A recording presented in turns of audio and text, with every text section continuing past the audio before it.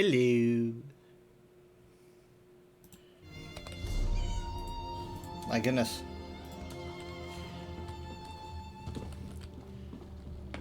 So, I, was doing a Dreadsail Reef last night, and our internet cut out randomly at like 2 a.m. And I was,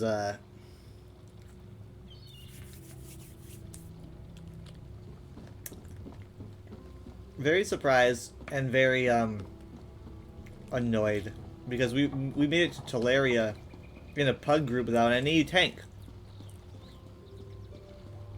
Internet shut off.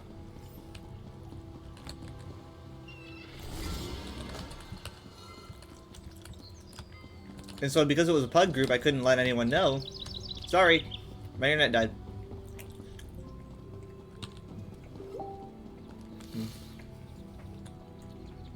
Some port worries about the souls in the wall, but there are souls in the water too. My beautiful ship will never sail from this harbor. Aren't they supposed to be there, though?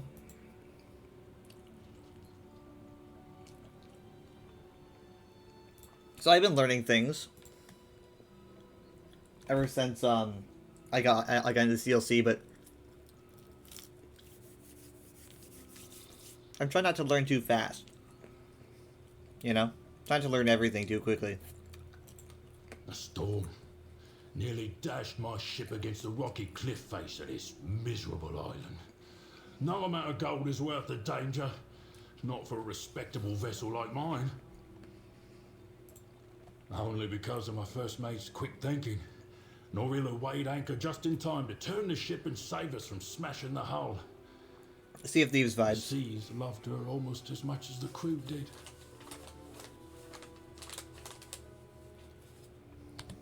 I was so focused on steering away from danger that I didn't see Norilla lose her footing. She fell overboard. Norilla was my ship's lifeblood. The crew won't sail without her, not under me. That's the long and short of it. I should be mourning Norilla. Foster my crew's loyalty so they don't turn on me when the ship's able to sail again. But I can't stop thinking about the necromancers on this damn island. I'm like, you mean the evil worm cult necromancers? Those necromancers? Are those the ones that you're talking about? Oh my...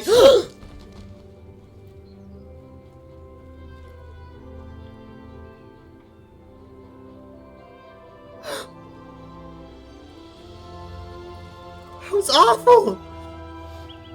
Oh my god! Ah! I've never had that happen before in my life. I don't... How have I never had that happen before? I can't say it's ever happened to me before.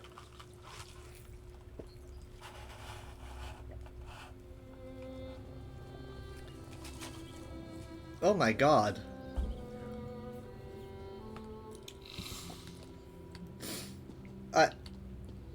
I'm gonna wait for him to respawn and pretend that didn't happen. That's what we're gonna do. That's what's gonna happen.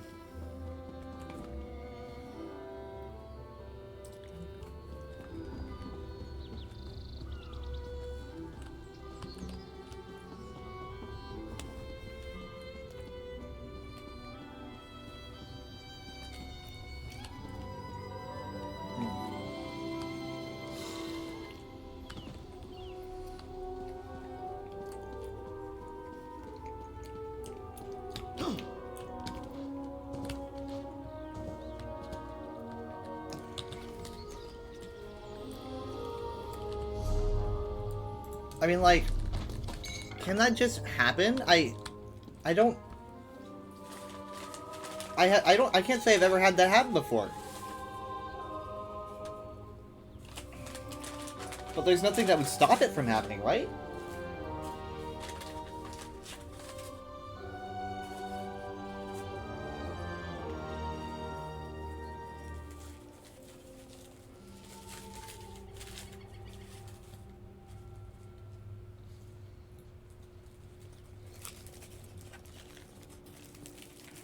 I mean, like, you think you'd hear about that more often. Is there generally, like, an NPC protection? At least during dialogue?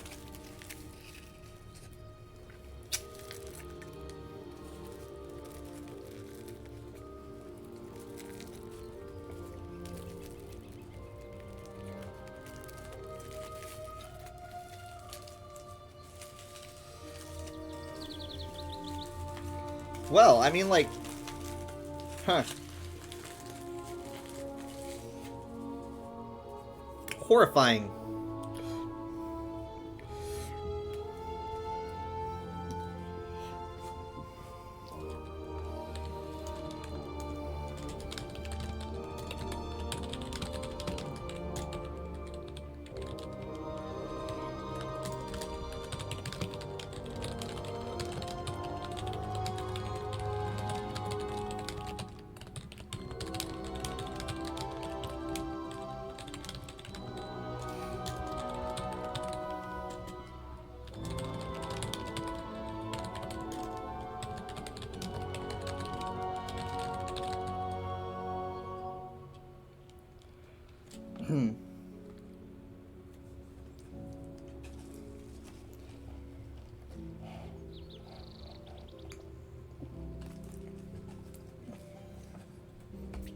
I'm asking the UESP. I'm gonna sound stupid. I know that I'm gonna probably sound stupid. But I'm like, how has that not happened to me before?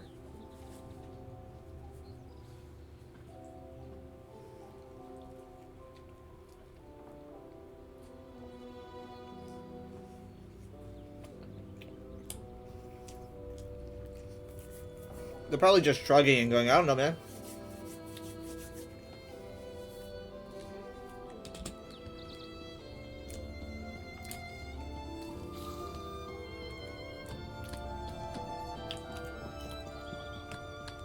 I'm not gonna leave him.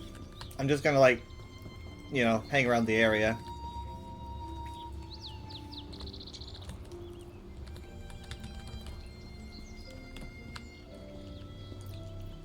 Snapper!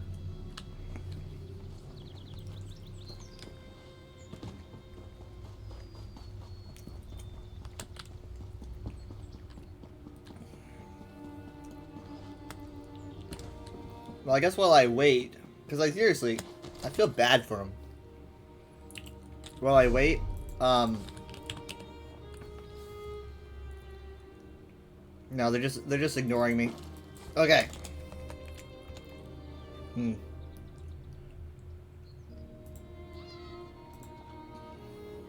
I mean, like, we already have a clip. I'm gonna go back and clip that, right? I probably should have done it ASAP, but I'm gonna go back and clip it when the VOD's over.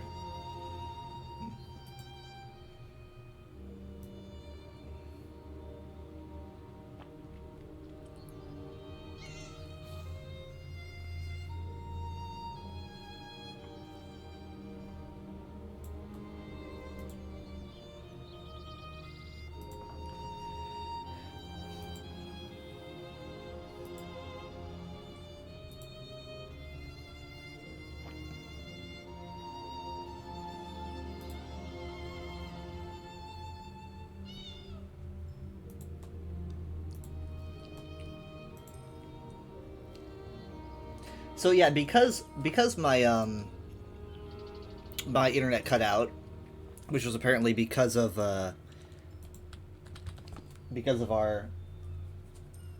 I guess technically a router overheating.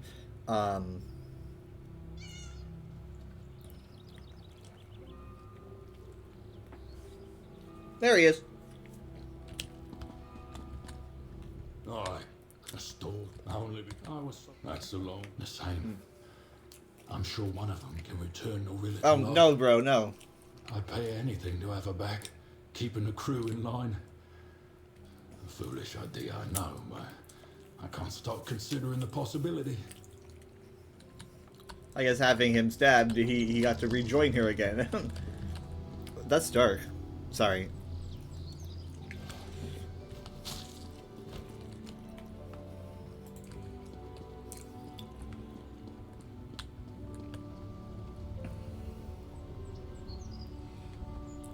Huh. Hold on, give me a second.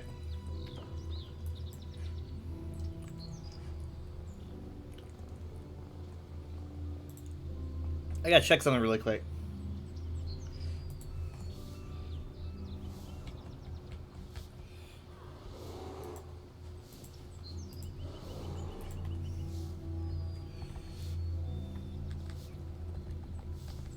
Okay. Hold on.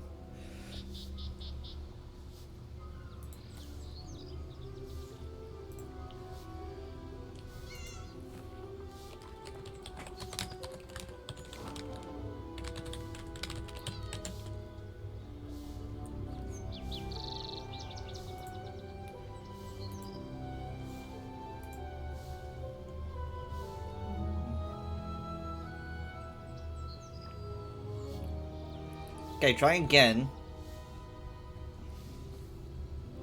Okay. I think I fixed it. Alright, we good, we good. Alright. I may be a common laborer right now, but I have much higher aspirations. I just had a little bit of a glitch. One day I'm going to have servants of my own and live in a grand manor, just like the High Elves.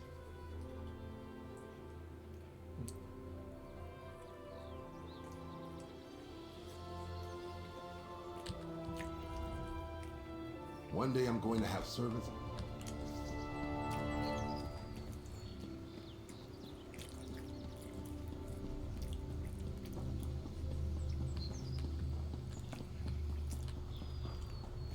Oscar? I like to keep track of my competition.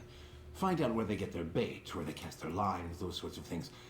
If I don't see someone for a while, I know they've found a new spot they want to keep to themselves. Then I go looking. Oh, crafty fisherman. You can tell a lot about someone by the kind of bait they use. Plain old worms means their purse might be light, but they have time to go digging. Minnows or crayfish? They've got coin to spend. An empty hook? No gold, no time, or no sense.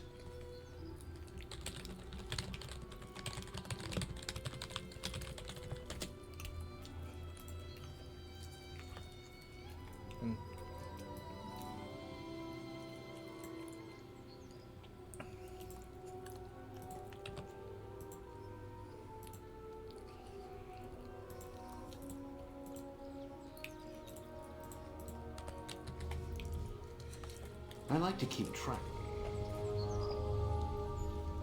I actually have that fisherman outfit. I think I have it dyed in green. Either that or I changed it. Hey, look, this person's using it because they're going fishing. I don't want to disturb their fishing experience. I run into a pole in front of them, so I was trying to check out their name.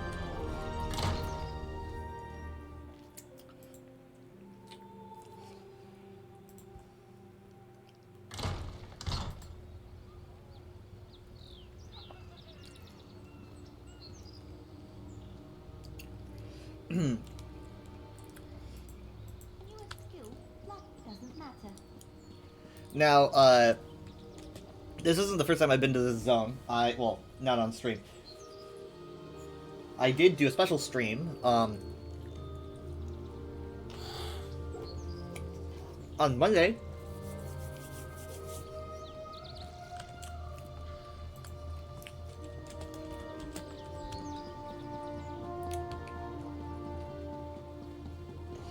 But since Monday, I have learned some things. I tried out, subclassing.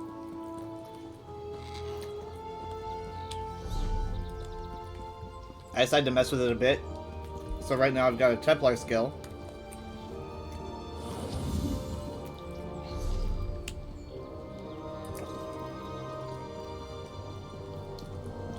Over here, Mainlander. I need to speak with you. Oh, hold on.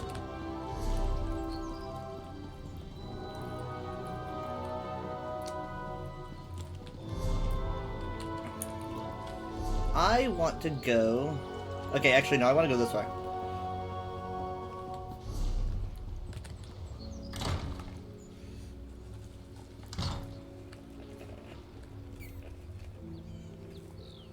So I haven't gotten all the information yet, but I do know a little bit of lore about the Coralania elves, and more so the Tideborn.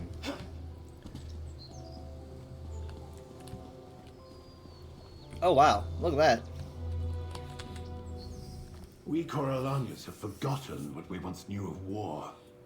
Now we are helpless before these cultists from the mainland, and must rely on the protection of strangers. I do not understand why this is happening to us.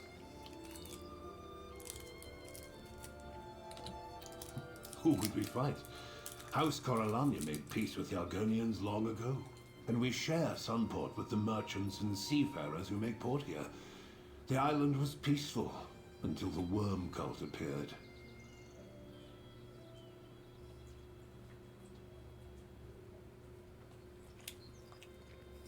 Until the Fire Nation attacked. The guard is capable of stopping a tavern brawl, but this?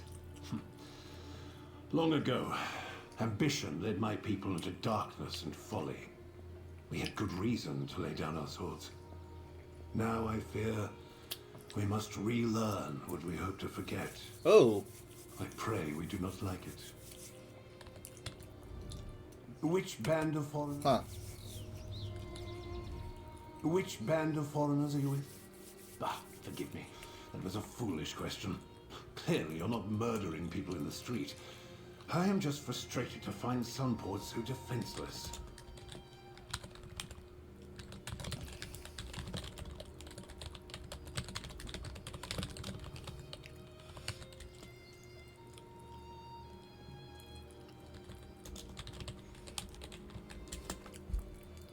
So, basically, from what I got, and this is interesting, and a little bit confusing, okay? So,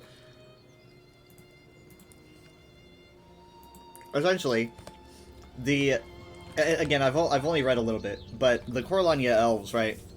So, we're talking, like, way back, during the days of Veloth in Somerset. So, this is, like, what, Middle Merithic? Or something?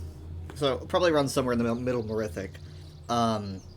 These elves will start to kind of move towards the Daedric worship, and obviously that's a big no. They start going, well, what if we kind of move towards the Daedra? And Veloth had that big idea, and obviously he kind of got attached to the good Daedra. In his case, the good Daedra being Mephala, Azura, Boethia, and that was kind of like their general vibe. And eventually they had to leave because that was a big no. So Veloth left. He was like, okay, I'm taking my people that believe in this, and we're leaving now. So they kind of got forced out, and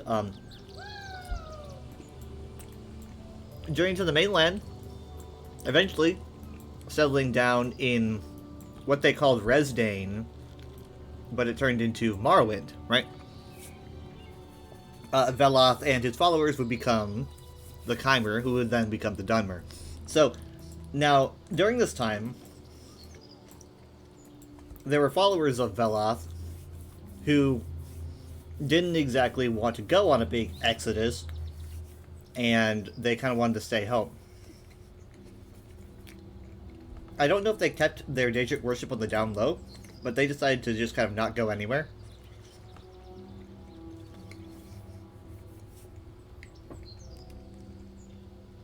Clan Coralania was just like that. In fact, they might have been the only clan to be like that, but I don't know. But Clan Coralania was like, we're not going to go anywhere. We worship Daedra. You kind of take it or leave it. Now, I'm going to assume that the entire reason why they were allowed to stay in Somerset and they were all rounded up was because they were probably a pretty wealthy, successful house. I'm wondering if like their success kind of protected them in a way, and they kind of grew in success and they got stronger and stronger. But eventually, according to the history book I read, it claims that because of the Alessian uprising and obviously the empire that was founded after it, Somerset became a lot more like, we gotta watch our step. and they started to enforce stronger anti-Daedra laws. I don't know how true that is, but that is what it said. So eventually, the Coralania elves had to leave because they were just fed up, and they couldn't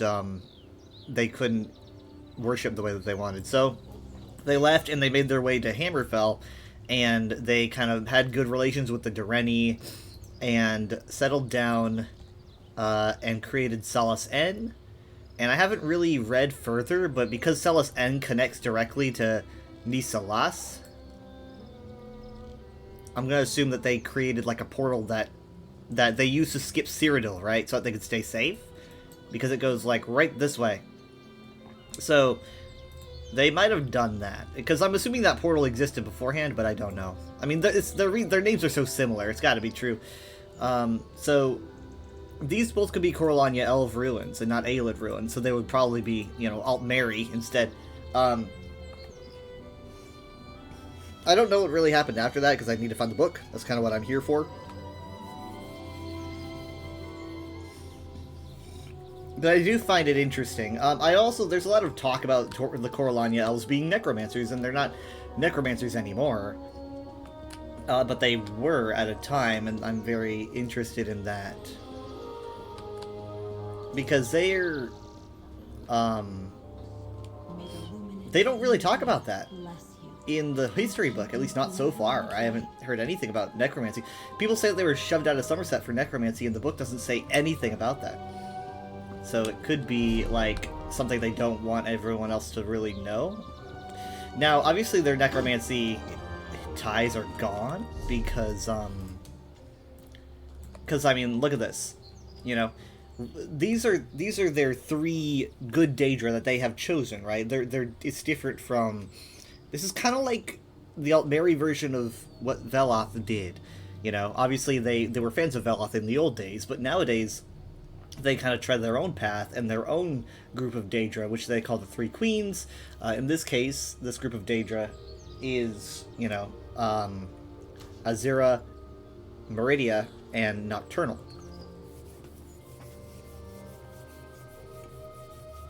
And you can't really be a Necromancer and a Meridia worshipper. I don't really think that works very well. So it's pretty evident that they definitely want to be different now.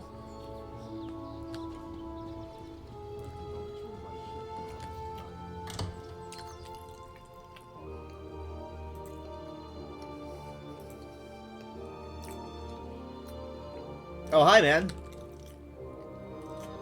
Oh, boy.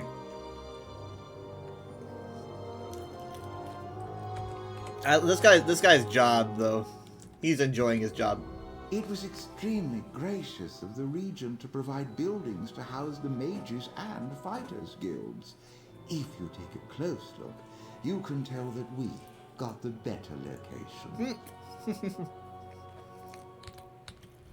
I am more of a researcher than a battle mage, but I suspect my skills and talents will be needed here. And I do enjoy an island with excellent beaches. This guy is so me. Welcome to the newly warded Mages Guild Hall, courtesy of the Regent of Sunport. As long as you're not one of those worm cult cretins, feel free to look around. Well, do I have news for you, buddy? I'm kidding.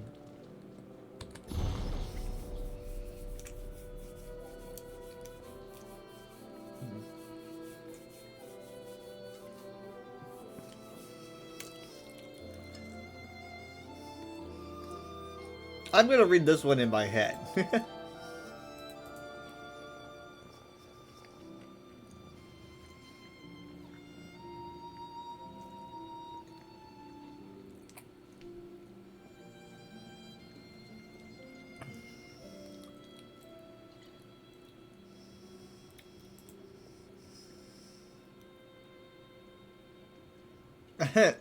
Your performance is lacking.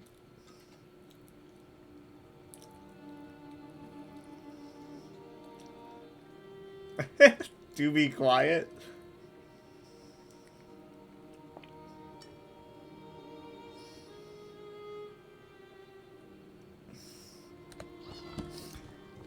some light reading for him. This is a nice guild hall. I'm just gonna say, like, I kind of like that it's a bit cramped here in this room, and then you got like 2 staircases here. Something I always appreciate about ESO is the crampedness, you know, about like how the buildings. Granted, some people say obviously like, oh, they're larger than main Elder Scrolls games. That's true. There is a lot of open space in ESO, but not compared to what you generally see like in Final Fantasy and WoW. I think that ESO is pretty good with its building sizes. Because sometimes it's just, I mean, like, look at this. This is tight. Oh, sorry. That was my telegram. Oh, my god, that's a Hadalid. Wounds on the abdomen indicate this Hadalid was hit with bolts of fire, hail, lightning, and ice. What the tosh happened to this Hadalid? Examining this Hadalid corpse. Poorly, I admit. I'm a lamp knight. A mage found it while exploring one of the nearby caves. Pretty cool to see another lamp Thinks knight. might have run into a worm cultist. She went off to get some equipment and told me to stand guard.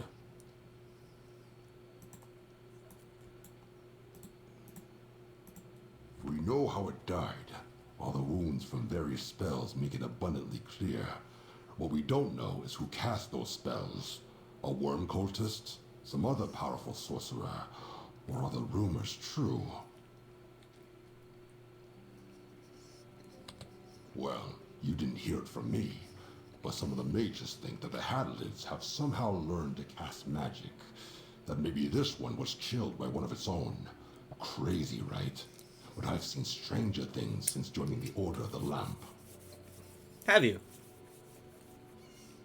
What season's your favorite?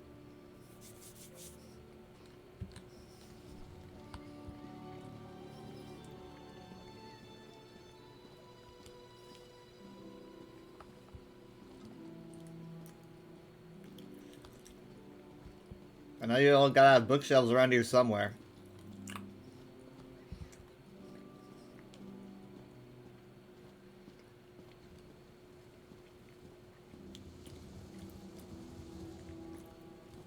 Book piles, huh? Close enough. No.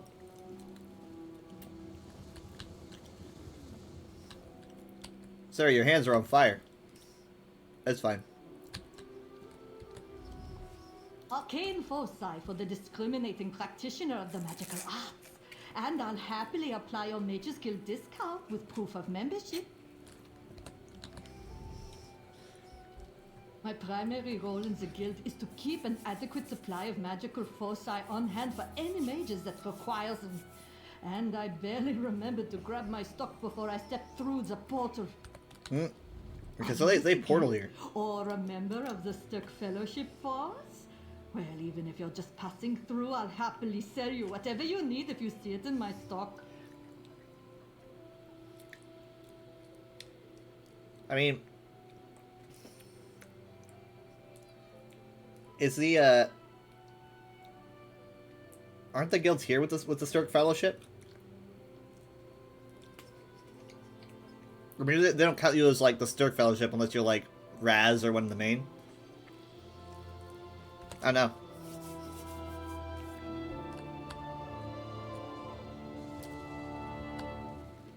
Oh. He wanted to stand in this room so he could set his hands on fire again. The Mages Guild has been at war with the Worm Cult since we were founded. Perhaps this time we'll finally put an end to those death lovers. Ha! For a building loaned to us by the region of Sunport, I'd say this guild hall came together surprisingly well. I just hope the wards hold. Never can tell when an enemy might strike. Because they've got wards set up. They just let me in there.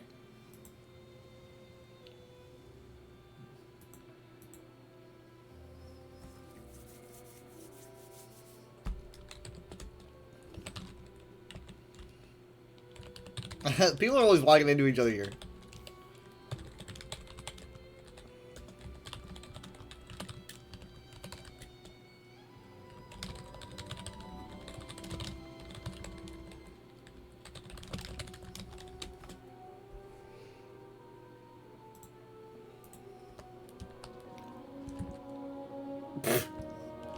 Alright. No, that's a classic. Yes! This is exactly what I was looking for! What are the odds? Like the second book I open here. Well, technically third. In the second volume of my history of Clan Corellania, I continue my account of my house and my people. Liz Artal as I know it. Part 2, the coming of the Regatta, right? Like I said, they were in Hammerfell. So, they were in Hammerfell. At this point, they had moved out, I think, in the early First Era. The Regatta show up around First Era 800. Around 100 years after the Dwemer vanished. So, this is during that time. I've already written about how first Kin Lord Sundavar brought Clan Corellania out of Somerset and established a Corellania kingdom in Hammerfell at Salas End, a proud mercantile realm. They flourished under the protection of their Daedric patrons. To Azura they looked for knowledge and understanding. Nocturnal they revered as their protector. And to Molag Bal they turned to when they needed the strength to defy their foes, the giant goblins of the desert and the Alessian Order. So they were Molag Bal worshippers, and they traded him out for Meridia. That's okay. Okay, this is getting spicy. So, also there's a reference to the giant goblins. I forget what they're called, but Hammerfell had a lot of goblin problems. I think it still kind of does. I'm not anti-goblin, I'm just saying. You know, I think they were there first. Now, the Alessian Order, I guess they were, I don't really know their presence in Hammerfell at this time. Since the hostile desert tribes blocked their way inland, Sundavar Corellania's heirs turned their ambitions to the sea. From the hidden havens on Cape Shira, Corellania galleys sailed in search of rich lands for their merchants to exploit. Few roamed further or brought home more riches than Sundavar's great-grandmother Iniel, born in First Era 667 to Kin Lord Roliondil. Their Kinhair grew up to be an intrepid explorer and bold conqueror, eagerly working to extend the dominions that would one day be their heirs.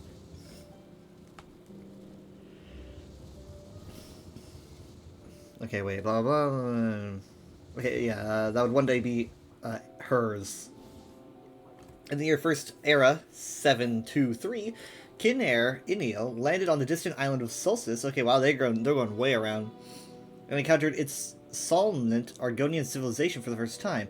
3 years later, she returned with a powerful fleet determined to subjugate Solstice. Here, Iniel met with failure. The Stone Nest people, okay, again, that's Xandir, rallied against her invasion and drove her forces from their island. But during her ill-fated campaign, Iniel discovered the dark citadel of Mor Naril, the abandoned Daedric temple city. What? And blundered some of its necromantic secrets. Wait. Okay, for one, we're getting, like, okay, for one, Stone Nest people, so these people, Stone Nest people, are probably, like, pre-Duskfall Argonians. I'm assuming...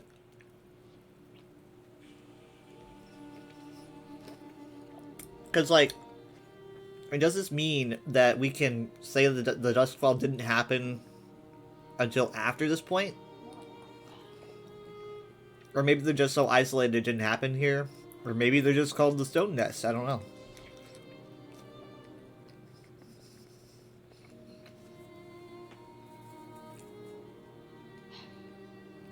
Now, I don't know what Mor Naril means. Naril is a word I recognize. But, so it's definitely Elvish, right? So she discovered a dark citadel of Mor Naril, an abandoned Daedric temple city. Now, obviously, either she named it, and it was like a Daedric temple made by another race, or it's actually an elven Daedric temple city, made by someone else, before her, before the Corellania elves. Not long after her return to Hammerfell, Iniel became Kin Lady. She was strong and an uncompromising ruler, and her high-handed ways alienated Clan Corellania's allies. So, we're coming up on the Regatta right here, because that's going to happen around First Era 800. Hi, Leaf! Why are you writing my name like that? It's not an acronym.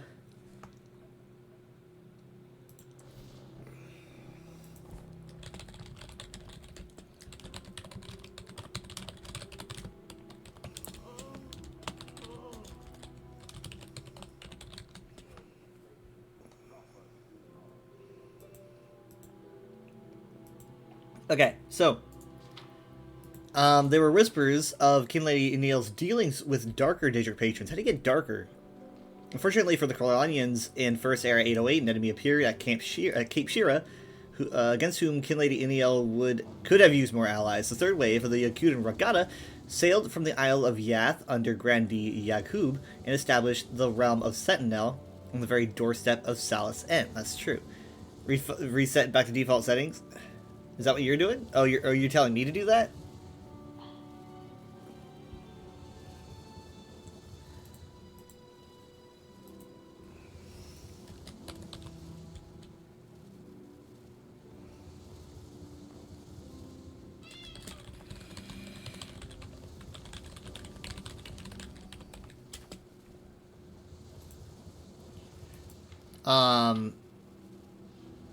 King Lady Iniel had no interest in making room for her new neighbors, nor did the Regatta care to ignore a kingdom of Daedra worshipping Myrrh and lands they intended to take for their own.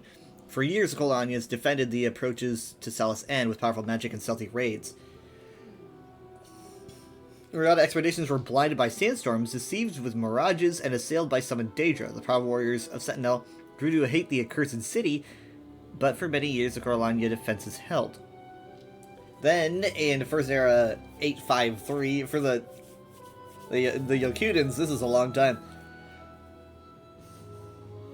King Zakwan resolved to finally break the deadlock. Summoning allies from neighboring Yokudan realms, he assembled a mighty army and marched on Ashaba Pass.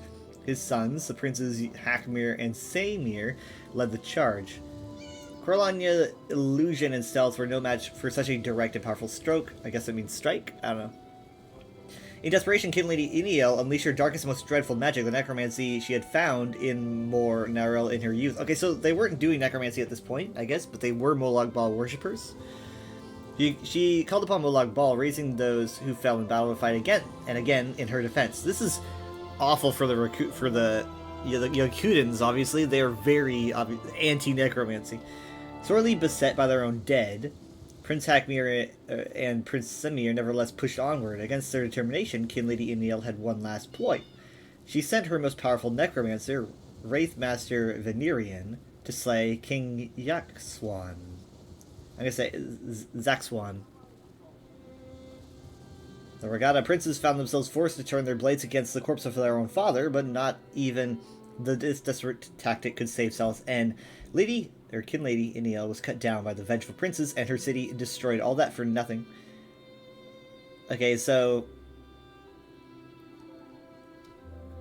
Zakwan was killed, and then they had to fight him. It's very giving me like Elsewhere main quest vibes. Few Corolanians escaped from the sack and ruin of Salas End. Okay, dang it! Now I gotta find 3. I know I'm gonna get distracted by another book, so I'm kind of hoping that I don't find another book, but odds are I will.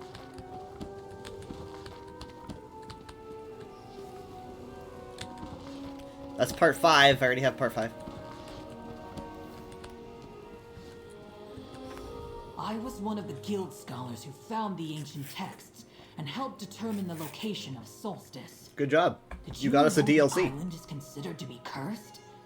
At least, according to what few documents about the place that I could uncover.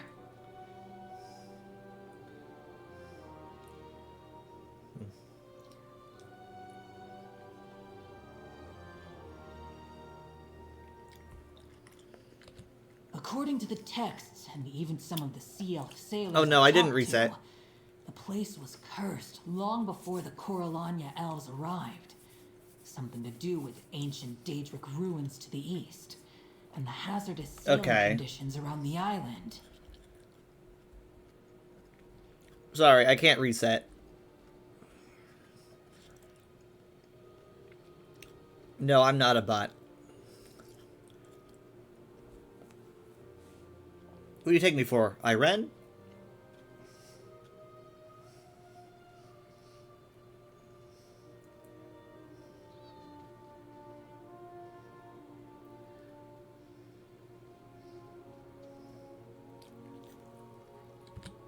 Sailing to Solstice isn't impossible, just extremely difficult.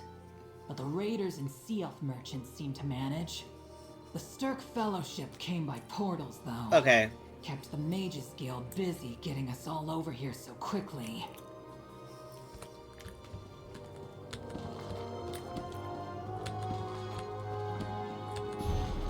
Oh, hey, that's cool. Dang it, I just know I'm gonna get distracted, though.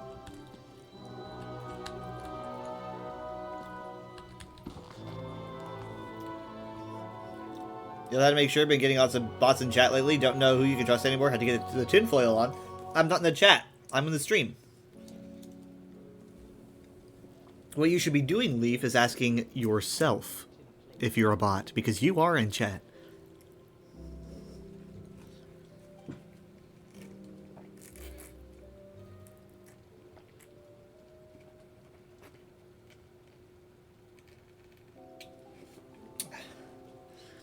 Letters to Lenor Inway from her grandfather, as she contemplated membership in one of the colleges of the Collegium Praxis, collected in one volume for posterity. Lenor Inway, my dear, I am familiar with the worry that plagues your heart. You have been Nepraxil long enough. Interesting. It is time for you to select a college to apprentice yourself to. Finding one's purpose can be daunting, and your father has always been one to push for more lucrative pursuits. I should know, as I taught him, to think that way from the moment he was old enough to understand the value of my lessons. But now I've come to realize that I was wrong. I want to do better and provide you with better advice.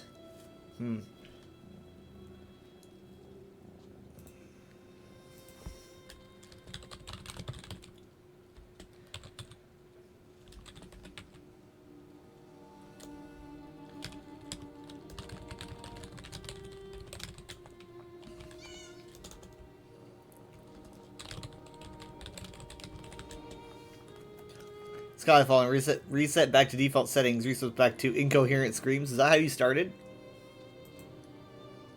So it should be noted here that I'm pretty sure the Collegium Praxis, it sounds like some kind of redoing of the Sapiarchs, kind of, in a way.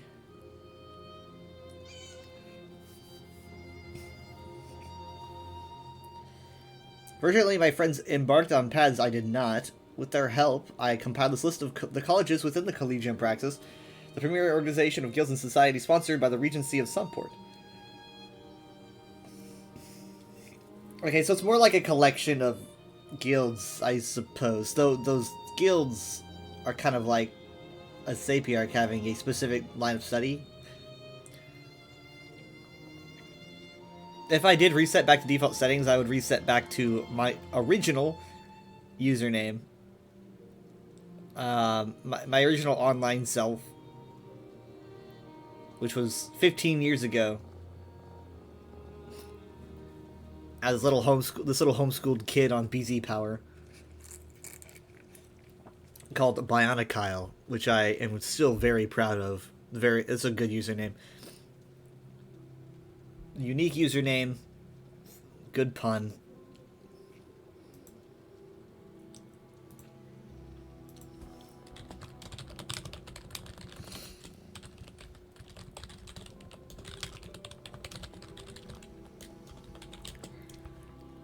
Alright, you'll find the written input as well. There's one path to contentment and success, Lenor Inway. Each of the colleges are equal parts professional guild, secret society lodge, doesn't sound very secret, and place of learning. Follow your heart and seek out the one that speaks to you the most. I hope this helps you, dear granddaughter, to find your own place in Sunport society. The College of Sea and Sword. A chance to explore the world beyond the limits of Sunport, the College of Sea and Sword serves as a premier guild for merchants, explorers, and warriors on the island. I truly wish I'd seen the opportunity in this portion of the collective when I was a younger elf. They train their adepts, novices, and apprentices to endure strenuous expeditions across the island and even out to the sea. High-ranking marines fend off threats lurking in the sea or within the depths of the jungle, and their naval force keeps marauders and unfriendly pirate vessels at bay. The explorer guide ships through the treacherous sea around Solstice and investigate previously unexplored sites across the island. Finally, the merchants of this college help transport and sell goods in distant ports, returning with cargo not really available on our small island. Okay, these are the notes from his friends. Or like putting in their input. Leonard, my name is Mandulia. I'm surprised by your grandfather's humility. He made sure never to show that side of himself when we were coming of age. If you wish to get a taste of the sea and adventure, mention my name at the port.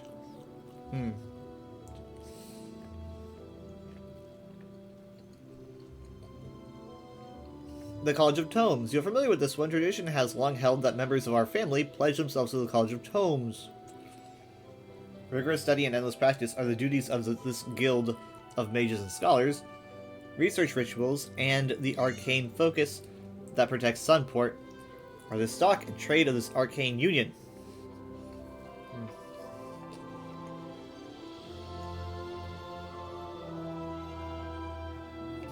I pursued the tomes for security knowledge and because I lacked physical prowess. But for nearly all in our family, it was because someone else had pledged here before us.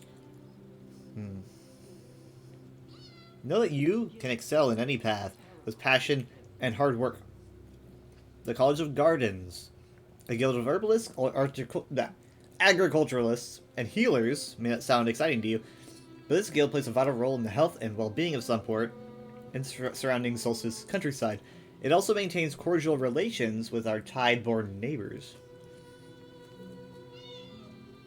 Some believe this college sprang from our desire to mend the hurt our clan inflicted, but prior to arriving on Solstice, when we first settled here. Do not discount an apprenticeship here out of hand. This is interesting. So, I don't know. Hold on. Okay, let me just take a break here and bring something up. So the Corlania elves, they kind of had like an Aelid timeline, but opposite, right? I mean, like, they were like, hey, yeah, we like... Well, okay, not really necessarily opposite, but in the sense of they were very harmful and, like, pro-harmful Daedra.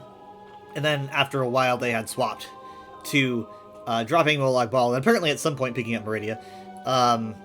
And so they kind of went from... It's kind of like how the Aelids went from... Yeah, we like the Aedra, they're cool, and then they progressively became worse and worse and worse until eventually they, you know, were torn down. The Corlania elves instead were just kind of like, they got pretty bad, and then they decided to have a cultural change. I'm not entirely sure when, but yeah, because like there's a lot of like, yeah, our clan really hurt people, and we're sorry about that, and we refuse to go back to that. Now, I'm not seeing, like, none of the history books... Well, okay, so the history book that I'm reading now did mention necromancy. It mentioned, like, that they were now necromancers because of finding that ruin on Solstice. But, I mean, that's good. Like, there seems to be a cultural desire to not forget that they really screwed up at one point. And they were like, yeah, we got into necromancy a lot. And, we're gonna make sure that we don't do that again. So, I think it's important that they're putting that in their history books, and it seems like there's a cultural desire not to replicate that part of their history again, but I'm gonna read more into it later. Your grandfather's words are a surprise to me, but I'm happy to see he's finally started to see reason. We're a society of farmers, healers, and herbalists, true, but more than that, we're cultivating the future path of our clan. If you have patience and dedication required, then please join us. Docent Firedeer. Here's what I look. I like how Mandulia, like, introduces herself in the first paragraph, but, like, you can tell that Docent Firedeer has a different way of writing because he, like, puts in a slash here and then introduces himself afterwards. So you get this feel that they are different people. The College of Stone. Builders, crafters, and artisans of all descriptions comprise the members of this important guild. Its roots date back to our clan's earliest days in Somerset, when we took possession of parts of Hammerfell in the First Era. Today, members of the guild are responsible for expanding and maintaining Sunport's infrastructure, as well as creating art and trade goods for market. From what I understand, the college expanded beyond just stone long ago. I'll let my friend explain. Our guild began as a society of stoneworkers, but we have long since encouraged aspiring artisans to craft with whatever material suits their purpose. Stone for us means solid and well built, in whatever medium we choose to employ. Lector Renilera. I don't know what the asterisk is here for, but... the College of Rituals. Letter and way, as you know, the reason I've compiled this list is to help you choose your own path. Hence, I've included the College of Rituals for the sake of completeness. Personally, I never want you anywhere near this group, but I'll explain shortly. This college serves as the keepers of tradition and law. Most of its members are incredibly devoted to the ideals of legislation and the rule of law. While they help the regent govern Sunport, rumors abound that a certain element within the guild still entertains traditions that the clan abandoned long ago. That certain forces in their leadership want to see a return to our darker Daedric and Necromantic past. Is this true? I have no idea, but I'd rather not have you unknowingly walk into a viper's nest. No such conspiracy exists, says Lawkeeper Venarwe. Lawkeeper Venarwe is getting in the way here. Lenor Inway, tell me what you finally decide, or reach out if you want to talk more. Venarwe sounds familiar. Was she mentioned before? Who is Venarwe? That name sounds familiar to me. Yeah, I love the Tideborn too. No, that's the only thing I can find. Maybe I heard her name somewhere. But yeah, the Tideborn are really interesting. I'm still learning about them. I've been doing some studying over the course of the week. Varieties of Faith Solstice. Oh, okay, but this isn't by the classic, was it Mikhail Karkuxer? This is Docent Belenwin, College of Tomes. The island of Solstice harbors a unique religious tradition. The High Elves of Clan Coralania are descended from Altmer, who embraced the dissident teachings of the prophet Veloth. While most of the elves who followed Veloth eventually came to venerate the living gods of the Tribunal, and then they're going to stop later on. The Coralanias, like the Ashlanders of Morrowind, continue to revere Daedric powers. To wander Solstice is to immerse oneself in a variety of faiths, rarely, if ever, seen on the mainland. The Three Queens. While the Coralanias of old had dealings with a number of Daedric powers during their long exile on Solstice, their faiths coalesce around three particular Daedra: Meridia, Azura, and Nocturnal. The Elves of Solstice refer to them as the Queen of Light, the Queen of Dusk, and the Queen of Darkness. These three queens reign over all aspects of life, both the good and the bad. Meridia, the Queen of Light, is a ruling goddess who grants each mortal potential and purpose. She is a goddess of light, life, and order, the arbiter of all things as they are meant to be.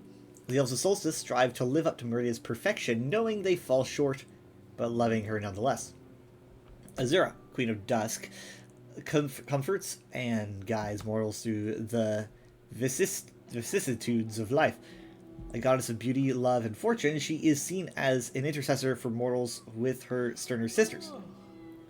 Nocturnal, finally the Queen of Darkness, gathers mortals into her embrace at the end of their days and judges them. Nocturnal provides over death and oversees final justice. The Elves of Solstice respect Nocturnal but do not love her. She is a stern judge. However, those who live their lives well have nothing to fear when the Queen of Darkness comes for them.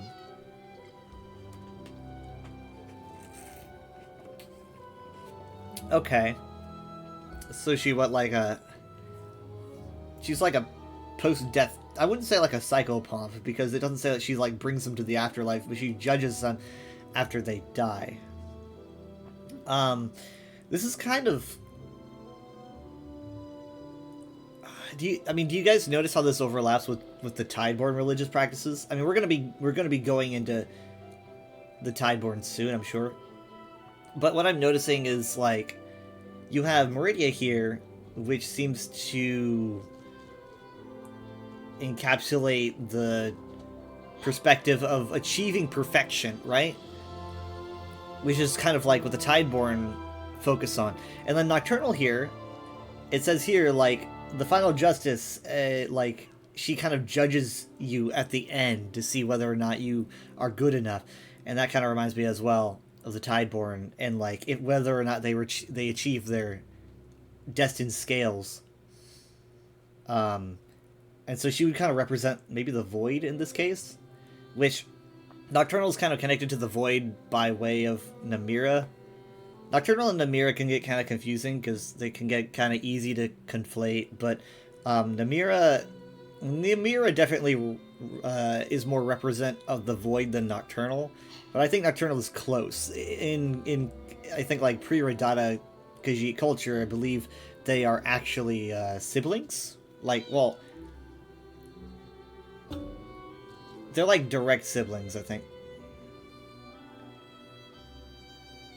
I think that they have like a close connection. I guess sibling isn't really that big of a deal considering that, you know, like all the gods are siblings in Khajiit culture, but still. They have like a closer connection with each other. I just don't remember. Actually, maybe Nocturnal was like Namira's daughter. Now that I think about it, I don't know. I'll need to go back. The native Argonians, meanwhile, revere two distinct forces of nature, depending on the tribe they are born into. The Stone. The Stone Nest Argonians of Eastern Solstice revere the Stone. Though our limited dealings with them make for an incomplete understanding of what exactly that means. While they appear to honor all stone, they seem to hold stone that has been worked and shaped into holy edifices, their Zamirs, in especially high regard. There are also many stone statues of unknown significance scattered throughout the eastern wilderness that hint at their impressive stone-shaping past. Beyond that, the religious practices of the Stone Nest remain a mystery to the Collegium praxis, one that this docent hopes to study further in the future. Meaning, quarter 4! The Tide. The close proximity of the Tideborn Argonians of the western side of the island gives us more insight into their culture and religious life. They revere flowing water, specifically rivers, and what they refer to as the tides. They believe that memories and past lives flow into rivers and are carried by the tides to the eggs they incubate in tidal pools. In this way, they are returned and born again on the shores of Solstice. Note that the Argonians of Solstice do not have the same connection to the histories of Blackmarsh as their mainland counterparts. Indeed, as far as we are aware, only a single history grows on Solitude. It rises above a Stone Nest village on the eastern side of the island. I already knew a lot of this, though. A scattering of other faiths are present on the island, though the researcher would not consider the majority of Solstice dwellers to be overly devout. Here are some of the other faiths to be found around the island. Shor and Kine. The Nords, especially... Someone's pushing me. The Nords, especially the settlers of Shor's Stand and the city-dwelling Sun Porters, tend to revere Shor and Kine primarily. As Shor is said to have been killed by elven treachery in the distant past, some Corellanias find this worship somewhat uncomfortable. Kine, meanwhile, as the patron god of storms and the sea, has a particular place of reverence for most Nords, as they are either sailors themselves or descendants of the sailors who originally came to our shores. Hey, Zenithar! Zenithar, brought to Sunport by Imperial traders from Leyawiin, the patron of commerce and crafting, has found a strong following among the merchants and traders of Sunport. Sanguine. Along with the Three Queens, another Daedric prince appears to certain members of Solstice population. Sanguine, the prince of revelry. Because some porters tend to enjoy a good time and are overly judgmental, revelers of the Rose have not only flourished, they've found acceptance as they allow anyone who wishes to attend their festivities. Some believe that this cult has begun to take excess to a new and unsettling level, but the region considers that to be their own business, as long as it doesn't get too out of hand. You find it particularly interesting the Tideborn view their reincarnation a bit differently? Right. They see, like, their reincarnation as some kind of achieving perfection. So, there's got to be some connection here, right? I've been thinking about it all week. So, basically, the way that the Tideborn see it is the Tideborn essentially are like, if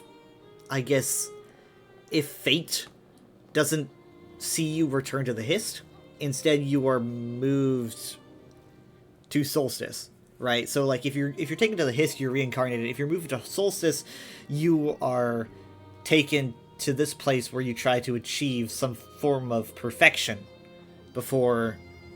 I'm not sure what happens after that, to be honest. I couldn't figure it out. Like, I don't know.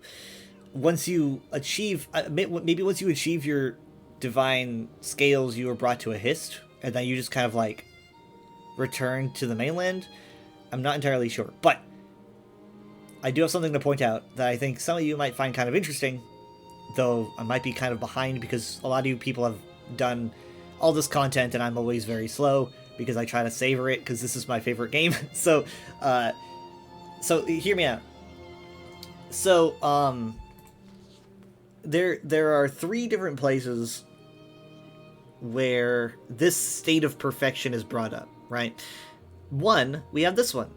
Meridia's perfection. The Elves of Solstice strive to live up to Meridia's perfection, knowing they fall short, but loving her nonetheless. And then the Tideborn kind of do the same thing, where they, it's not in this book, but they essentially try to achieve a form of destined form. And if they don't succeed, they have a different burial practice. If they do achieve it, then they are buried like any normal Argonian. But essentially, they're trying to reach this kind of settled, correct version of themselves. Now, the 3rd version of this concept is an original OG Aldmeri concept, and that is the concept of Alaxon. Essentially, it is the Altmer perspective of achieving perfection. You might have heard the word tossed around a few times, but High Elves try really hard to walk the path of Alaxon and just kind of be perfect. Now,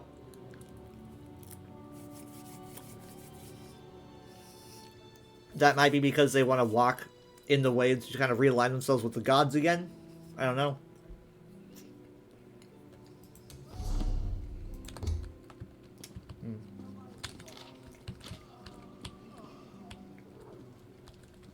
What a relief.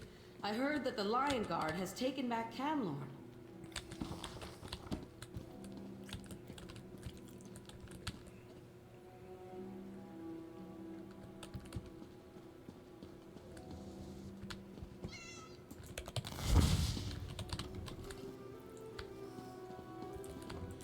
Hello, sorry.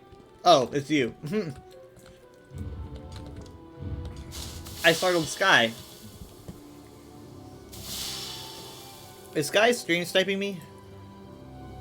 Yes, you are. Look, if you're watching me, I can watch you.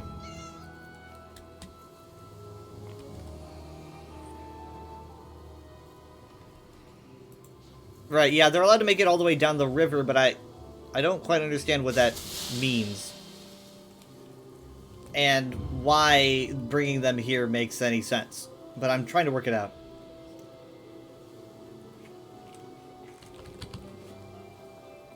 Like, do they serve a purpose here? I'm wondering. I don't know.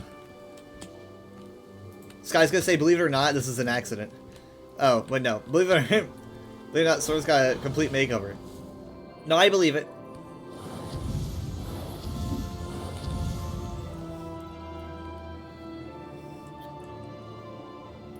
So you are, very blue. It's a good color. Sorcerer also has good blue spells, so... Wait, did I check this side? No, I didn't. No, wait, yes I did. This was the other one that I was checking out. Before. Dang it. There's gotta be... Oh. Keshu wrote a book, everyone! Keshu wrote a book. Keshu's also here in this DLC. I saw her. She's like my favorite. Guardians of Western Solstice, a report on the Tideborn tribe and their villages that I made contact with in the name of the Stork Fellowship. So she's part of that now, huh? Or at least she's working with them.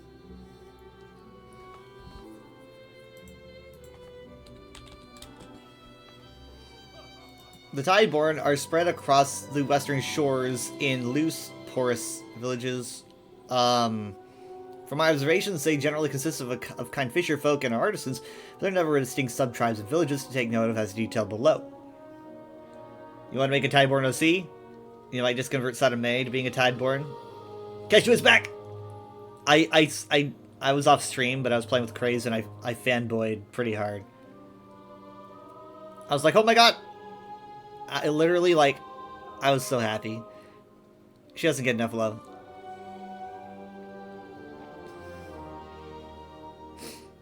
So yeah, this whole thing's got me really thinking about, like,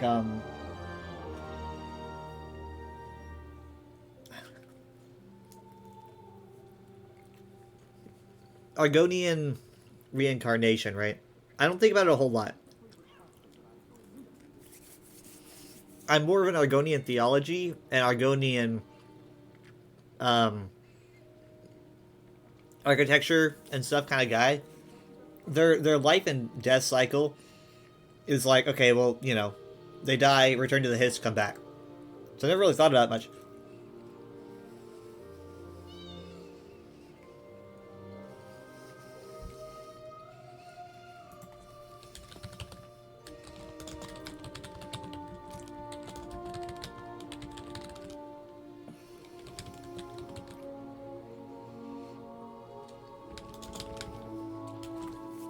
So, you sent a bunch of screenshots to your friend of yours with the Captain Best DLC. It does feel like they're kind of... Part of me notices that they're kind of giving Argonians a bit more attention than they did, you know, back in 21.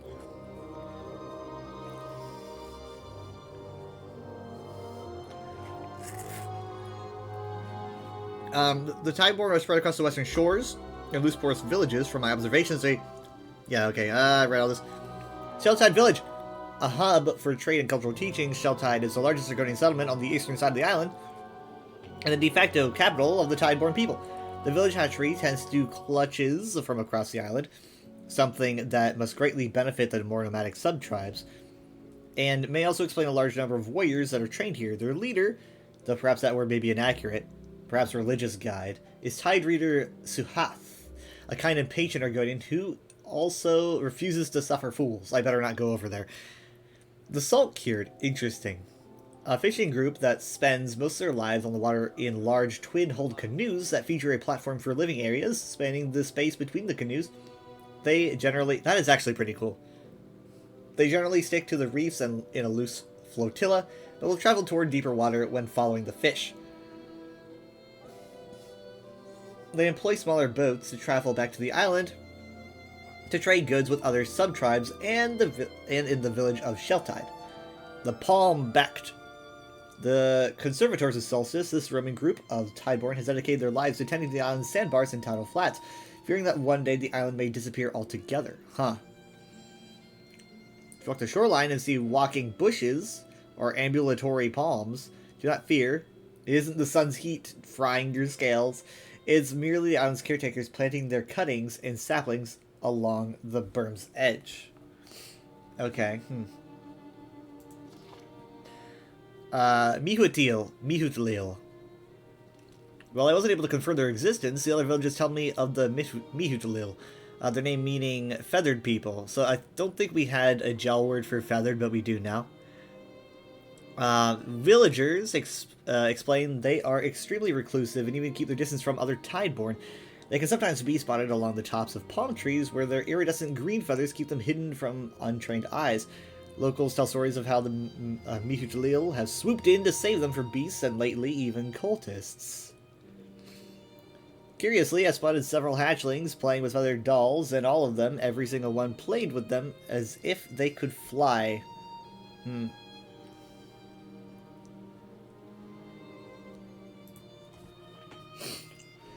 This guy says, kind of curious what you think of the city so far. It's my first time ever here in Solstice. It's arguably very pretty despite my distaste for high elf architecture.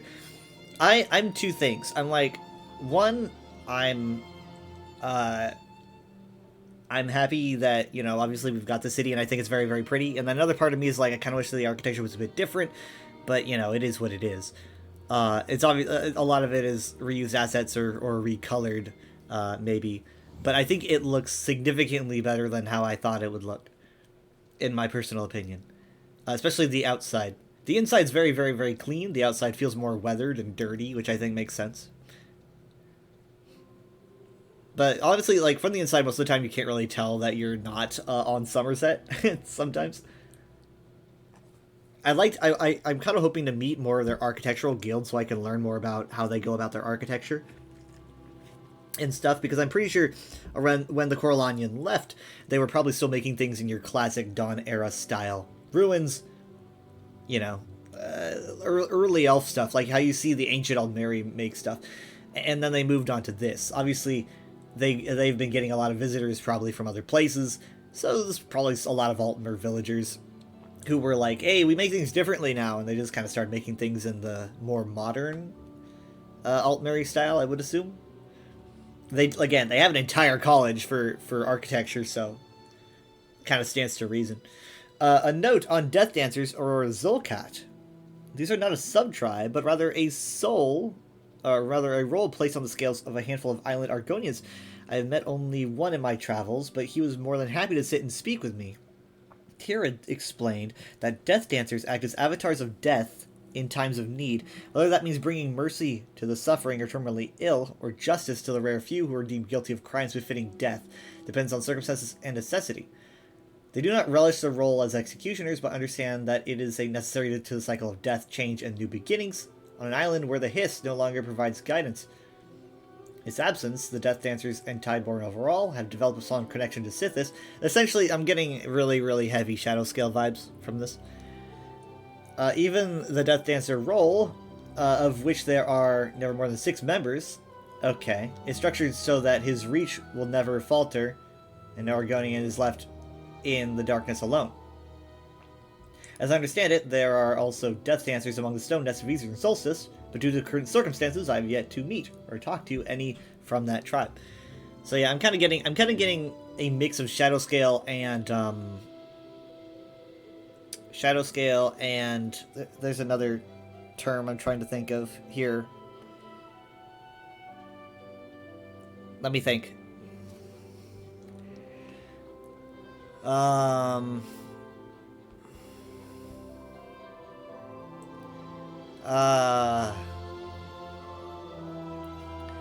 It's the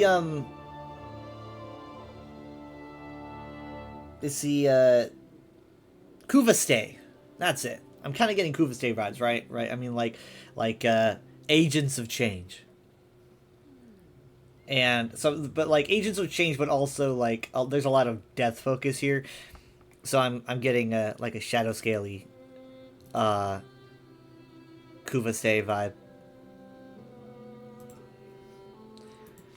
Note on the Naga. I have noticed a number of Naga scattered among the Tideborn villages, but no evidence of a village or community consisting only of Naga. Moreover, the Argonians grow skittish when I ask why that is. It seems at some point the Naga had a larger population on the island, but over the centuries their numbers have dwindled, and that it wasn't until recently that they were accepted into other villages. There's some old writings that mention a Sharktooth tribe, which may have been home to these Naga, but has since been lost to time and the tides.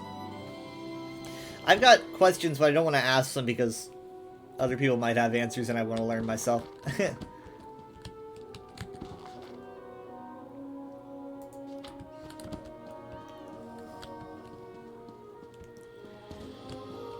Okay, some good stuff so far, but I'm still looking for a specific book.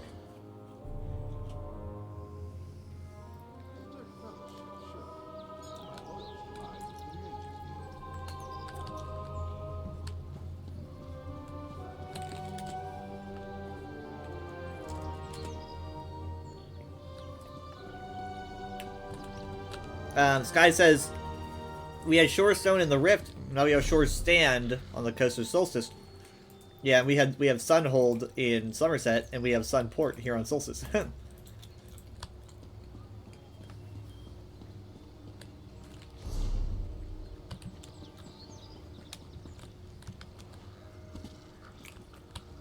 Why are you standing in the water? As long as the Order of the Black Worm leaves me alone, and I can conduct my research in peace, I see no reason to bother with them.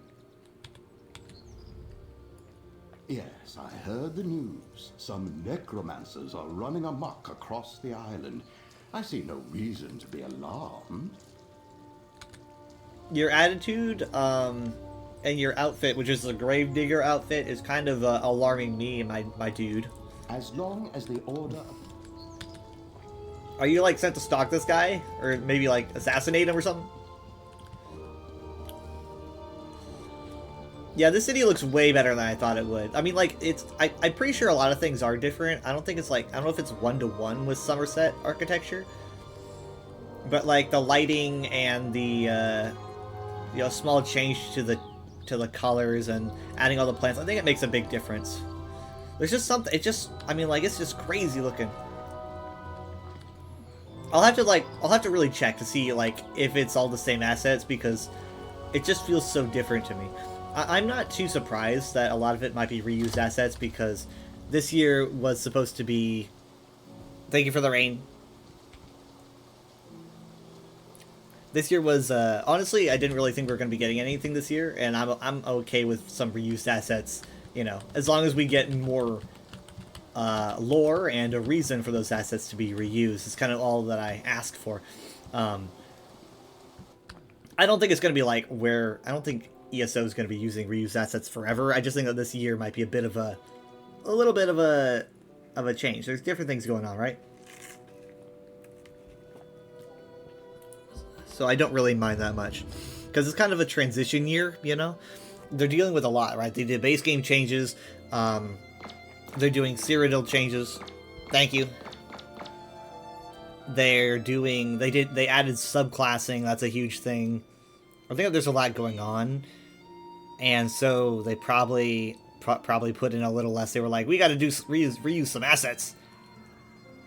But I mean, so far I'm enjoying you know, everything they've got to offer, and I haven't even really done the world bosses or anything yet. I haven't done the delves yet. I don't even know anything about the public dungeon.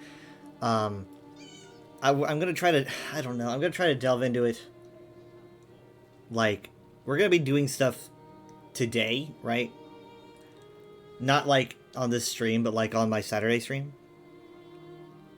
I'm gonna be bringing mom and dad here for the first time. I'm assuming they haven't been here before, because I was told they haven't been.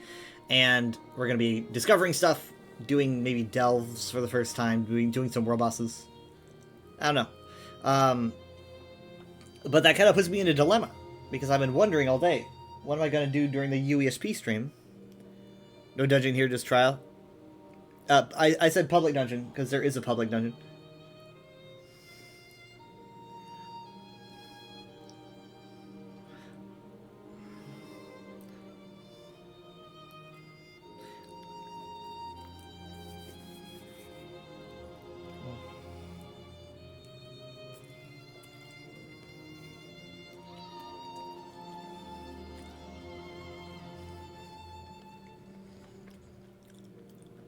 So, my question is, what am I going to do during the UESP stream today, right?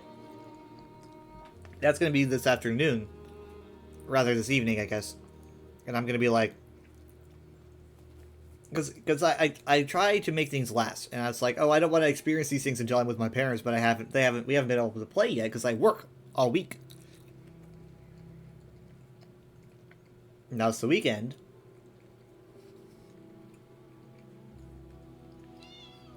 So, my idea is to probably just explore the island and do some lore talking for an hour. And I'm really hoping that I don't get spoiled. This is a time of year where I just get so nervous. You can chew on me and my hat. We're sturdy. Don't say a word, not a single word. I see in your eyes that you hate the worm cult as much as anyone in the guild. Perhaps more, if I can be so bold. Am I not famous for taking them down? Outfit you with a proper weapon.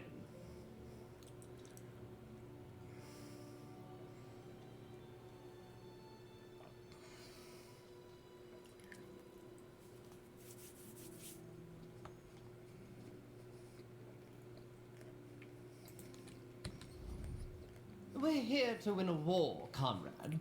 And you know how we win a war? With the finest weapons money can buy. Take a look at my stock and you're sure to find something you like.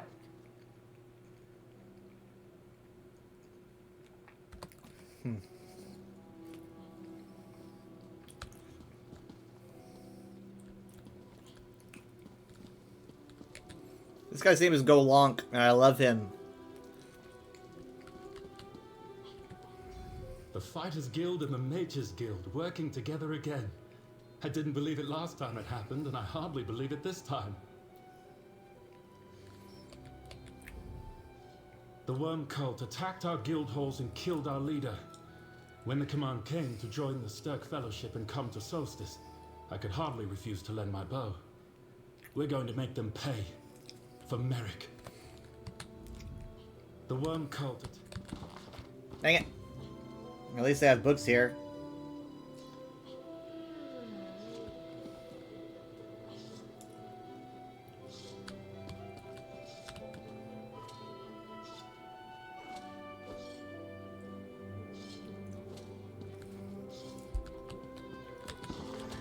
Part 5 again. Why is it always part 5? Part 5, part 5.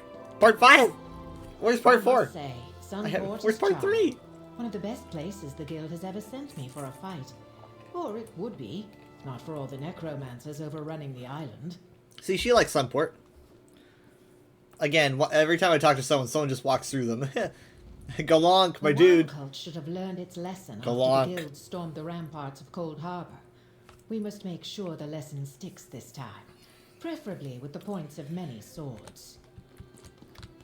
I think it's becoming obvious why the Worm Cult chose here, but there's probably more to it. Ah, dang it, no more books. I bought the most exquisite sword I could find when we got the call to come to Solstice. And then what happens?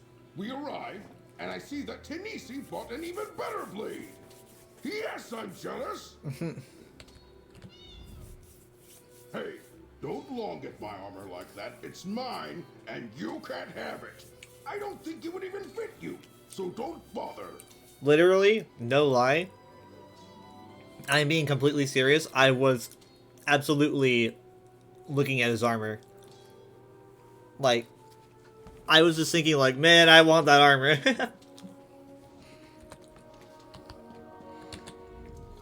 Many of my shipmates can't stand high elves on principle. I understand that. It's not much to like after all. But I choose to remain cordial. Their gold spends the same. And I prefer to do business with smiles instead of steel. I'm gonna ask about your race, because that's cool. Oh, so a sea elf cannot be a member of this guild of warriors? I'm racist. I'm just a, let's say a trader, visiting from a distant land. And if I happen to like the company of fighters and mercenaries, what of it? They have odd dialogue options sometimes. Did you just boo? Did you just boo her? Did you just boo her a second time? My goodness. Inley the Eviscerator. That is not someone that you boo. Necromancers, good and bad. Daedra, good and bad. This one knows there are two sides to every coin. The real fight lies with which side you decide to follow. Both sides. This one waits and watches. She suggests you do the same. Today's thunder signals tomorrow's storm. It is the true fighter that is never caught off guard. You got a little something on your face there. Oh, dang it. Hold on. Necromancer. I am really bad at this. Shazduni has fought the Risen Dead before. Rogue high elves and ancient curses are not uncommon, but this is more than that. This one's claws are ready to shred the worm cult. It is why we came here. I mean, like...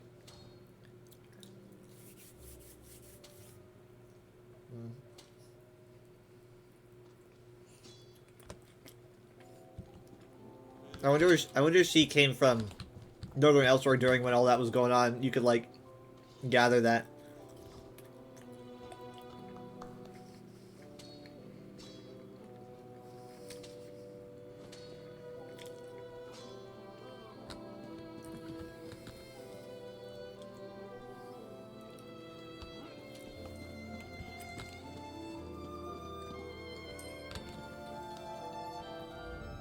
Sunport is just one stop of many for me. I never know exactly how long my ship... I'm sorry for asking you an insensitive question, my dude.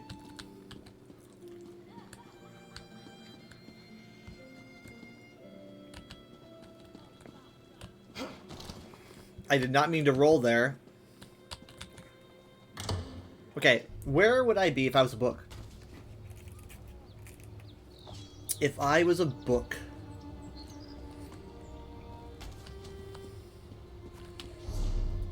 I've already checked the Mages Guild.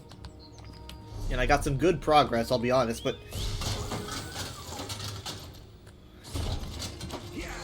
Still not quite. Let nocturnal shadows surround and comfort you.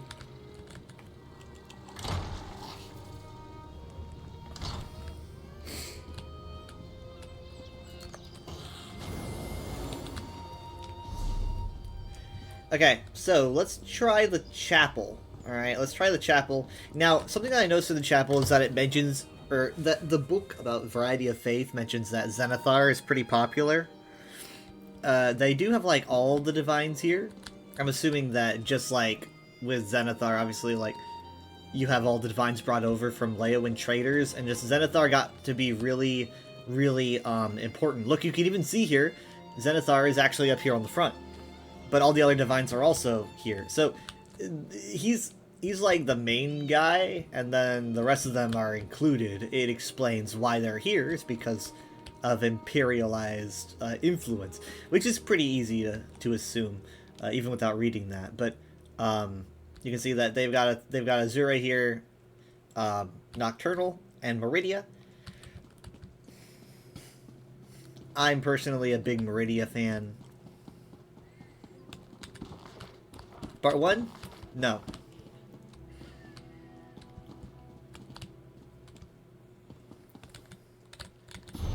Sanguine's Party. Okay, this is a song. I feel like we're probably going to be hearing this when I go to the carnival. Is that the only bookshelf up here, though?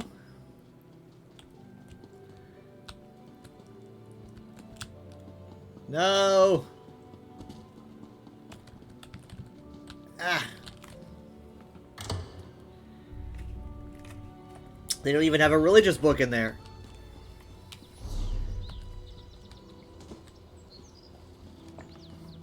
So I'm subclassing the healing skill line, I guess, from Templars, where I forget what they call it, but that's what I'm subclassing. So I'm using this, like, it's like a single target heal, and I like it, but it's way better in dungeons and stuff than it is in trials because you have so many targets in trials. But it does a lot of heals, right? If you have the Magicka Bank to spam it, then it kind of, at some points it doesn't even matter that it's single target. You just kind of spam it, you get a bunch of, can I go in here? Oh, I can go in here. You get a bunch of hits. But I'm you know, I'm gonna see what I'm at here, actually, now that I'm looking at it. Restoring Light, and I'm at level 5. And I can get Healing Ritual now, which I'm gonna do. I'm so glad I can actually use my freaking skill points I've been saving up. I really haven't had much to do with them. Healing Ritual, healing your allies for 11. Okay, you know what? I'm actually probably gonna trade to that. See, I have a Templar, but she's a Stamplar, and I'm not really doing healing related things. So I've been waiting to do healing Templar stuff for a while. Alright, that looks good. I'll be using this more often. What's the radius for it? 10 meters, okay,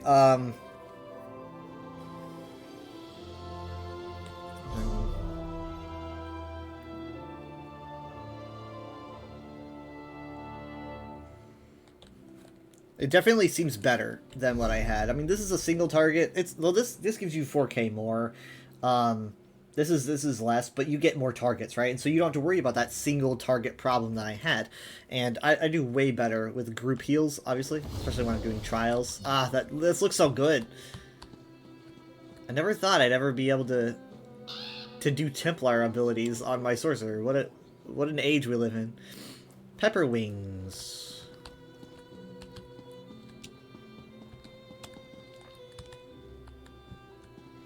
This is a pretty cool crate, Joe.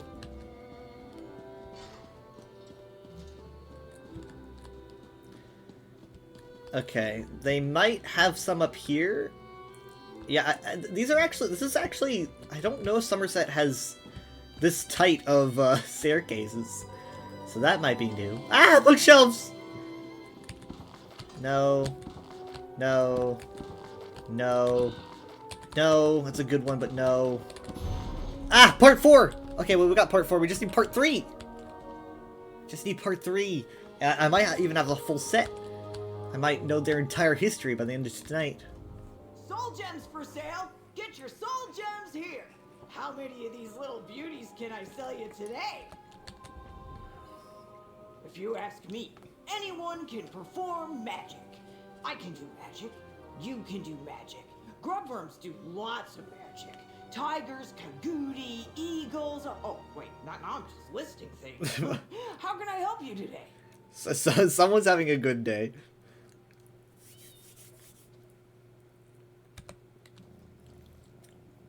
Can worm mouse?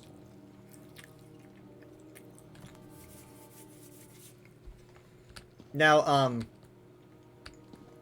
that one guy in the Mages Guild or whatever, he was talking about how there's a rumor that Hadalids are learning to do magic. She definitely believes that Hadalids can do magic if she believes that.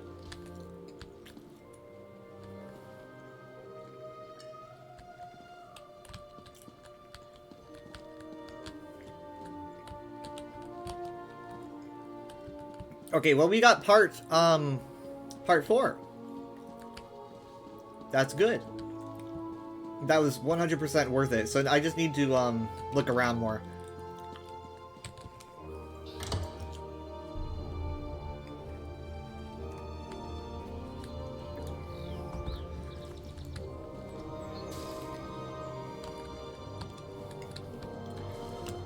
Okay, so I've gone here. So let's try.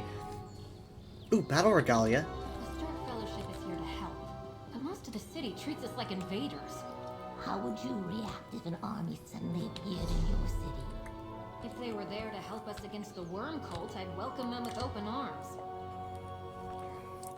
Hello? I think I've been here before, but I don't think I've read their books.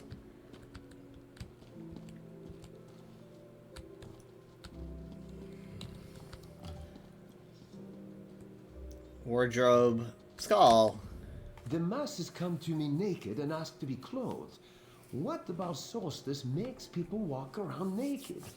We may never know. What? I mean, I would say that they're probably sanguine worshippers. But if they ask to be clothed, probably not. I don't know. Maybe they're like snapping out of it.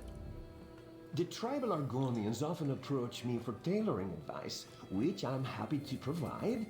Seaweed and coral aren't my usual materials, but that makes the challenge more interesting. He's positive. I'm not a book thief. I just want to find and read the books. Okay, technically I guess I'm taking them because I have eidetic memory, but whatever. Part 5. Part 5, part 5, part 5, part 5. Part 5.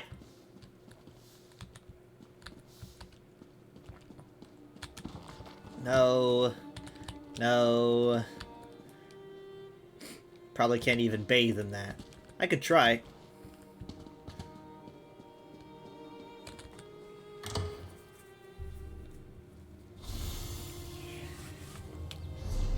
I've been saying, like, I've been a very loud,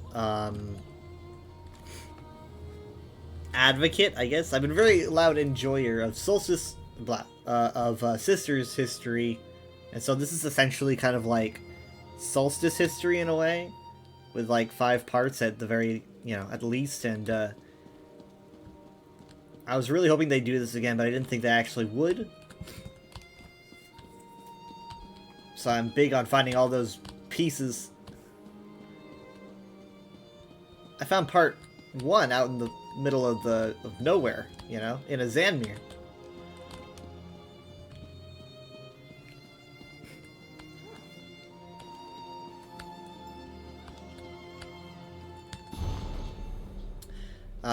Brevetta the Brave. So this is about those Nords.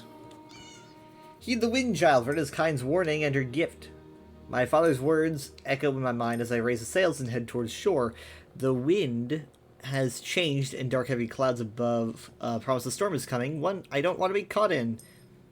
My father disapproved of my chosen profession. I came from a long line of farmers in Shore Stand, but my father hoped I would continue that trade. But I never wanted to be tied to the land. The sea, he called, Kind had chosen me. I could feel her embrace every time a gust ruffled my braids when I stepped onto the deck of a ship. Tradition be damned. If my father's only daughter wanted to be a sailor, so be it. I knew it was my destiny, and one that would bring me glory in Sovngarde at the end of my days. I took to the sea, swiftly moving up the ranks of the tiny fishing boat crew I'd signed on to. It wasn't long before I was first mate. And by then, I'd saved up enough to buy my own ship and hire on a crew. I wanted to leave Solstice behind to sail the wider waters and find glory and trade beyond our humble shores. My maiden voyage nearly ended in disaster. We've been at sea for several weeks, having completed our first run to Pionania. Everyone just seems to go to Pionania. Like, what? Just go? You completed that? The keel floated low in the water, laden as we were with goods to sell back in Sunport.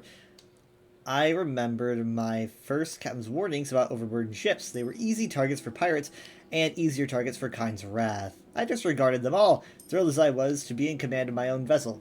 Smart move. It was this folly that nearly threw me from the deck, when a massive wave crashed into us from the formerly calm ocean.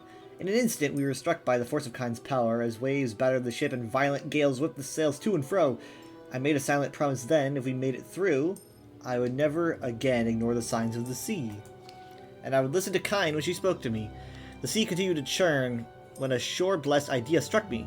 That great fox must have lent me some of his wisdom, for I realized that the ship was struggling to remain upright because our cargo was woefully imbalanced in the hold. I ordered my crew below decks. They looked at me like I had a stone for a brain until I barked out, "Shore rewards action. You Pillar's fools. So either get ready to meet him in Sovngarde or obey me now." They'd be like, "Hey, I want to go to Sovngarde." That got them moving. We frantically restacked the crates and barrels we carried. Suddenly the ship stopped swaying so violently and the hull returned to its normal alignment in the water. I knew I'd please Shore with my quick thinking, even if I wouldn't be meeting him that day. The storm continued to toy with us for a time, but we weathered it bravely. At last, the sky cleared, and a hearty breeze sprang up to speed us back home. That night, we unloaded our goods and made a mighty profit. We spent the evening feasting and drinking in Shore's name at a tavern. It was good to be on dry land again. Even I had to admit it. It was better than when I returned to Shore Stand with gifts for my father to honor his wise words. So she just goes over there with a bunch of gifts like, "Hi, I almost died out there, but take some goods. Don't think about the fact that your only daughter almost died at sea on her first voyage. Next time Kind tries to teach me a lesson, or Shore seeks to share his wisdom, I plan to pay attention and heed them well." I can't imagine he was very thrilled.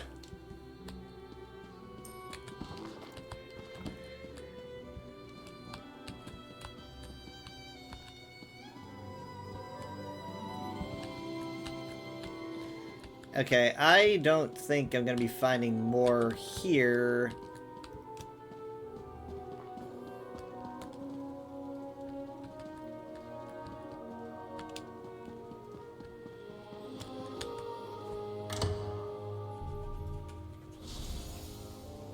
The music at times, makes me think of Starfield.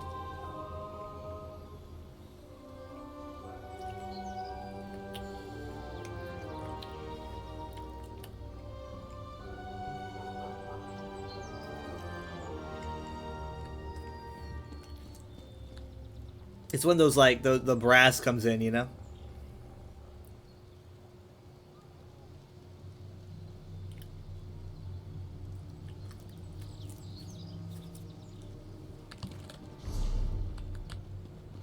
Berserk Fellowship is here to help, but most of the city treats us like invaders. How would you react if an army suddenly appeared in your city?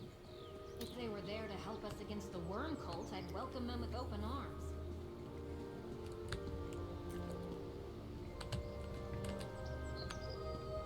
They are dating. If you do not believe me, look at this book, Coralania Love Song. It is true.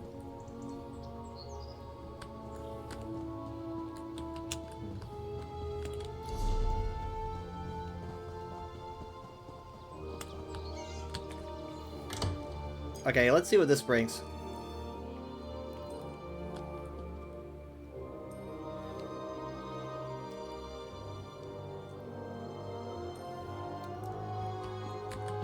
Nope.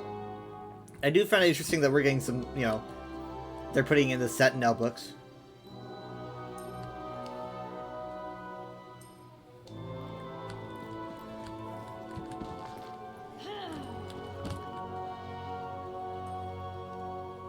Okay, another part 4, which we found significantly less than part 3 or anything, but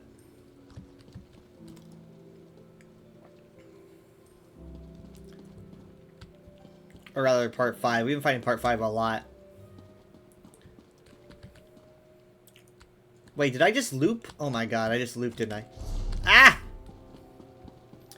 You didn't realize this was the same building. No wonder, that was probably the first time I found it.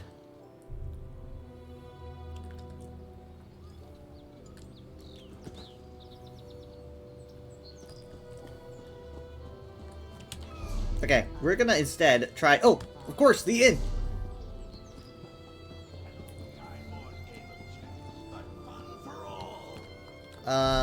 Oh, over here.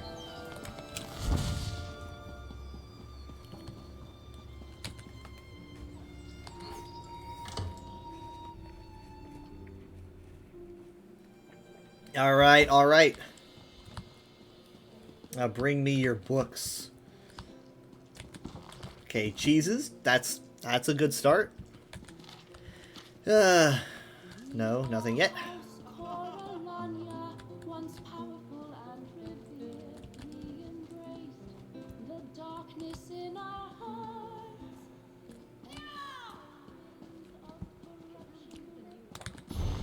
Oh my god. We have made it.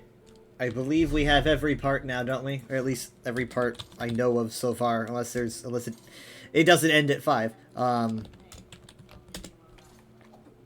Okay. 1, 2, 3, 4, 5. So we're at 2 right now, aren't we? Right, from Solace End to Solstice. Okay, so okay, by Lady Karinwe Coralania. History. Story of my people for, or as much of it as I know. Part 3 from Solace End to Solstice. In the space of a single century, Clan Coralania fell from the height of its power to the very nadir of its fortunes. Few elves escaped the destruction of Solace End in First Era 853. The Regatta were already fierce adversaries. But when Coralania necromancers raised their own fallen warriors against them, a bitter feud turned into a holy war. In the months that followed, King Lady Eniel's defeat, Regatta warbands scoured Hammerfell for Coralania havens and slaughtered all they found within. Quarter was neither asked nor given. You know, and if it wasn't them, it would end up being the Alessian Order. Yet some Coralania survived this catastrophe. As I've written before, the strength of the house was in its trade routes and mercantile outposts. A golden necklace of hidden harbors and small settlements dotted the shores of the Abitian and Tobal Bay. At the time King Zakuan resolved to march on Solace End, nearly a third of all Coralanians lived in these overseas ports, beyond reach of the vengeful Regatta. King Lady Eniel left behind no close heirs, but a cousin by the name of Erlenke, I guess? Erlenke Coralania, stepped up to assume the mantle of leadership. Lady Erlenke governed those Coralania estates that remained in Somerset. Throughout the 3 centuries of Coralania rule in Hammerfell, the house maintained a few old holdings in the original homeland as part of their mercantile empire. So it was the survivors of Solace End returned to Somerset in First Era 855, Coralania's from other overseas outposts, rendered untenable by the collapse of Coralania realm, likewise retreated homeward. So they went back? Interesting. The Coralania refugees found a cold welcome in Somerset. Lady Erlenke beseeched High King Narindin of Somerset for aid, hoping to win back Coralania lands with Somerset's armies. The High King was sympathetic to High Elves who suffered from the Regatta invasion, but he hesitated to launch a war against with such a strong and fierce people. It was also politically impossible. Stories of Kinlady Eniel's Daedric alliances and her flagrant use of necromancy had followed the Coralanians back to Somerset, and High King Narindin feared jeopardizing his own position by taking up their cause. The awkward situation endured for some time. When High Elves found themselves unwilling to make a decision, they could spend decades finding new ways to say, not yet, or it would be unwise to act in haste. After years of frustration, Lady Erlenke, can I just call her Earl? No? Okay. Quietly turned her efforts to one of the High King's rivals, Kinlady Arlenwe of Firsthold. She hoped to bring a new ruler to the throne, one who would promise to help the Coralanias retake their lands. Alas, Lady Erlenke's machinations went awry. Her ally, Erlenwe, moved too boldly against the High King and lost her chance to supplant him. Several noble houses linked to Kinlady Arlenwe fell with her, including the Coralanias. In First Era 909, High King Narindin revoked his welcome and gave Erlenke a choice: loss of titles and properties or exile. I mean, isn't that kind of like the same thing? I don't know. Well, I guess not really. You could lose your title and properties and stay, I guess. But I mean, like, if you do exile, you're losing everything. Bitterly humiliated, Lady Erlenke chose exile. Okay, she's just out. Quite a few of Kinlady Arlenwe's former supporters found it advisable to join the Coralanias, and they left Somerset at that time. Okay, so they got more people around. While the clan Coralania holdings in and around Hammerfell were long gone at that point, the house still controlled a handful of far-scattered harbors. Lady Erlenke resolved to bring her people to one of these and establish a realm in exile, beyond the reach of their old Regatta enemies, or an angry High King in Somerset. Of the old mercantile harbors, one offered both remote location and room to grow: Solstice, the island discovered by Eniel Coralania 2 years before. And so we came to our new home. Okay, so they suffer so bad that they try to go back. Obviously, they're not entirely welcome.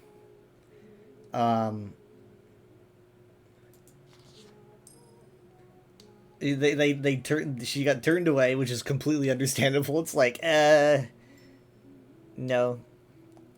But like, I find it interesting how they're really tap dancing around Coralania's, like, just straight up turning their noses up on them. I'm gonna assume it's because of the amount of like riches they have, their trade and whatnot. They're probably making so much money that it's like, we're trying to be polite, but yeah, no.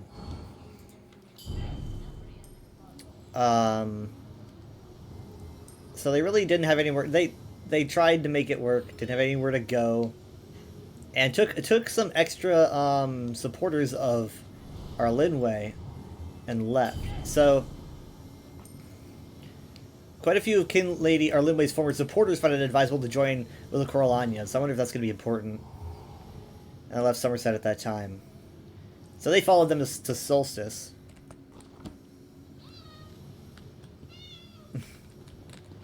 Alright, so Part 4. Part 4, the Peace of Zorhist.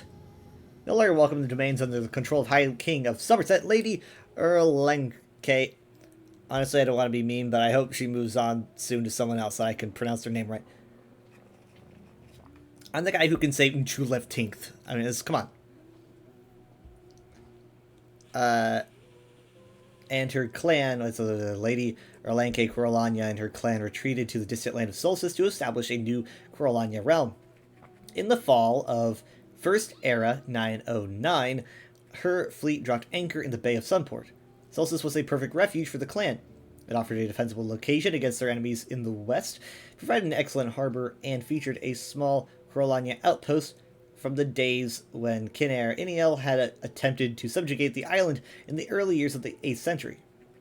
Also, the rough waters around the island and the legends of curses, most likely related to the ancient Daedric presence on the...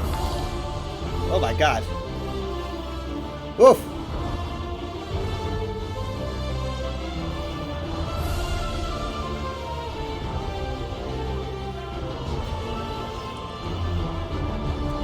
Thank you, Frankles. Kanina just donated $15 to the Drether Project. Yeah, Thank you. What did it say? I don't remember there being a voice. Thank you, Frankles. It's appreciated. That caught me off guard. I was like, why is music playing so incredibly loudly? Woof.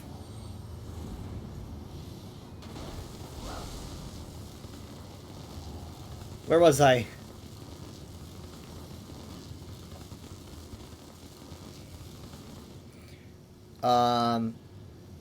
Let's see, we're killing to subjugate 8th century.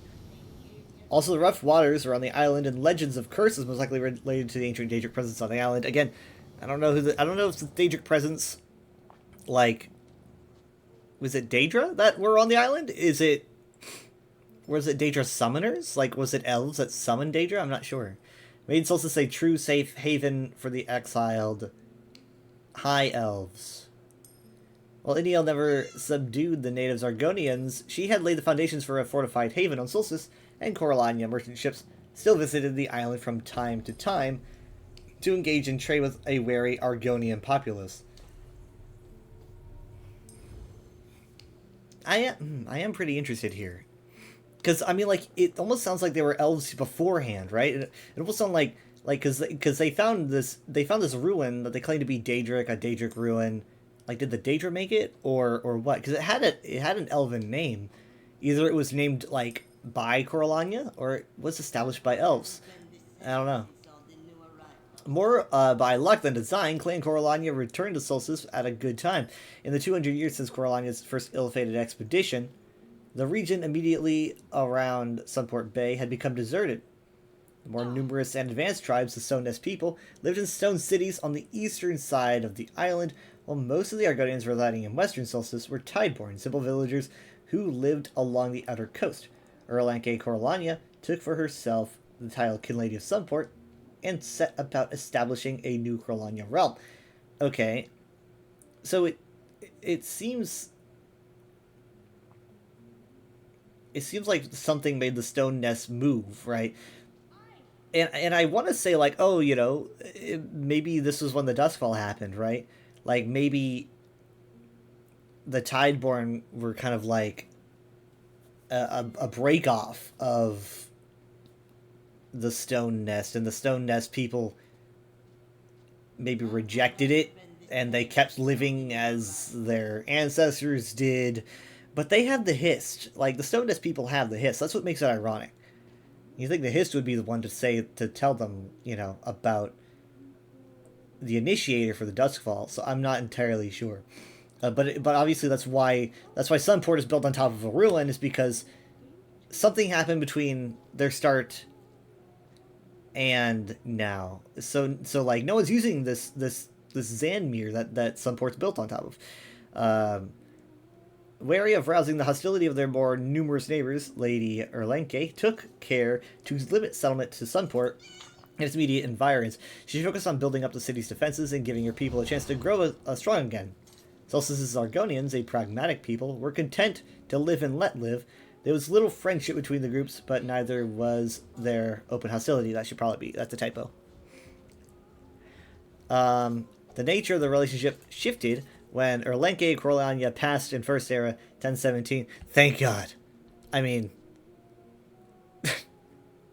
I'm sorry, I just hate saying her name. I don't know why. and her son Orlamar, way easier to say, became Kinlord.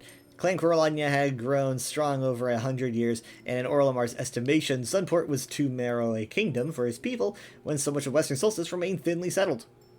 Under Kinlord Orlamar, I keep, not Olimar, this isn't Pikmin. Ambitious nobles were granted the right to build towers and estates all across the island. Most of Sunport's colleges, modeled after the Sapiarchs back in Somerset, that's what I said that, I pointed that out. That was me. Were eager to begin shaping the island to their purposes as well. At first, Coralania's merely took land left empty by the Tideborn Argonians of the west, but as the Tideborn retreated, Coralania ambitions grew. Whole Argonian villages found themselves enclosed by Coralania estates, their land swallowed up in agreements that were often one-sided or dubious in origin. Ain't that just the way? For the first time since Clan Coralania's return to Solstice, strife and skirmishing between Elf and Argonian broke out. Tideborn had little success in repelling Coralania advances. Simple and scattered, they lacked the numbers, weapons, or the magical aptitude to defeat a well-armed Coralania force. So instead, they gave way. However, the Stonenest Argonians proved more resilient. Coralania lords who attempted to establish estates on land a Stonenest tribe considered sensitive found themselves facing hundreds of grim-faced warriors ready for a fight. Other lords were simply struck down in secret as Solstice's Argonians proved themselves surprisingly skilled at assassination. What do you mean surprisingly? Surprisingly. The growing tension between Solstice's two peoples finally came to a head in the time of Kinlord Kavarian, Orlamar's grandson. We didn't even spend too much time with Olimar. 3 short wars in First Era 172, I'm guessing 1172, and 1190 and 1194 saw Coralania expeditions invade Stonenest Zanmir cities, and Stonenest war bands ravaged Coralania estates up to Sunport's very walls. In the stalemate that followed, several Coralania kinlords were assassinated until King Lady Torinwe finally sought to make peace. That's a name I recognize. In 1244, Torinwe and the chieftains of the Stonenest people met at the village of Zorhist, which I don't know what Zor means, but obviously Hist is there. King Lady Torinwe put an end to further Coralania expansion into Eastern Solstice, while the Argonians recognized the lands currently under Coralania control. Most importantly, both peoples were free to travel all parts of the island so long as they did not make any new permanent dwellings in the other's territory. This restored Argonian access to various shrines and sacred places across Solstice, alleviating one of the main grievances behind the strife. Okay. To this day, we still honor the borders and principles established by the Peace of Zorhist. Who threw mud at me? That'll teach him. Also, thank you again, Frankles. Okay, we're on part 5. The Sealing of Mor Naril and the Rise of the Regents. Okay, so this is... Mor Naril is... that Daedric ruin. I think it means something death. I could be wrong.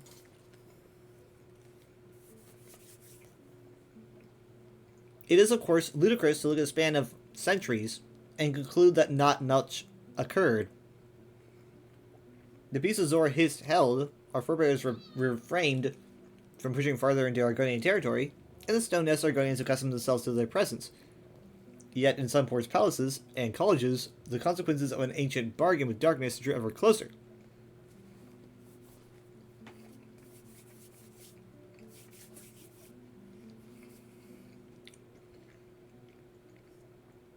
Leaf, you can chew on all the Part 5 books you want, because apparently there's a plethora of them. Ever since King Lady Indiel ventured into the ruins of Mor Naril, our house was divided between those who rejected the Dark Daedric princes and those who were willing to seek their aid. In 2607, okay, so we are, at this point, we're approaching the end of the First Era. By, like, 300 years, right? So, in around 313 years, the First Era would end and Second Era would begin. So this is about, like,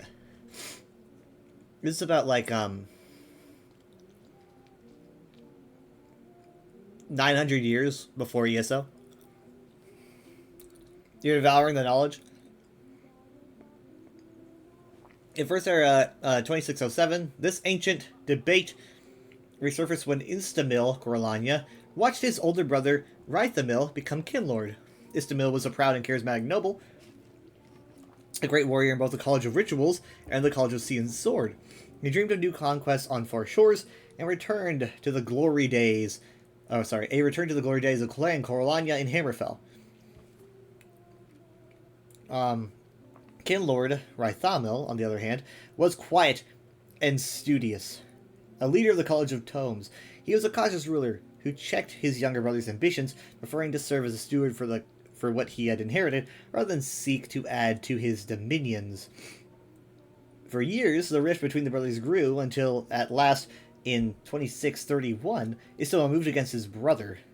He maneuvered Kinlord Rythamil into a duel, killed him, and took power. No! As Kinlord, Istamil proved to be a tyrant. What? I am shocked. Shocked, I say. Many in Sunport were shocked by his act of fratricide. And from the beginning, several colleges opposed him. Kinlord Istamil responded by repressing those who defied him, and civil war broke out in Sunport.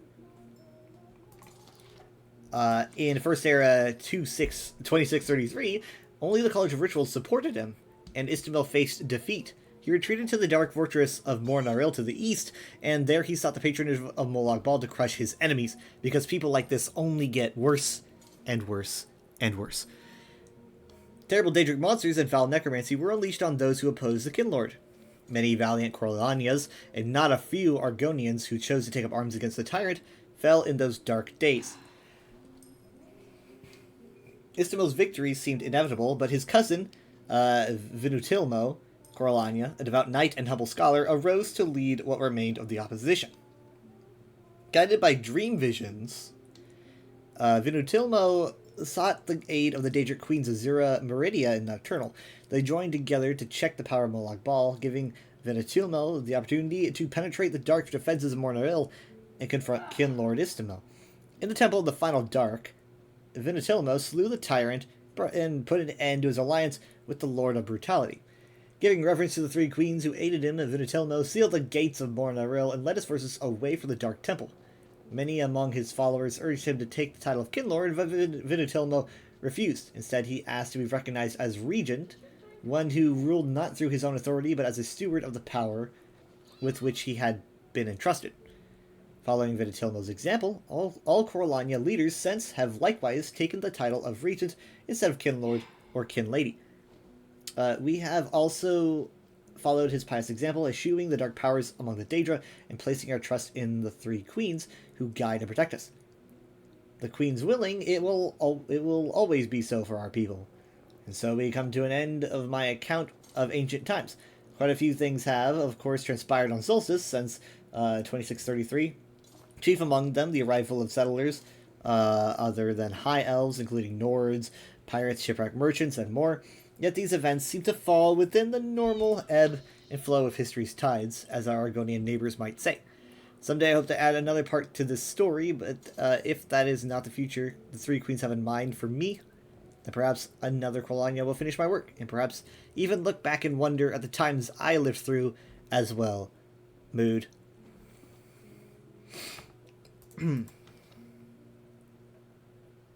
Okay, so there became a rift between two different brothers who were part of these different colleges. You got, Sea and Sword? Sea and Sword and Rituals. Rituals, is potentially corrupt. And then you've got, College of Tomes, and that's kind of all he's a part of. Rythamil.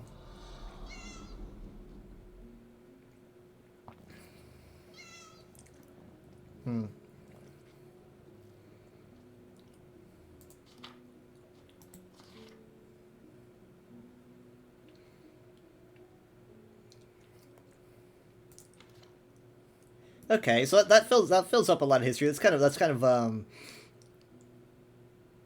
think this kind of started around mid-Merithic, and then led us to the end of pretty much the end of the First Era, Which is like, what would you say? Like 1,200. It's like maybe around 3,800 years of history.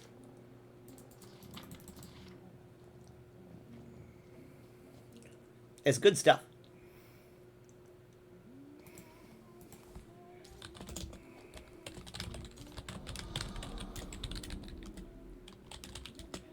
So, I think what interests me the most about this whole thingy is definitely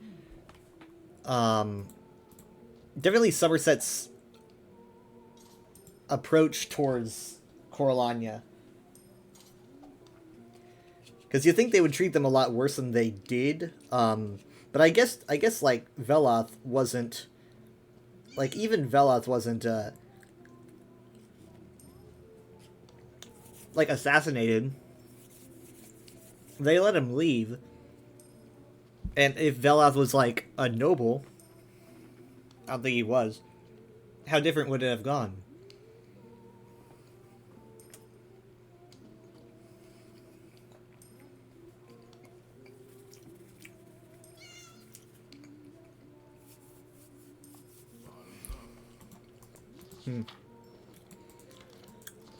So that covers a lot of stuff. So basically, if you talk to... There's some books on the Tideborn, which I'm interested in, right? But the Tideborn... They don't have a hist. They don't really... Like, I believe it was Haida Mean has a book where she asks them where their hist is, and they're just kind of like, if you want a hist...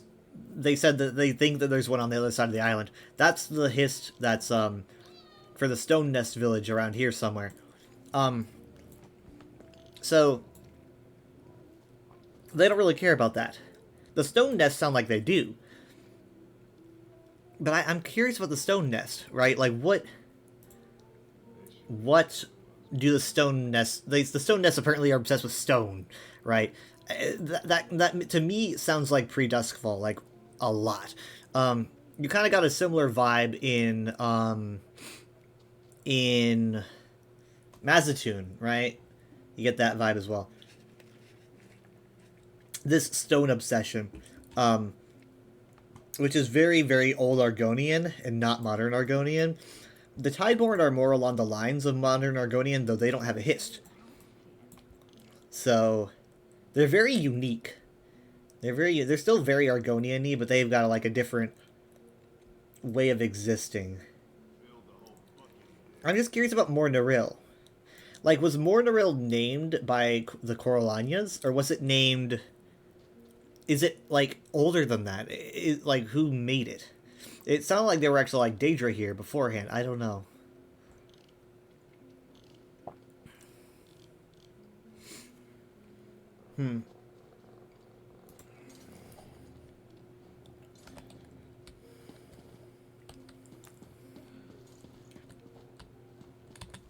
Book.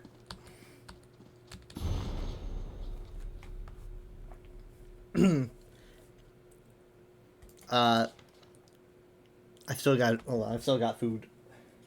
I'm gonna read a book about a sloth where I've still got food. It's gonna take forever. A fable popular among the sun porters of Solstice.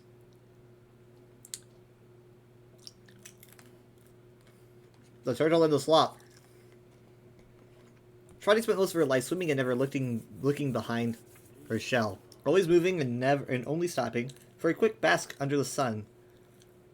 She traveled to places out of reach of even the fastest of ships. She had great pride in this. One day, Trotty decided to test how long she could keep swimming. Maybe she'd find the edge of the ocean, and the other silly turtles used to tell stories about, and fall to oblivion.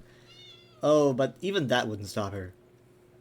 Soon, Trotty found herself on an island she had never stepped foot on before. Further down was a green jungle that seemed even more exciting to explore. But Trotty never stayed in one place too long. Before she could leave, however, something hanging from a tree in the distance caught her eye. Trotty moved to take a closer look. She wasn't as fast on land as she was in water, but by the time she had reached the tree, The hanging thing had barely moved. It had long limbs, black beady eyes, and was fuzzy all over. Are you all fine? Asked Trotty. The creature gradually peered down at her, its face slowly breaking into a smile. And it sounded like Hermes Mora. I am Sloth, he said with slow deliberation.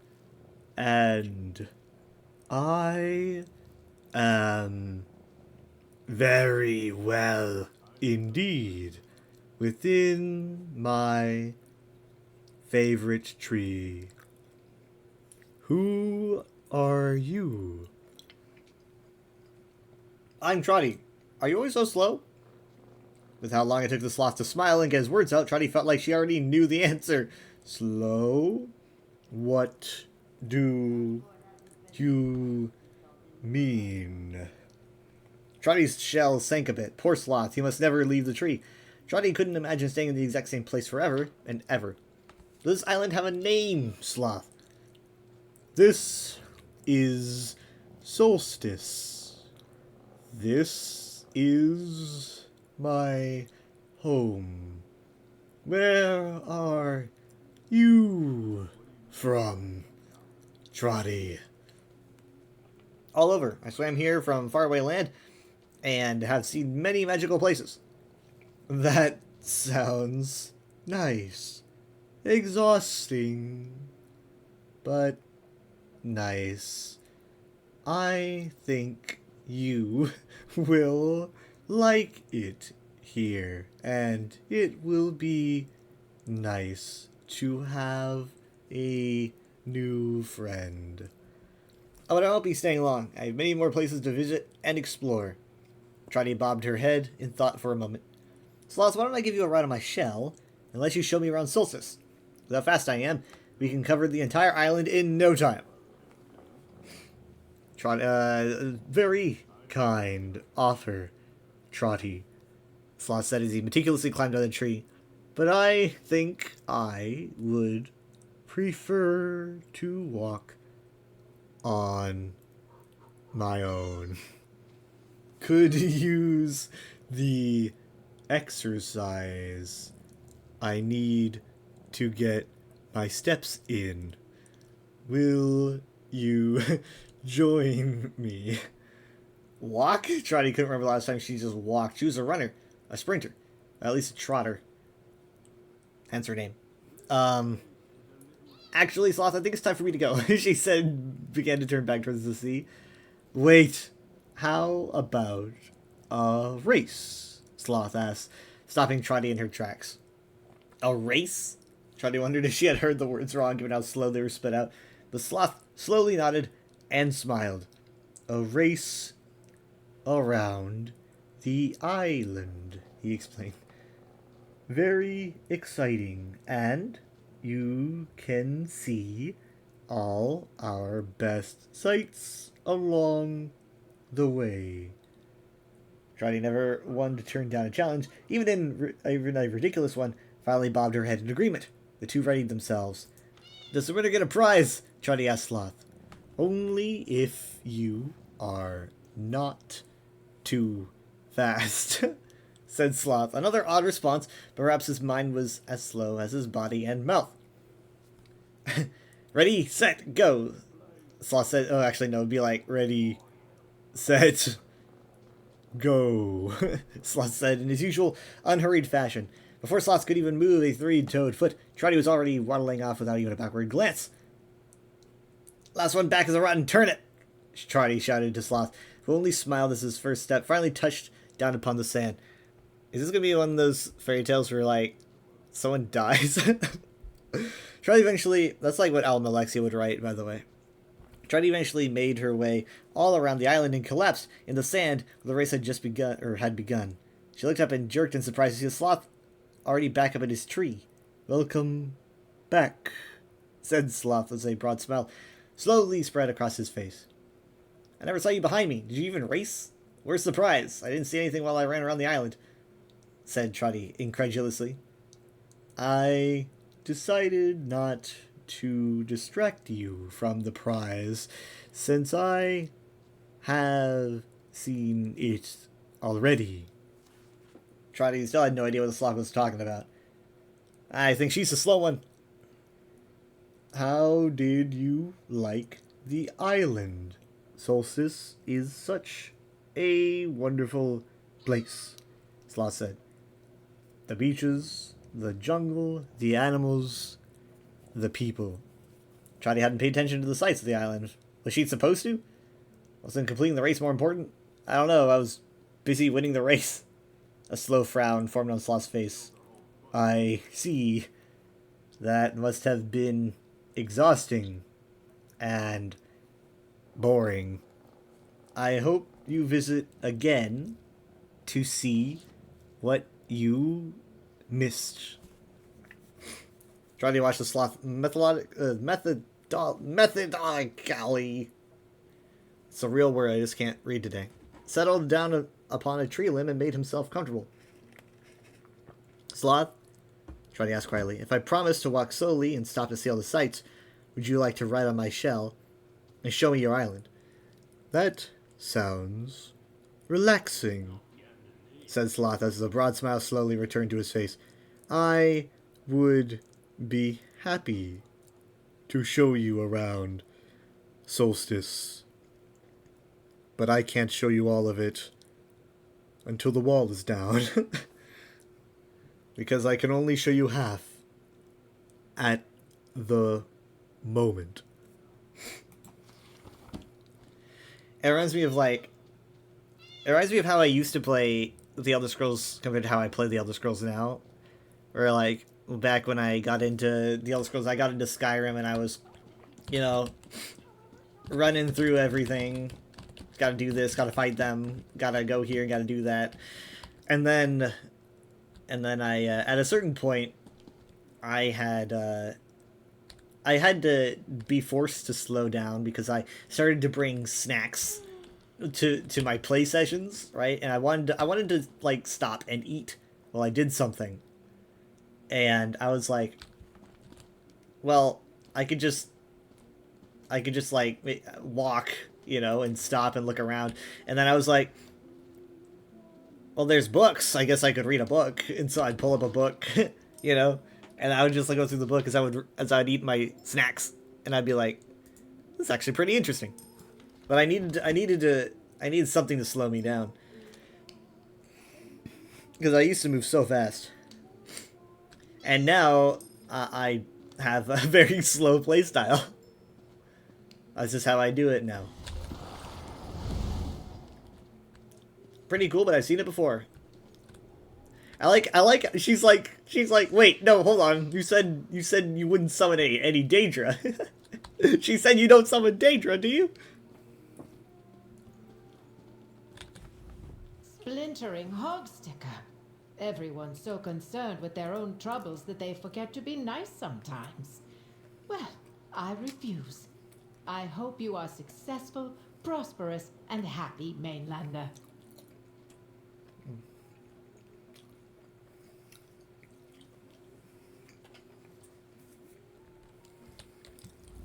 She kissed me back. After all that time at sea, I thought she forgot her promise.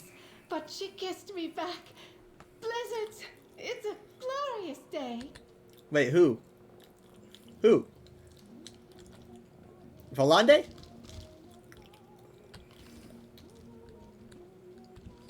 Nope, she's gone.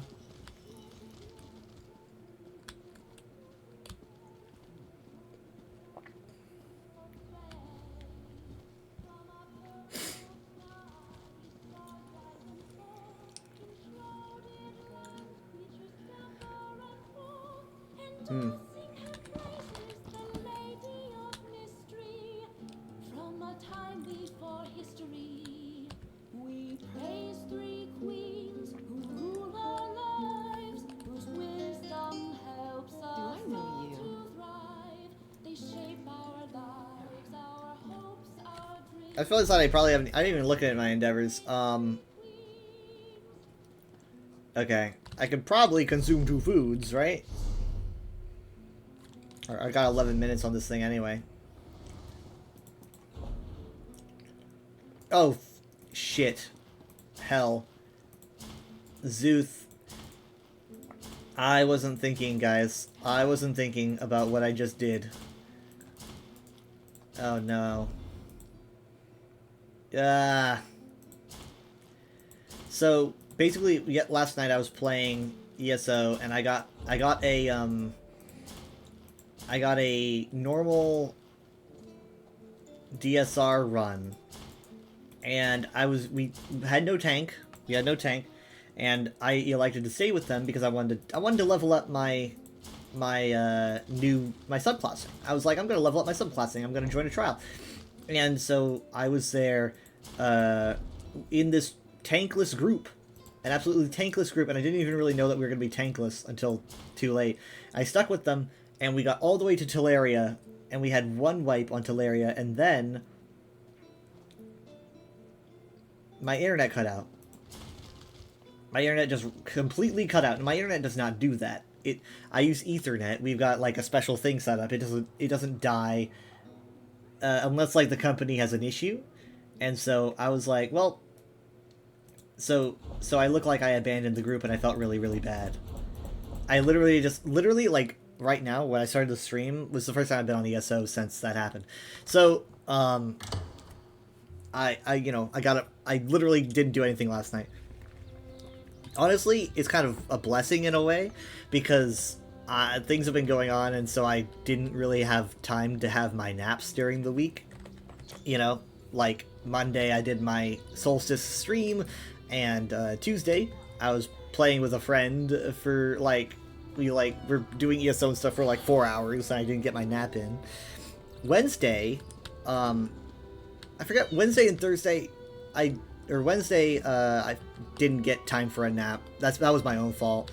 And then Thursday, last night, is when the internet cut, and I was like, you know what? I'm just gonna take a nap. So I haven't had my naps all week. So I took a nap, and I meant to wake up at 5 a.m. because I went to sleep at like 3 a.m. and I woke up at like 10:30 a.m. And I was like, well, shit. I slept for like 7 or so hours. The internet was back up at that point because Dad had fixed it. So I literally just I was barely awake, and I sat down at my computer and I jotted down some tweets because I couldn't schedule my Friday's tweets, right? So I was like, I've got to do that now. So I put together my Friday tweets, my freaking Friday tweet and all that stuff. So I did all that in like one sitting, and then went back to sleep for like 2 hours, and then woke up for work. So the question is, what happened to my internet then? Well, I got some news. Apparently, our internet works again, it's Ethernet. I'm literally connected. I'm connected to a system that, Dad got installed, that straight up connects to this machine that just gets the internet. I don't connect to a router. I connect to a machine, and they call it. I don't understand the terminology. I don't know if this is a company or if this is what they call it, but they call it a dream machine. That's what Dad calls it.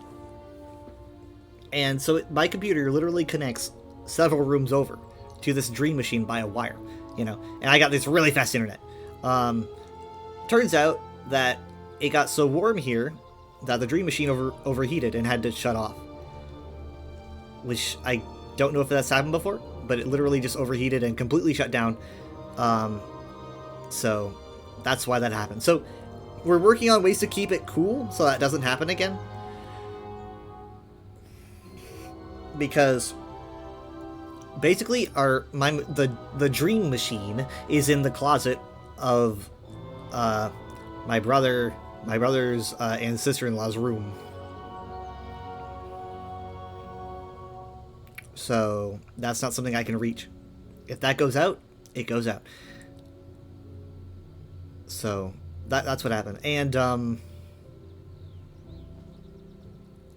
yeah, hopefully that doesn't happen again. So basically, all that is to say, that's why I shouldn't have opened my inventory and then closed it, is because all that stuff from the Dreadsail Reef run was still floating around in my inventory, considered to be brand new. And so when I opened it and closed it, it scattered everywhere, and it's already pretty messy,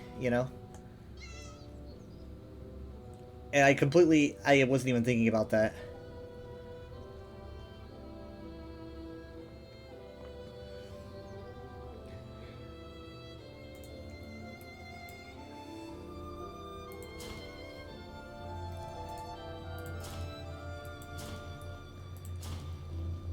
Okay, so unfortunately though, for this to work, I'm probably going to need to I'm gonna need to leave Solstice, but then I'm gonna come back to Solstice, and we're gonna do some more exploring, but I gotta do my endeavors. So I'm gonna eat 2 of these because I don't really use them much these days. At least not on clouds, I guess. People are all using their newly found abilities.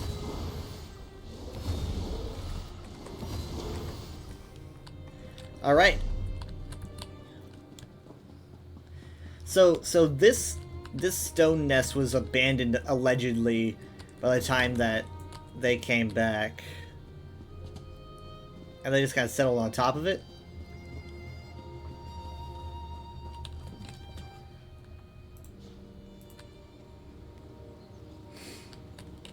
She's an Arcanist.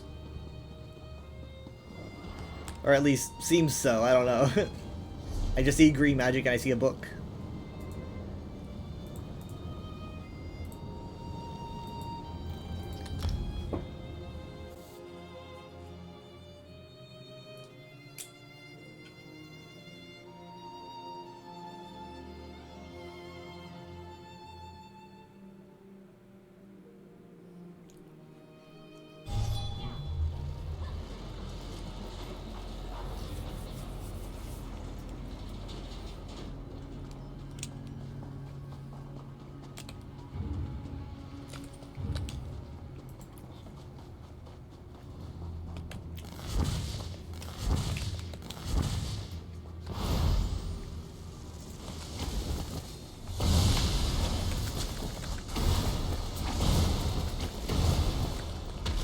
Ow, hey!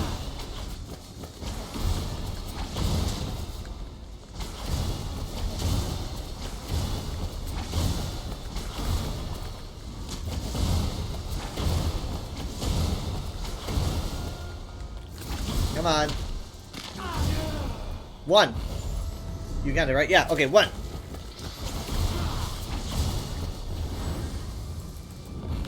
Dos.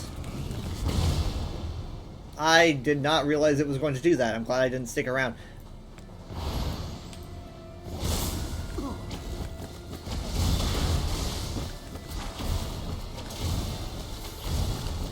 Oh yeah!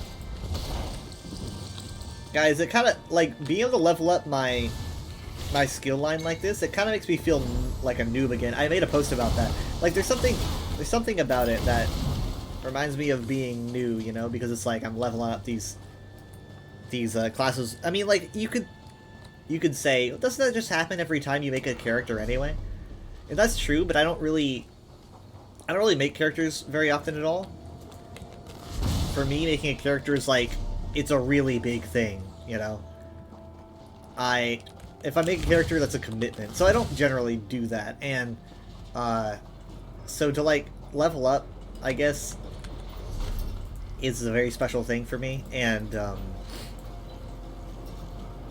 to do it on my main as well, that might be the reason. Because, like, to do it on my main feels like a big deal. I was listening to the Morrowind OST, you know? Every time I listen to the Morrowind... Well, I was listening to the ESO Morrowind OST, which has a lot of the OG, but... You know, no matter what it is in that soundtrack, though, I always feel nostalgic. I was getting emotional. Because, like, just hearing the ESO Morrowind music, it brings me back to, like... It brings me back to when I felt so lost, but also so full of awe, you know? I was at this point where I was, like... Basically, you know, I was at a point where I hated ESO before I played it, and then I started playing it, and I was like, actually, hold on. There's something to this, and so I started to realize, I was like, wait a minute. There's a lot of this game, and if I like it, there's a lot to like. but I decided to. Here's a sloth, by the way.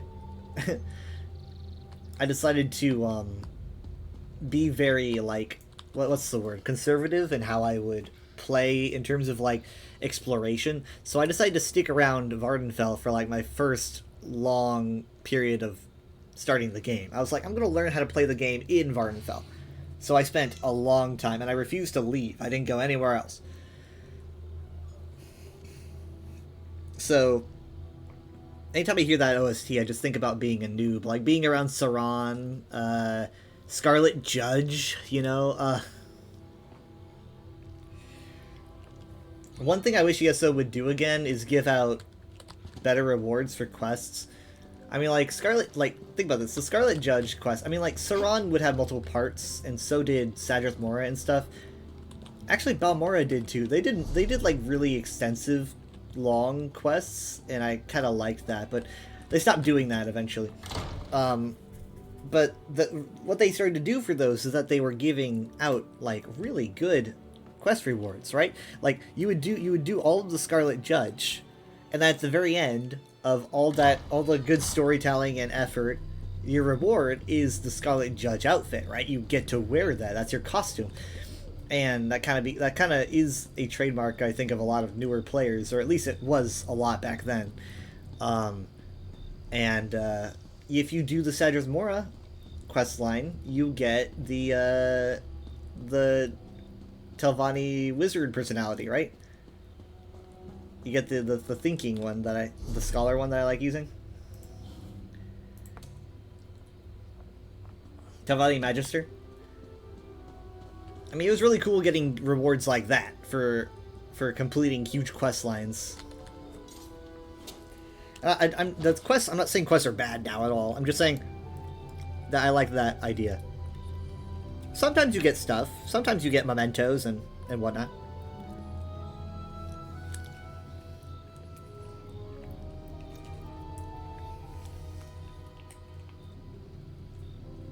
I just wonder what the mentality was for stopping it entirely, you know? Well, stopping, like, personalities and costumes, I guess?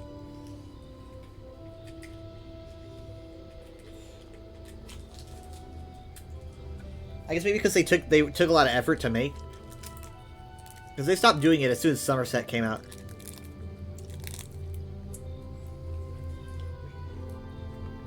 They basically just did it that one time. Unless I'm wrong. I don't think I've ever been here at night, by the way. I don't think I've ever seen the Rising Wall at night. Yes.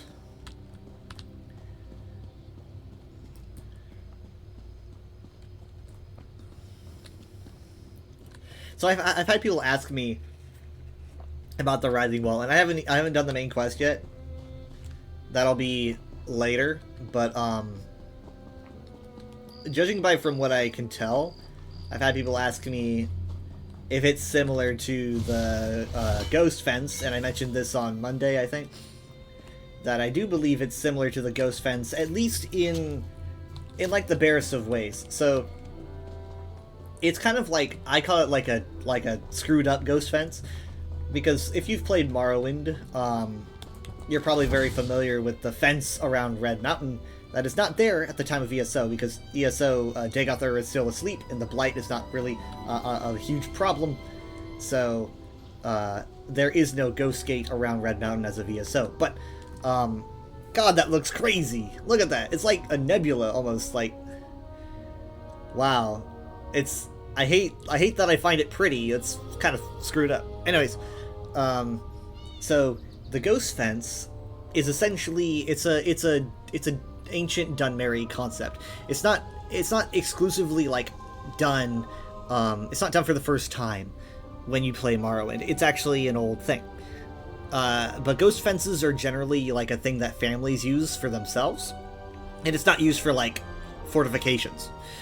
But Dunmerry culture basically has it where you take, like, you know, the bones of an important Dunmer, like maybe a good leader or a warrior, and you use those bones in a fence, which kind of like lends the power of the ancestor to generate that fence. From what I understand, it seems like the ancestor is obviously honored to be an assistant in this way, because Dunmer connections with their ancestors are very much like the ancestors are available for contact and help. That's why Necrom is such a big deal. Necrom is such a connection to the dead, because it's all about being able to reconnect with those who have died. So, how does that compare to what we see here in the case of the Writhing Wall? Well, the Writhing Wall, we don't know if it uses bones. You can see bones being used in the Reapers, but like it doesn't look like they're collecting people's bones to put in these things, but they might be. As far as I know, they're just using their souls. So it doesn't look like they're utilizing any of their actual like physical body parts and just stealing their animus. So by doing that, they're essentially not using a bunch of strong, willing ancestors, and instead they just kind of grab everyone they can. I think that's why the Worm Cult needs to kill as many people as possible, is because they're not going for quantity, they're not going for quality, right? They're not going for like specifically strong-willed spirits who are bringing their assistance of their own accord. Instead, they're just stealing people and jamming them together. So it's kind of like a cheap junk food version of the gourmet that is a ghost fence, and I find that interesting. So it's kind of like a completely messed up edition of that same concept, in my eyes. But it is pretty to look at. I mean, it kind of looks like a rising tidal wave, doesn't it? Like when I see it, it just looks like it's rising up, but to smash into everything.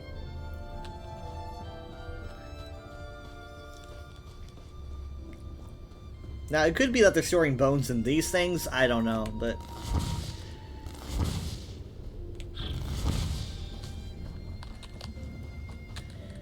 it definitely is completely in line with our good friend Molag Bal, who's all about domination, right? I mean, this is the most Molag Bal coded thing I can think of. Imprisonment of souls. Oh god.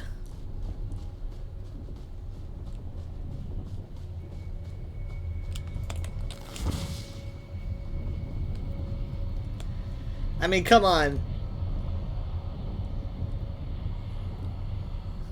Ah.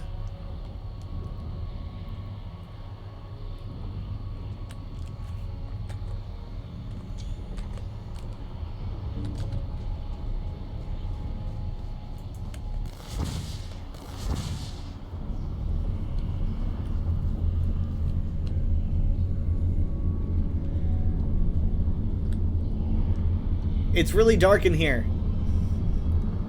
Hello? I see a light! I turned around, though. Don't do it, man. It's creepy. It's dark.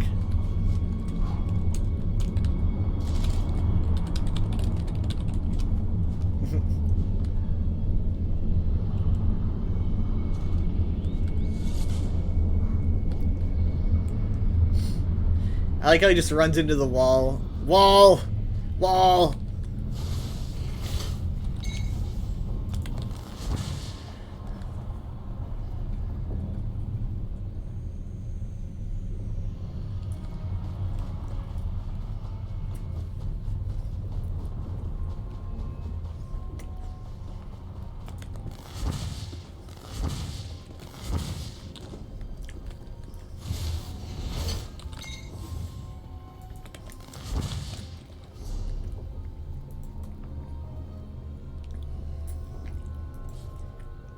Wait, what?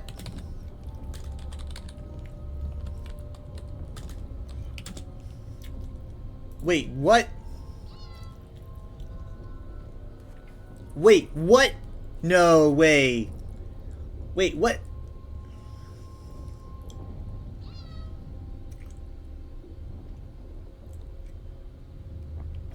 Oh my god, what? No! I cannot believe that. Clan Corellania has been in lore since the game came out. Salus N has been directly connected to the Corellania clan since the very beginning. How did I not know that?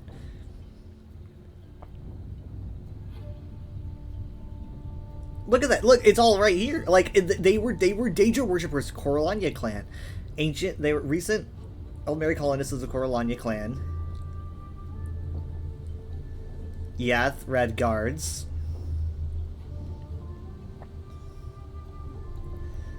It's all right here. I had no idea. I mean, like, how could I... Man, I must have missed that.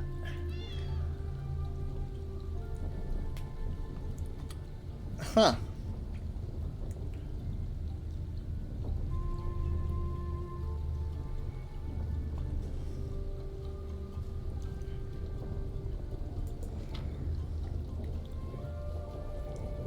Now, here it's calling them Ayleid.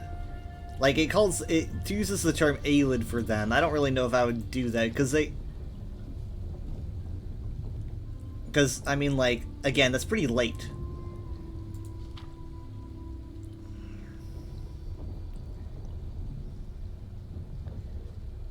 Because, I mean, that's just what she's considering them to be, is Ayleid. Though this is the 6th century First Era, and the Ayleids probably would have left around the mid-Merithic. So it is kind of a... Oh, wait, hold on. They seem to have a rise, sometimes inhabiting and expanding on structures. Oh, wait, hold on. Okay. Okay, so the structures were originally built by the Ayleids, and they just kind of settled in them. Interesting. Oh. Okay. Okay. So, hold on. Part 3? No, part 2. Let's see if this has a different perspective. Let's see if they say that they built them. No,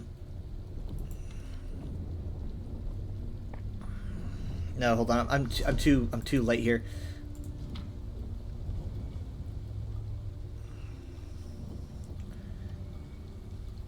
Oh, yeah, establish a new capital in the former Ayleid city of Salus N. Okay. All right. So it all tracks. So that's why it looks like it's Ayleid built. And that's probably why their architecture looks so modern Aldmeri, is because they were like, we don't really build like this, but we're gonna settle these ancient Ayleid ruins anyway. Okay. I'm interested. I mean, that's an interesting thing to know, because I was like, when I saw that it said Salus N and Alik'r Desert lore, I was like, there's no way. They've been in lore ever since the game release. It's like another Grey Host situation, except I completely missed this, but I don't blame myself for missing one mention of a Aldmeri clan. It's a really good thing I got that cleared up before I did my UESP stream. Thank you, Lady Cinnabar.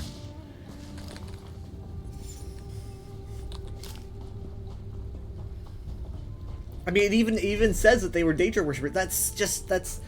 That's so interesting. I mean, like...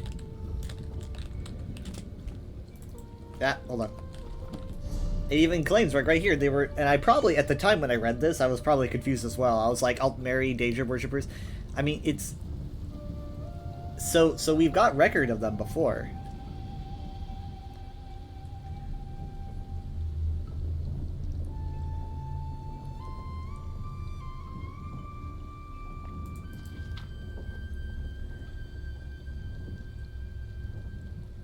This is pretty cool, because I mean, like, yeah, I just find that's a cool addition. I like it when you know, instead of always creating something new, like, well, I like it when Elder Scrolls does a thing and then just kind of leaves it there and then goes back to it, right? And the devs at ZOS have absolutely not forgotten how to do that, where they'll plant a seed and you just don't know when they're gonna go back and do something with it. Literally, that one clan mentioned in that one book written 11 years ago are now they are the main clan that built everything here. I wonder, man, I wish I was even more of an Elder Scrolls nerd so I could have remembered that, but there's just so much to remember, you know? I mean, I probably have them, a mention of them sitting here in my book, on my desk, and I didn't even realize. You have the Tideborn staff motif. Nice. I don't want to part with this staff just yet. You know. I really like this staff a lot.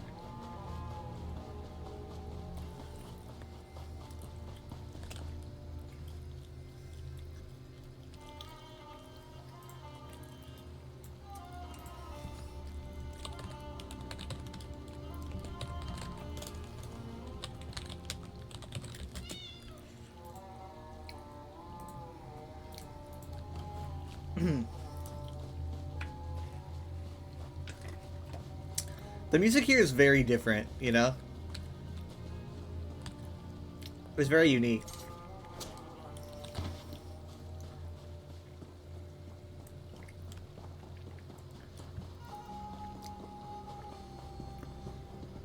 Oh, can't go in there. Maybe it's the way out to something.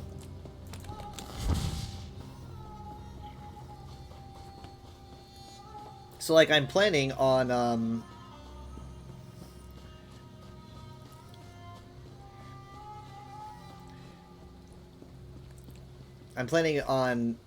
like, my next stream, you know, to be, like, just freely exploring and stuff like that.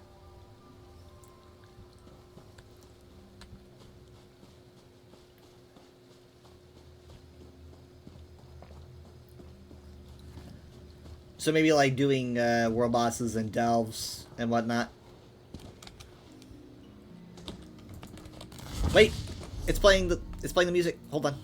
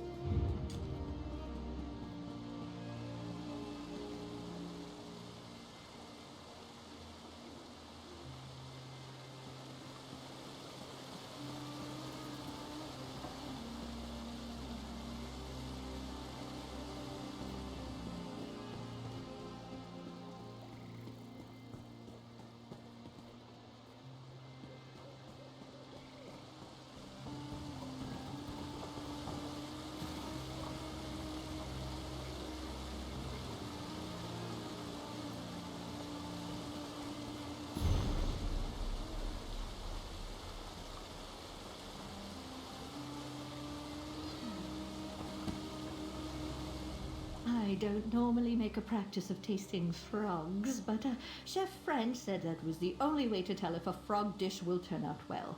I'm not sure I understand what he means. All I'm getting from this frog is the taste of pink. I do like pink.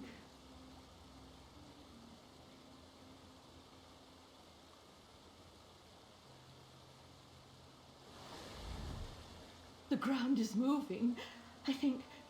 Oh, I know they're talking all kinds of doom and gloom back in Sunport now, but nobody said anything about hopping clods of grass-covered earth. Wait, those are more frogs.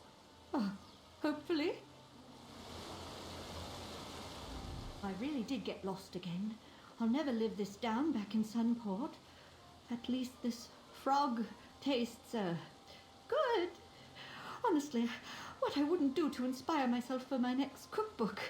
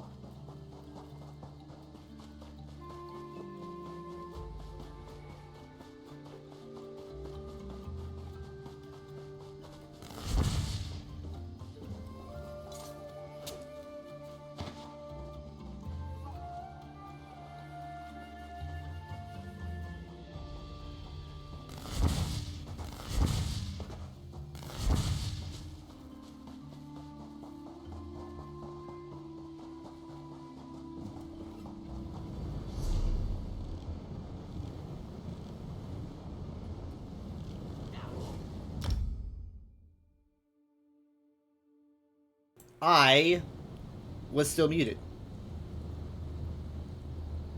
I forgot to unmute myself. Oops. I could have sworn I did. Oh well. My bad. It's only like, what, 15, 20 minutes?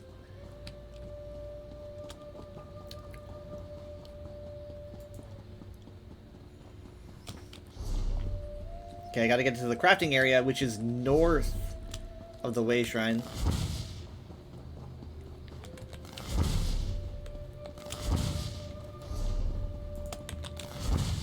The Stark Fellowship is here to help, but most of the city treats us like invaders. How would you react if an army suddenly appeared in your city? I hear those worm cultists are causing trouble outside the city. Yeah, that's what the wall's for. We're safe here inside Sunport's walls. The Regent won't let anything bad happen here. Can you imagine having that level of, like, faith in your leader?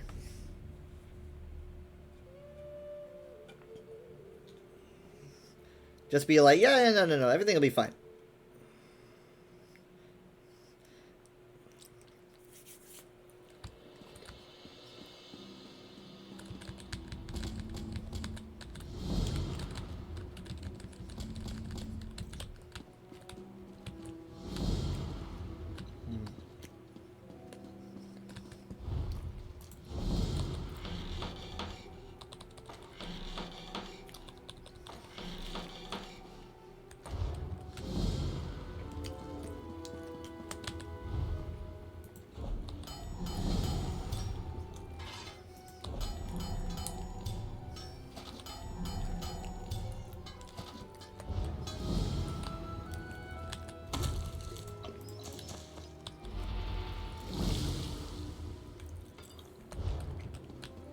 This is always a very weird time for me.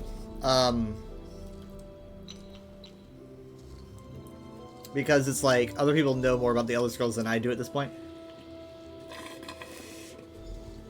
Or at least about the DLC, because everyone, a lot of people who don't like do this as their main game, they go in, they do the main quest, they do all the new stuff, they ace the vet trial by the end of the week, and then they're out. That's why they started kind of metering out these things, is because I think they want to keep their player base up, and if they do one big drop in the summer, then they don't have anything later on in the year, so yeah. It's also probably just easier on them, right?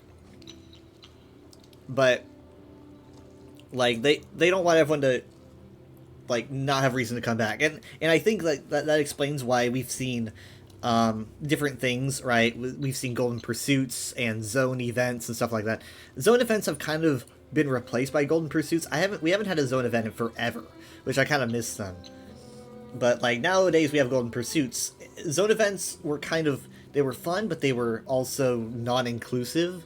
Because it's like, oh, I don't have Greymoor, I can't participate, and so therefore you lose a lot of your player base, right? They aren't going to get onto the game because they don't have Greymoor, even if you have it up for sale. But if you do a Golden Pursuit, it's like, yeah, everyone can do that. Everyone. So you keep your player base, and so Golden Pursuits, I could see them kind of taking place of a lot of events that had exclusive content. So I don't think those are going to be that much of a thing.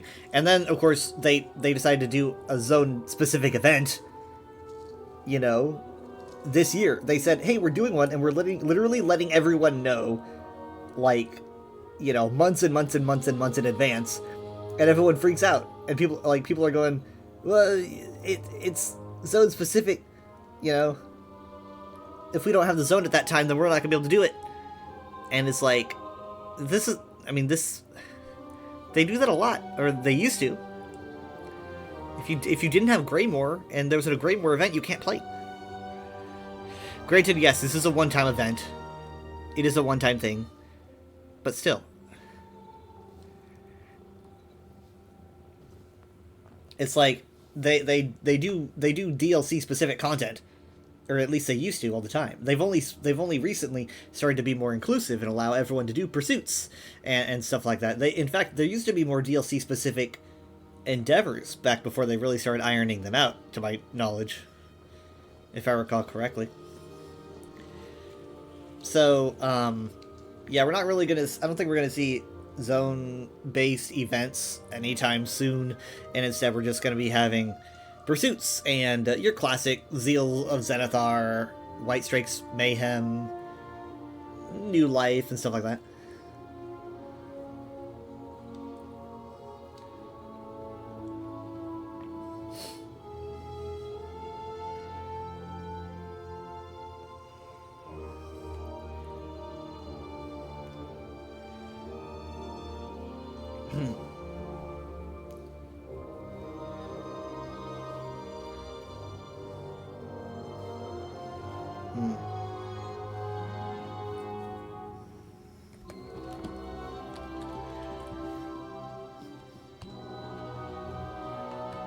But yeah, that what was I saying before? I was saying, like, a lot of people just go into DLCs, do everything, and then leave. And I think ZOS picked up on that, and so they decided to just kind of start doing... They started meeting out different bits of content, and they're like, you know, you can do that with events, you can do it with dungeons. They decided to do it with their zone, and also it allows their zone to go to release more smoothly, right? So it's kind of a win-win. Honestly, as much as I didn't like it when they announced it, I'm sure people might remember. Well, okay. I didn't mind it as much as I thought that we weren't going to be getting a zone this year, right? Getting a zone released in 2 halves, on the record, I was not really opposed to that. I wasn't super thrilled, but I was not whining about that. Let it be known that if I was whining, it was because I was worried that we weren't going to be getting a zone. And that was me being really concerned about not getting any new lore, you know, or anything of the sort. Look at us now. Anyways, so I never minded the idea of getting 2 halves. In fact, it thrilled me because I'm used to that kind of thing. Whenever a new DLC comes out, I play it like this, where I very, very slowly approach the lore, and I very, very slowly approach the delves and the world bosses. Sometimes it can take me, you know, months to do a certain amount of content, and I'm used to it. So this release cadence is kind of aligned with how I already played the game. Only it's just forcing me to do it instead of me choosing to do it. So it's more up my alley than other people, I think. But the problem is, I'm not entirely sure how to weave it into my UESP streams. That is why I read a bunch of lore tonight. It's because, 1, I'm interested, and 2, I want stuff to be able to talk about during the stream that is not spoilery, right? I don't want to discuss spoilers. So I'll discuss just stuff that's written out for everyone to see at the very beginning of when you walk into the DLC, which is books and whatnot. I can't discuss spoilers anyway, because I don't know shit. Wait, so I just opened an Unknown Rich bag. Can those stack now, or what? I don't know. Because I, like, literally opened one and I got something. And I'm wondering what the reason for that would be, if not for stacking, you know?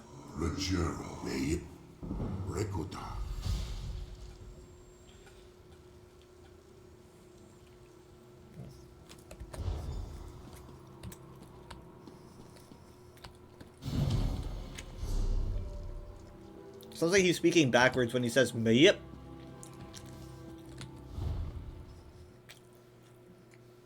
Weekly's done.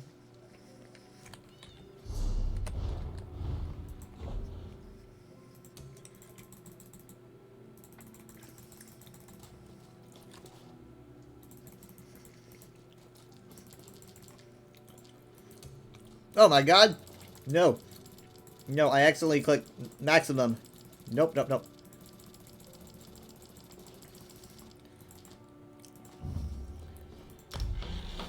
That would have been bad.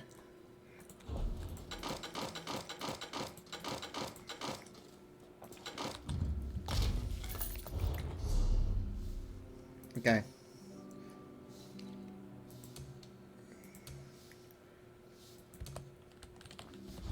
We are officially at 15.8 thousand Endeavor seals.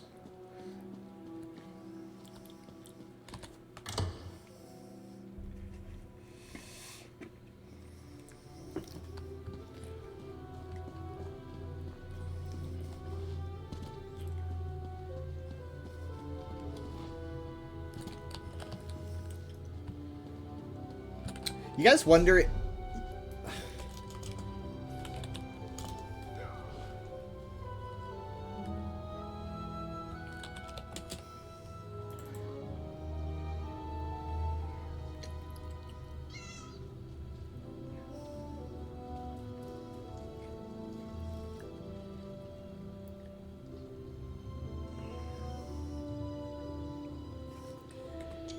I swear, if I swear to God, if the crux is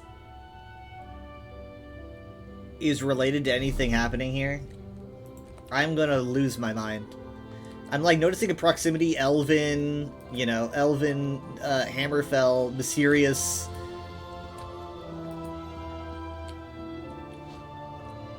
Osseous kind of sounds like Ossian. I don't know if that's related. I swear to God, I'm gonna flip. That's like that's one of my nicheest Elder Scrolls wishes.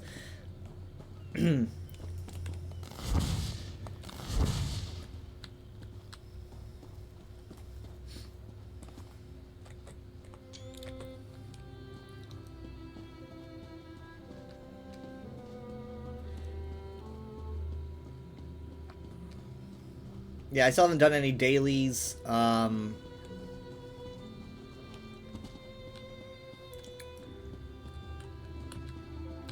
I haven't even picked up the daily quests. I haven't picked up any quests. Tobean. Tobean Snowclaw.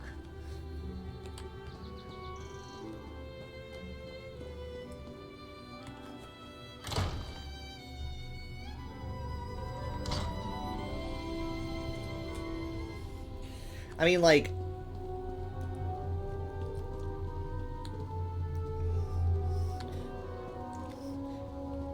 I'm pretty happy to,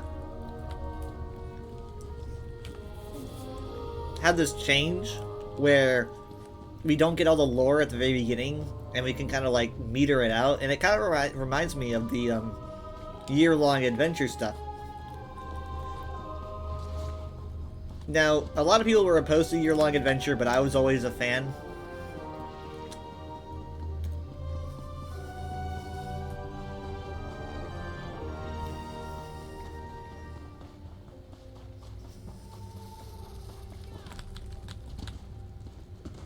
Granted, there's some differences, like how the first dungeons didn't really seem that related. I think there's a little bit of a reference in there, but it wasn't particularly related. The two newer dungeons, I'm not going to say anything about them, but because I do know about them. They were publicly talked about, so it's not really a spoiler, but... Anyway, those dungeons are definitely thematically related. I don't know if they're story related, but they're at least lore related, to my knowledge. I would not be surprised if both of them were here in some way, or yeah, I guess they would have to be here. I mean, they can't be here. They could be in the base game, I guess. There's really nothing forcing them to be here. But like, this cadence that we're looking at here is not gonna be the norm, right? I don't think that every year we can look forward to like 2 dungeons, half a zone, 2 dungeons, half a zone, because they said that sometimes we might be looking at like 3 months of content instead of 6 or something or other. I just don't think that we can always count on there being a zone, but maybe, because it seems like they know that people want zones. And they sell well, you know? So, we will see. Maybe with if they want to do a 3-month release, that might be a release with more content, maybe even like a zone that is full instead of 2 halves. I don't know, but I just don't want everyone to think that this is just going to be like the exact format they do every year. because I think that the idea of the model is that it's subject to change per year. Maybe they're gonna do 2 seasons a year. I don't know. But they kind of invented seasons to be more flexible, right? It's not as rigid, and they can choose things as they go. And if they're comfortable, if they're making good progress, then we might be seeing like a huge zone drop at some point. I don't know. But as it is, I'm just happy that we can at least still get zone drops with this new format, because I was getting a little bit worried. A lot of people were, I mean, like, if you guys remember when they were talking about this change, a lot of people were going, you know, is this the end of Elder Scrolls Online as we know it? Is this the end of modern ESO? Is ESO kind of now just going on its own, like, passive, I don't want to say life support, but more like its own passive cycle where we won't be getting much new stuff. Kind of like how Overwatch was for a very, very long time. There was a lot of content that was like that when they released their end-of-year letter in early December of last year. And I wasn't doom and gloom, because I didn't really get the idea of it being ESO going downhill, because I was like, ESO's making a fuck ton of money, just to put it lightly. I mean, like, a few years ago they were within the top 8. No, I think they were like within the top 10. I think they might have been number 8 of the most profitable games on Steam. Right? So that's pretty big. There's a lot of games on Steam, and that's just Steam. Right? I mean, like, some people, you know, there's people who play on console and stuff. So it's making a lot of money. So I wasn't really thinking that was the case. I was just sitting there going, you know, I was just in the corner, rocking back and forth in fetal position, going, I need a zone, I need lore, I need that to survive. Because they were talking about focusing more on, like, base game stuff, and I was like, base game looks fine, you know, and I still think that it's fine. Like, sure, base game stuff looks older. You know, some of the costumes, they look like body paint. It's older content. There's, for a lot of games, that's just how it is. You know, like, when I was looking, like, Monday? I was playing some Overwatch, I think, and I was looking through skins. Maybe it was Sunday night. And we were looking through skins, and it's just like, oh yeah, this is an older Overwatch skin. This is what Legendaries used to look like. And it's not as shiny as these days. But I recognize that was just the limits for the time. So I never found an issue with base game being a little less polished than the new stuff. That's just kind of the norm for games.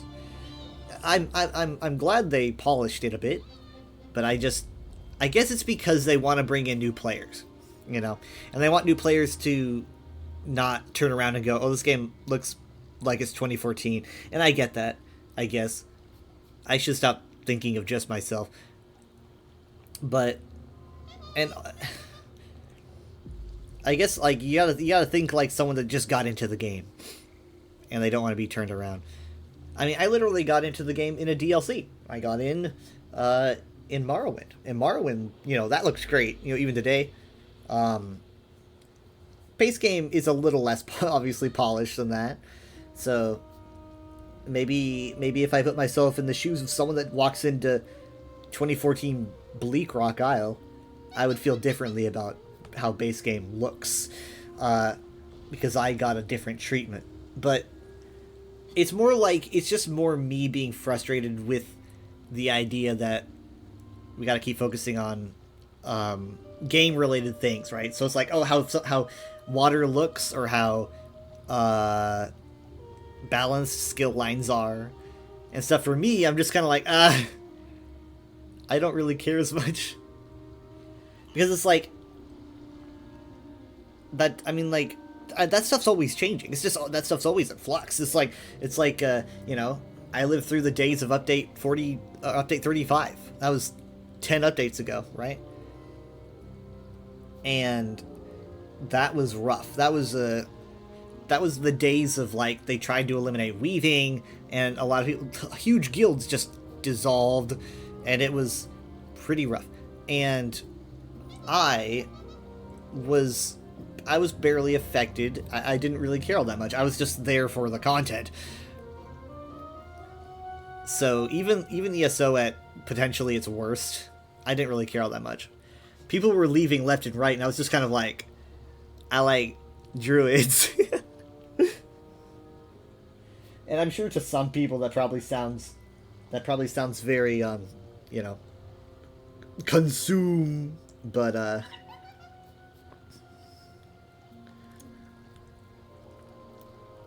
I just have different priorities, you know. And it's funny. It's interesting to listen to everyone's different priorities.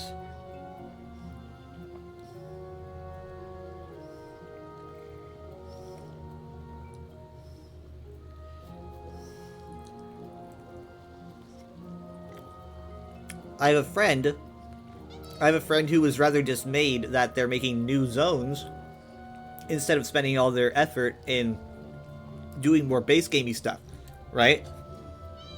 Basically the exact opposite of my opinion. It's like, I can't fathom that, but you know.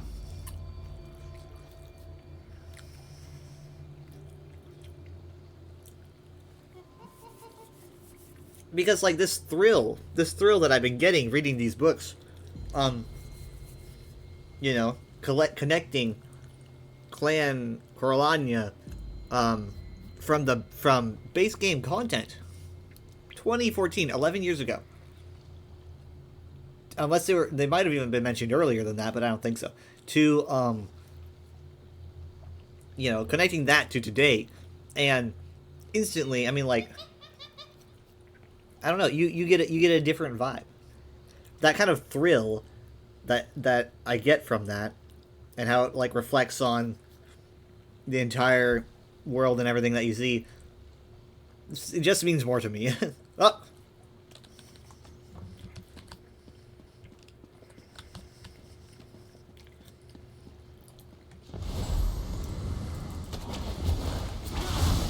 It's why I can play Morrowind, despite the fact that Morrowind in modern standards is a very difficult game to play, you know. Walking speed is like this, you know. It's like you're very slow, and it can be kind of unrelenting. Look at that guy. But the thing is, so I don't really play Elder Scrolls games for the gameplay. In fact, hold on, I gotta take a picture of this guy. Looking good, man. But, like, in fact, I don't really know. It's like, a lot of people remember things through quests, right? They'll remember characters better than I do, because they play more of the games than I do, and they might not remember the lore aspects, but they'll remember things like game mechanics and maybe even locations related to quests, and I just don't remember those as well because I have my nose in books all the time, and I actually I don't spend all that much time in game compared to maybe me being in the mindset of the Elder Scrolls. It's like how I was talking to someone recently, and I mentioned this before. I was talking to someone recently, and we were discussing racism in the Elder Scrolls, and he was saying that the Nords are inherently a racist culture, and I was arguing that they're more nationalistic than racist, and then racism finds its home in nationalism. But a nationalistic culture means that, you know, if a Nord isn't really... If something doesn't involve Skyrim, then a Nord is less likely to have these prejudices. Either way, the conversation led to me talking about the 500 Companions, right? 500 Companions were this group that Ysgramor put together from Atmora to take back Skyrim from the elves that, sacked Sarthal. And so obviously the companions have their history in fighting against elven invaders, or rather elven, I guess, attackers. And see, that's not necessarily obviously they're they're racist against these elves, but they didn't do it for like some kind of xenophobic genocide. It was revenge, right? It was different from that. Either way, the companions ended up becoming their own thing, right? They established like their own little fighters network in Whiterun, and over the years, things have happened with the companions, including their very first edition as Harbinger. They had their very first non-Nordic, of non-Atmoran descent Harbinger in the form of Sirach the Lofty, who was a Redguard.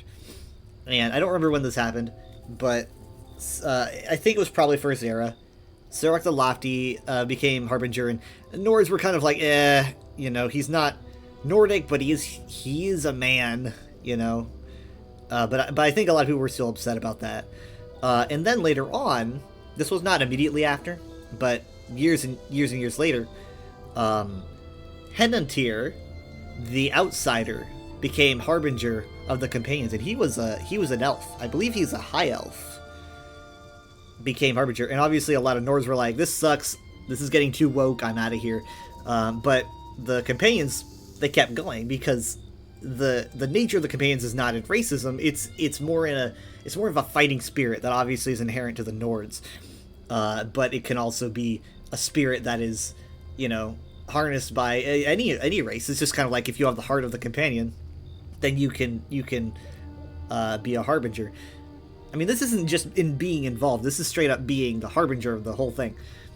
So my argument was like, obviously, you're gonna have Nords who are racist, but like to say that they're all that way, you're kind of giving a very reductive treatment to a nuanced subject. They're more prideful, right? That being said, the whole reason I bring this up is because I had mentioned Henantir the Outsider, and the guy responds to me and acts like I'm stupid. And he says, Henantir is from Oblivion. I played the quest. And I have no idea what this guy's talking about. I haven't played Oblivion enough to know about this Henantir. Apparently he's from a Mages Guild somewhere. I don't know him, but obviously he has the same name. It's probably he's probably a high elf considering his name. They're just two guys with the same name. But the guy acted like I was stupid. He's like, I played Oblivion. And I just found it amusing that it's like, I've got this knowledge that's connected to a history book, and other people have knowledge that's more like connected to their quest experiences because they play a lot of the quests. And I play a lot of quests. It's just that I haven't been in this fandom. I haven't been a fan long enough to like play quests on repeat where I'll know an NPC's name by heart from 20 years ago. I'm still fairly new. So most of my knowledge is from books and not from playing the game so long that I'll remember something like a game mechanic or a specific NPC's name. Right? That's my weak spot. That's my blind spot. But so yeah, that's kind of what I read into a lot.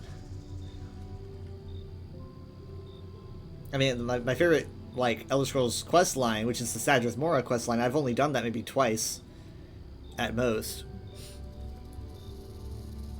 I gotta revisit them more often.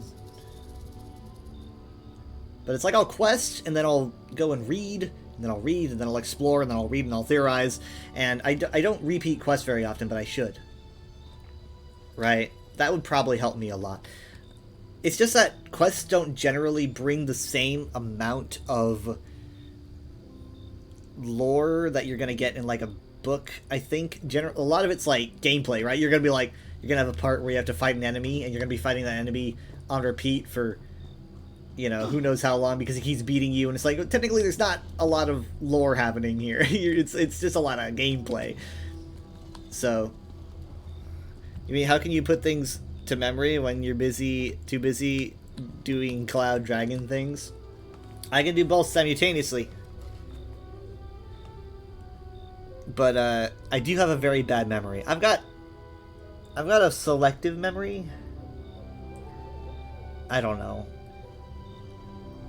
It's basically just I don't remember. It's hard for me to describe. How do I describe this? To me, it's like a quest generally brings less information than a book but they are fun, right? They're fun. But I get a lot of information from both.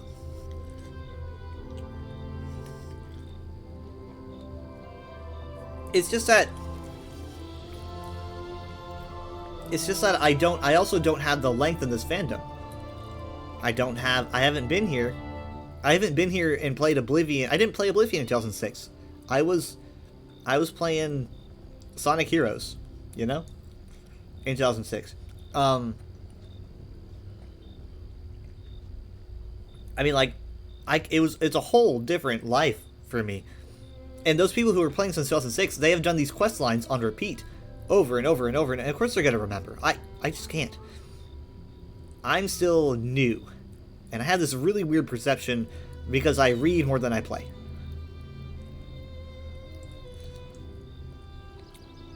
You remember Leaf Lore and original writing lore, but then you have no idea what you did yesterday? Yeah, I'm kind of the same, but I don't like talking about it because then I get worried that someone's going to mock me and they're going to be like, you'd remember if it was an Elder Scrolls fact, and then I feel bad. I'm surprised people haven't said that to me, you know? You'd remember it if it was an Elder Scrolls fact.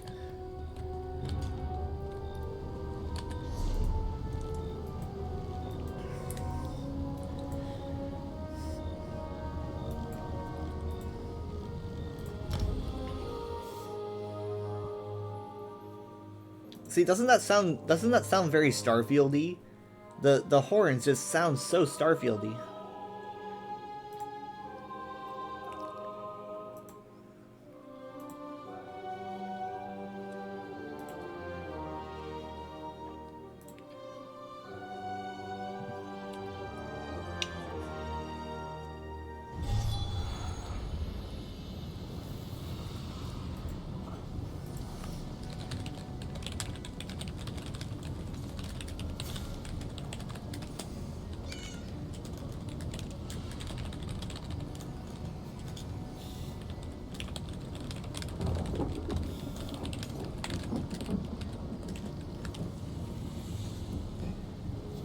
But that's fine, even if it is just an Elder Scrolls fact.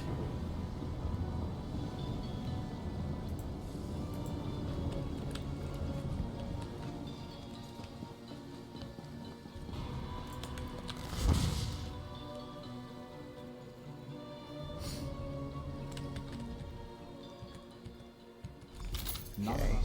Was that a new collection sound? I don't remember that sound being used for the written vouchers.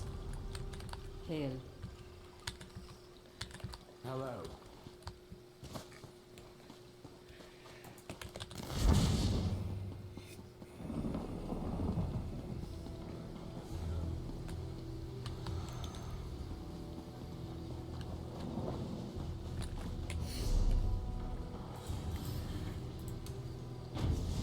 Oh man, do I go back into the gear farm?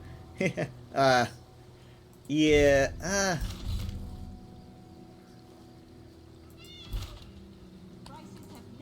I do like this. I like this healing spell way better. No, not this one. I like this one. It's pretty cool. The radius looks pretty good, and it's. I mean, like if it does that much in the way of heals, like around me, that's pretty sweet. 11,000, and that's probably before my buff, I guess. So, I mean, I don't know how much that's. Ooh, wait, I can morph it. Okay. Focus expresses devotion, healing you and nearby allies for 11,370 health.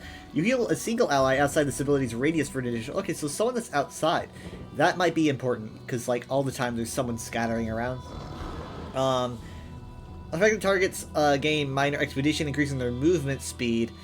I think I'd rather do this one.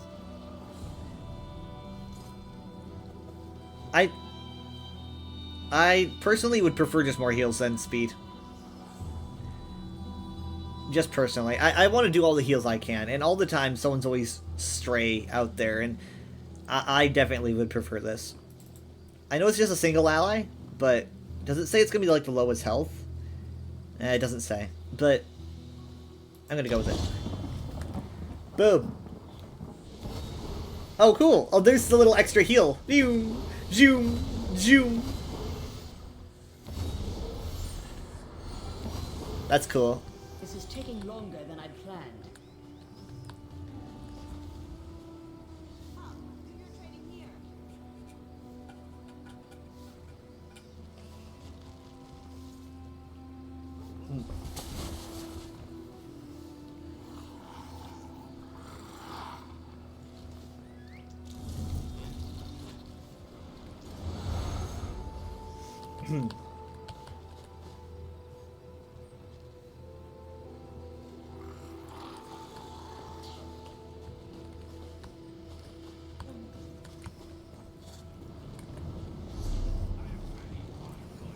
Plus, you'd rather remember things you enjoy than things you didn't?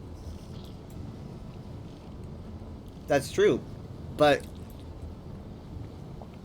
that leads us to forget things like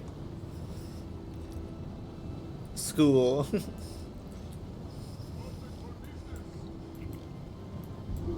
That's probably why I don't remember anything I learned in math, you know?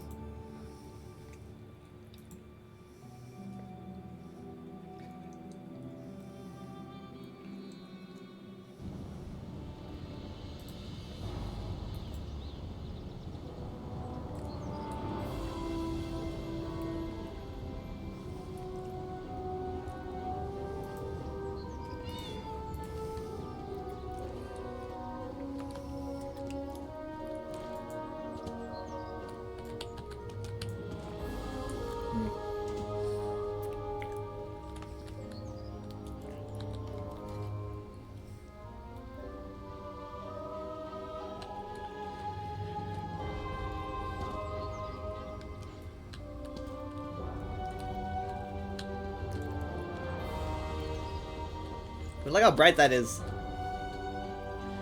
So Osean Cage is down here. I don't think I've been down there. I don't remember. Probably a Xandmere. Shell Tide's here. And Shore Stand is here.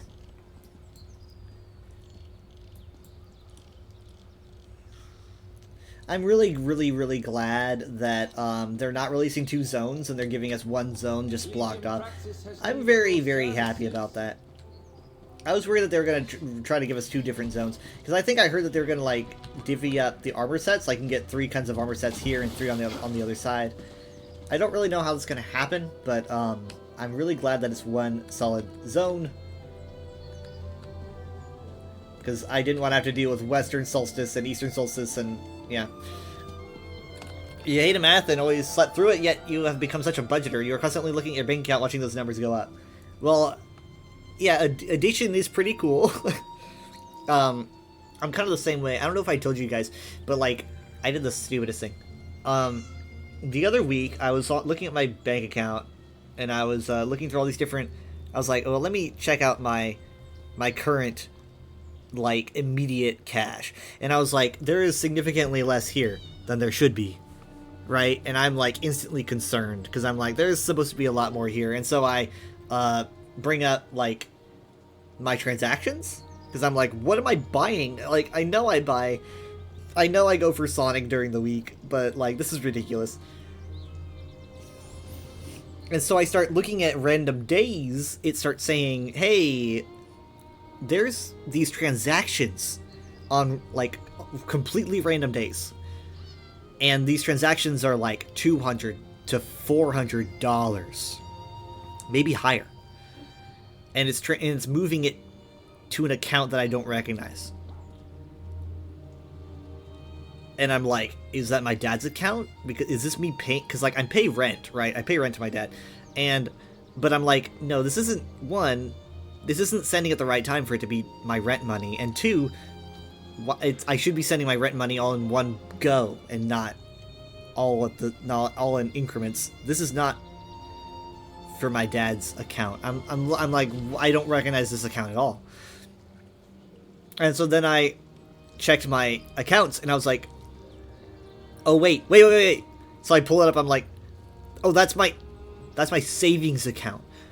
All those days are when I was putting my money from my immediate spending account into my savings, just casually, quickly, and without thinking. I'm putting, $200, $300, $400 all in my savings. And so it's going from technically one account to another account. I just didn't recognize the number. So I'm like, I thought I was stealing money from myself.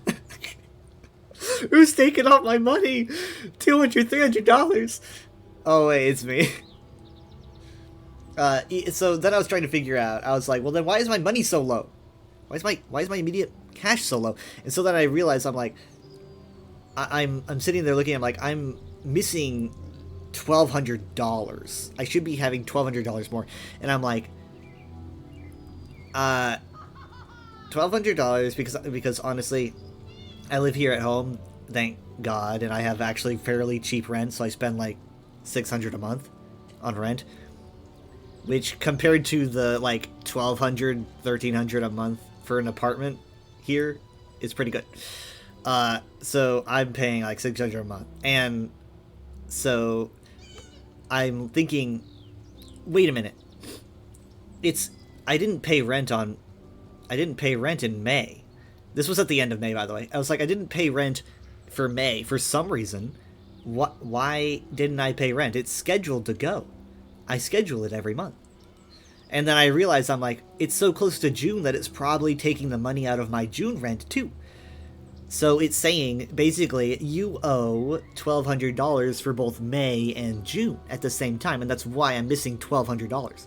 And I was like, oh, it's basically having me pay rent for 2 months, because for some reason, I haven't paid May's rent officially. And it turns out it's because Dad didn't cash in the check yet. Because Dad didn't cash it in, my bank account said, hey, you don't technically have this money. So I was like, okay. So basically it was 2 months of rent that I was paying at once because Dad didn't cash in the check. That's all over now. My money is back to normal. Because I did some overtime a recent Tuesday, and also because of Memorial Day, and I got some nifty holiday pay, I put a pretty penny away for that. I might buy myself something. So, yeah, that overtime sucked because I wasn't prepared for it. But I did it. You have to manually move your money over from checking. Yeah, that's exactly what I've been doing. But the thing is, though, I did it manually, and I do it so quickly I didn't even think about it. I was like, who's doing this? I was like, that's me. Again, bad memory. But like because I stayed over for that overtime, right? Which I think they really appreciated because it was not scheduled overtime at all.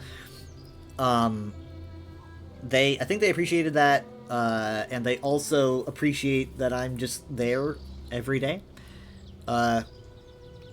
It seems like I have sealed the deal for a week-long vacation at the end of the month. So I've only got a couple more weeks of work, and then I'm going to be off for a week, and I'm probably going to be streaming every day.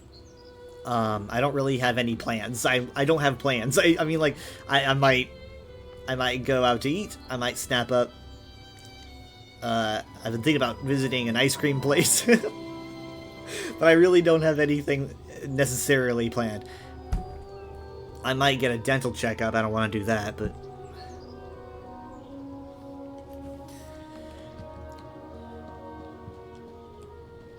it's going to be an unpaid vacation. because I'm comfortable enough financially to take an unpaid vacation. I'm going to save my PTO for some other time. So it's not even going to be my PTO. It's just going to be kind of a weather needs a fucking break. That's what I'm going to call it. No, I'm just kidding. But that's what it feels like, to be honest.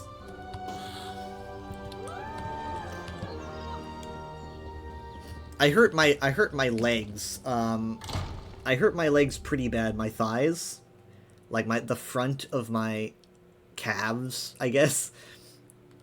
I hurt them pretty bad because I'm about 30 years old. So my job, for those that don't know, is I do security patrol, and it's a lot of walking and driving, right? It's essentially driving a patrol car and then stopping at certain areas, walking and then scanning a point and then walking back into the car. Technically, I take a lot of steps. I would probably put it somewhere in the, like, 9,000 step territory, maybe, a day. I take a decent amount of steps. And so my legs are hurting because of that or otherwise, and I had to work all throughout today just with my legs, to the point where at one point they almost like didn't want to move. Like I literally felt like I was going to collapse just because it wouldn't bend. I was like, move my leg forward. The muscle didn't want to move. Yeah, that sucks. Let me tell you, that sucks. Like, I woke up today and I was like, well, my legs hurt, but I have to work anyway. Tripping out a couple weeks ago because you noticed you had more extra money than you should have. You remembered you had gotten a raise to your goldfish brain. You're like, why am I getting more money? So for those that don't know, I've been having a weird schedule where they had me working. They usually had me working 7 hours, and then they moved me to 6.5 hours, and then they moved me to 8 hours. And it seems like I'm going to be stuck at 8 hours. But that means a lot of good pay. I liked the 6.5, and then I did the calculations about how much money I'd be losing, and I was like, holy shit. No. I mean, I like the extra free time, but that really hurt.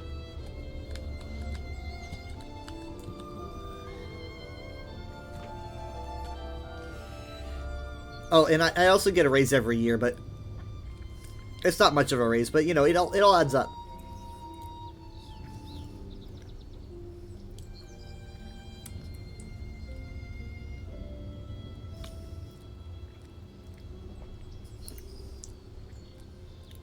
Why don't we sail around the wall?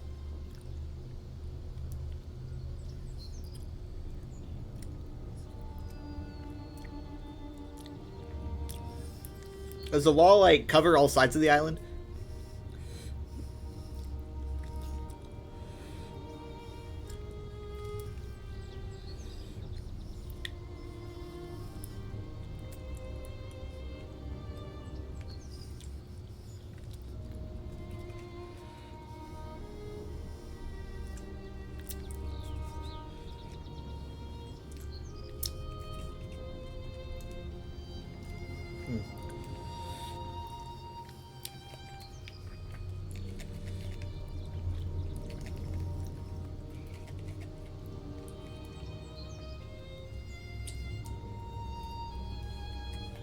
Ah, well.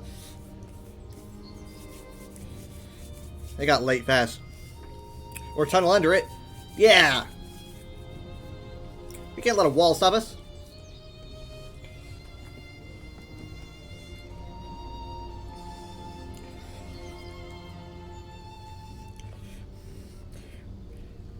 Maybe I don't know. Maybe like danger in the ground.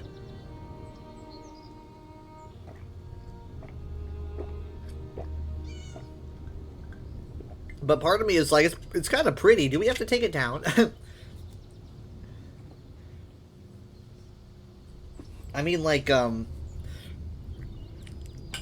if they say that, like, taking it down will free all the souls, then I'll be pretty. Then I'll be like, okay, I'll do it. I'll do it.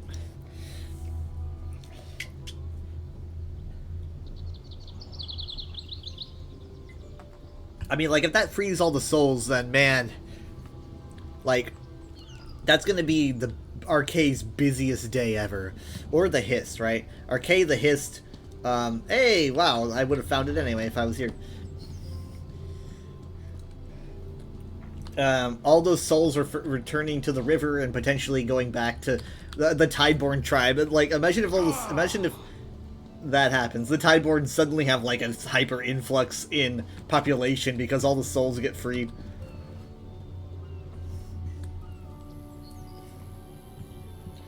We don't know what to do with all these people.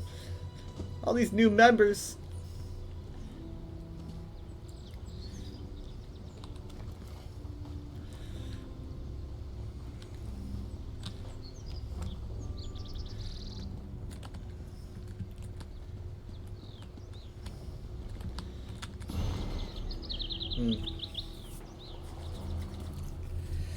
Tide returns you, a folk song of the Tideborn tribe, bubbling surf and crashing tide. Listen close to the words they hide. When river discarded, your memories dear. Our father of change willed you back here. Washed to egg by waters warm, return to solstice to take new form. Born again to second chance, join your siblings in this Tideborn dance. River hewn and tide reborn, you walk the path you could not before. River hewn and tide reborn, search for the scales you were destined to adorn. A new life to reach heights denied. This is the truth behind the tide. Do not chase scales worn and old. The tide wishes you scales of gold. So cast aside doubt and face your fears, or risk wasting these gifted years. Fill your chest with wind-like sails and venture forth toward destined scales. River hewn and tide reborn, you walk the path you could not before. River hewn and tide reborn, search for scales you were destined to adorn. Search for scales you were destined to adorn. The Hist. Another good morning here in the Mar. Holy shit, where did you all come from? Yeah. I mean, like, assuming that those Argonians died and get returned to the Hist and not returned back to the tribe, yeah. I mean, a lot of them, I guess, would be returned to the Hist.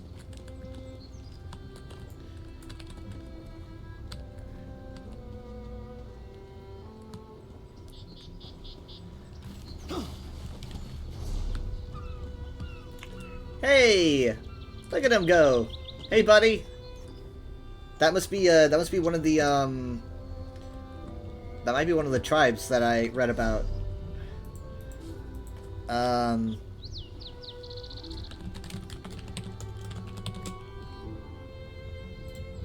No.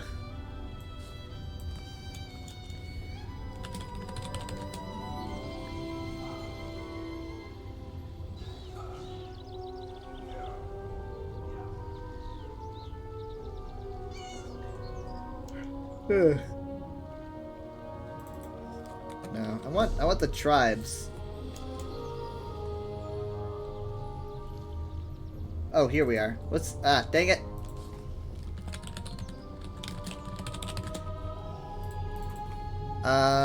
Palm-backed? No. Salt-cured? Yes. That might be a salt-cured. But it's hard to say because he's just on the water, you know?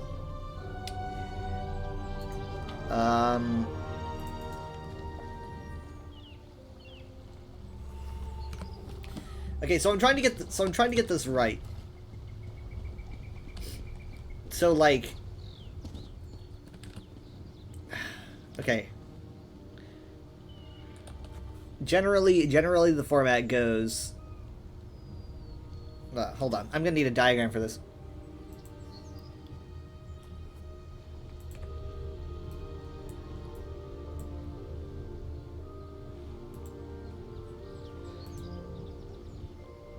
Give me a second.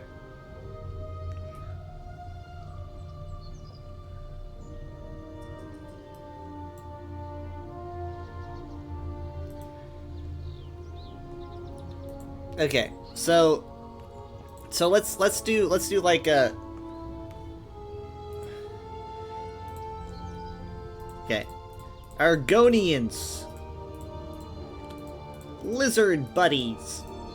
Alright, now Argonians. Now, say an Argonian dies, it goes down the river, and the river, I guess, it's kind of like, isn't like the river Styx associated with death?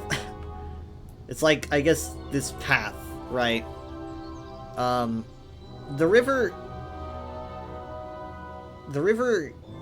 can lead to the Hist picking up an Argonian soul. No, I gotta do better than that.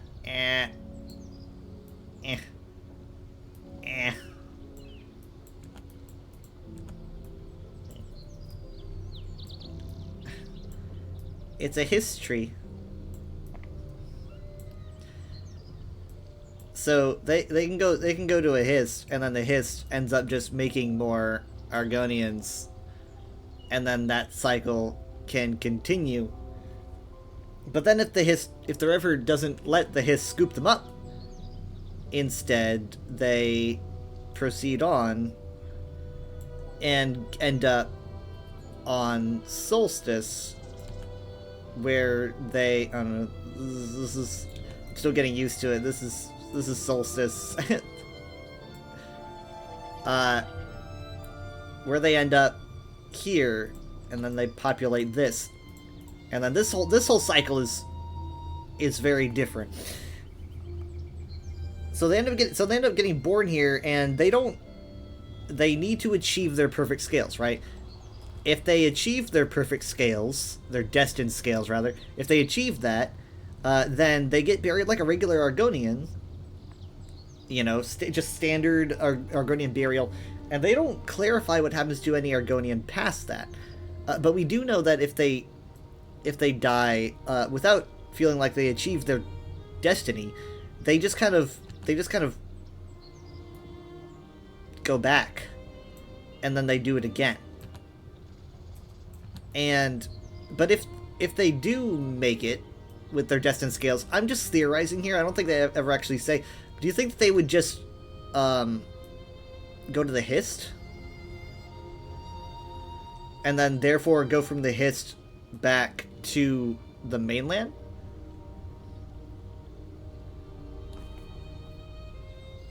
And if so, what's the purpose for this? If this is how it works, then what's the purpose? I wonder. Let's use some arrows here, because I'm an artist.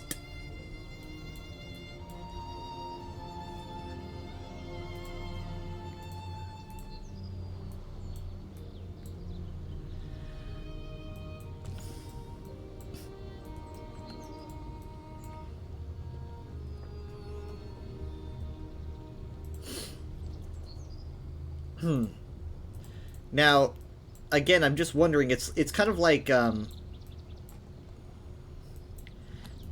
what's the purpose of Alaxon, right? Let's go back to that. What's the purpose of Alaxon?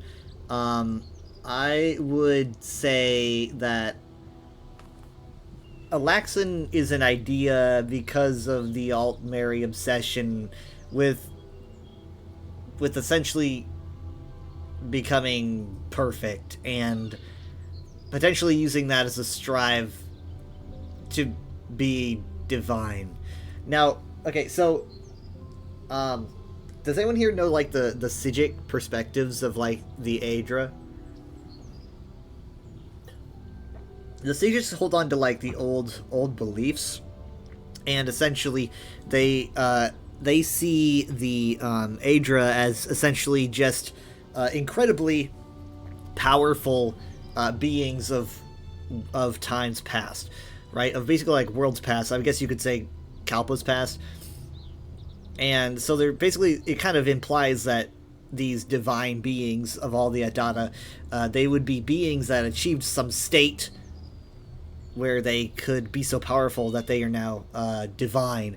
And I think that the Altmeri path to perfection might be some way to mimic that attempt to be so perfect, so destined that they become something great. That's not something that you really see in Argonian culture. But to see an Argonian attempt to live so perfectly that they move on, it's giving me vibes of that. But they're not talking about like striving to be so perfect they would ascend or whatever. It's I don't know. It's almost like some kind of purgatory. It's almost like an in-between.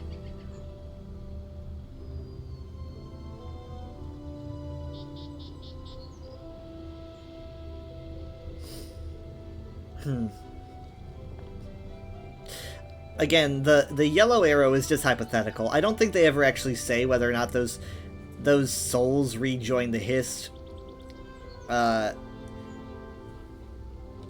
But I mean, there's a few strange points here. Like why does this happen? What's the defining factor for why this would happen? I wonder. It just kind of says like the river elects not to have them rejoin the Hist.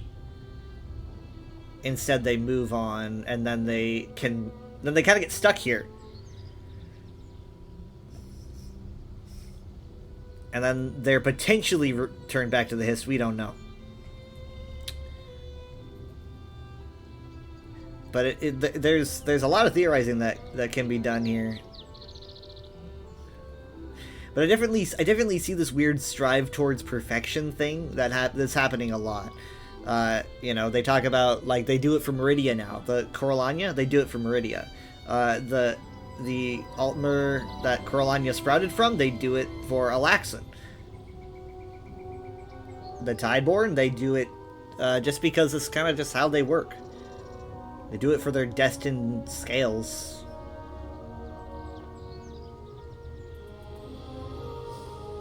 So I mean, I guess technically you could say that this happens potentially because an Argonian dies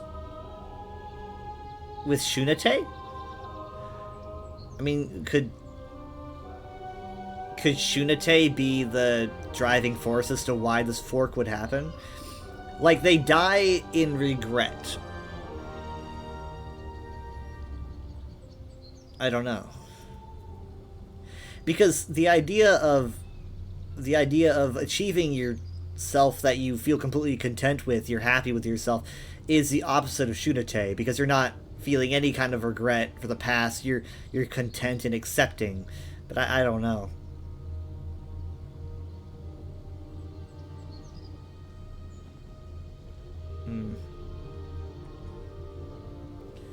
I mean, I could be misunderstanding this whole thing, but I don't think so. I think I've got it so far, but I'll keep studying. It's an interesting concept that I did not see coming in any way. That's for sure.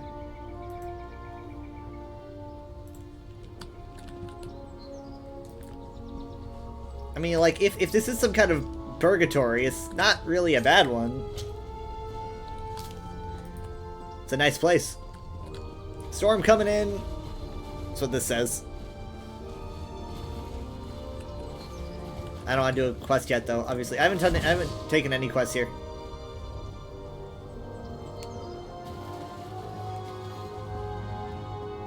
But also, it leads me to wonder. It's like, why is there a Hist on this island?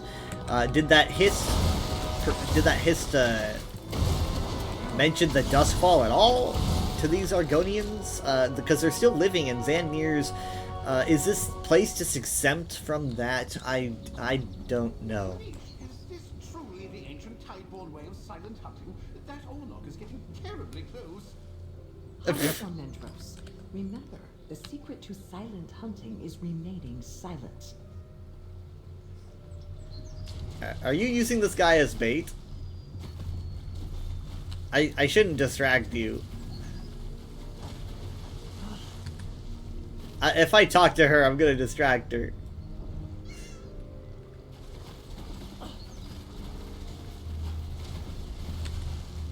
The elf assumed that because I am Tideborn, I must be well versed in our ancient customs.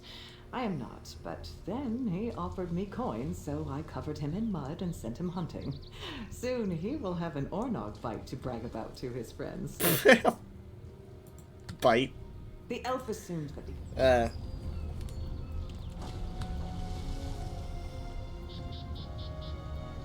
I mean, I probably would have assumed the same thing, to be fair.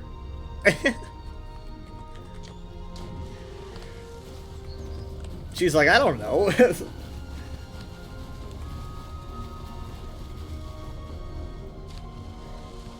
So I remember a while ago when I was talking with people, I forgot when, but they had mentioned Argonian reincarnation as including memories of past lives, and I think we talked about this a while ago. I don't really think that's the case, otherwise Argonians would be all the time like, yeah, I remember a long time ago existing in another body. Instead, they seem to just kind of be a recycled animus.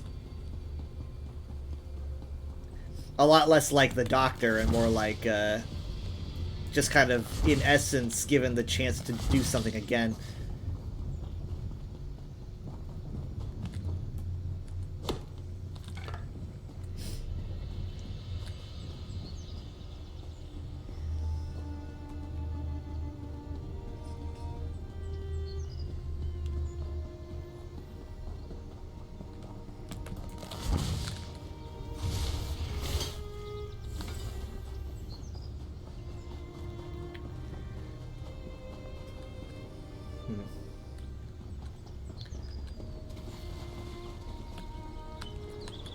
Oh, that is a chair.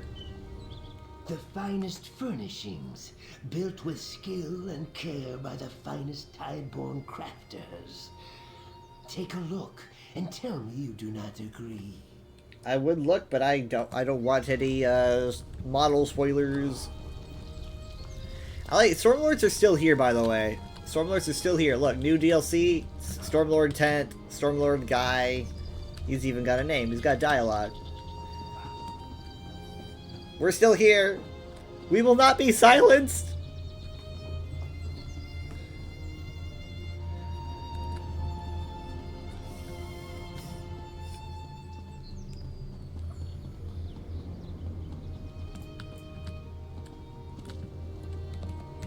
I meant to lightning dash. Oh, hey, I'm completely fine.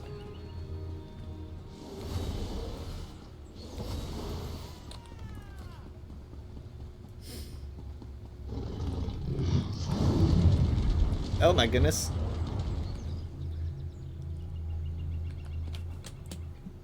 I need a bigger chat for this. Hello everybody. Thank you so much for the raid. I just got raided. I just got raided by 2 people at the same time. Wait, how? I'm so confused. Thank you so much, Ms. Radcore and Tyranny for the double raids the exact same time. Thank you, Kinslayer 00, Kinslayer 00 or 00 Kinslayer O for the follow. It's appreciated. And Cupcake Kiwi, thank you for the gifted sub. It's appreciated.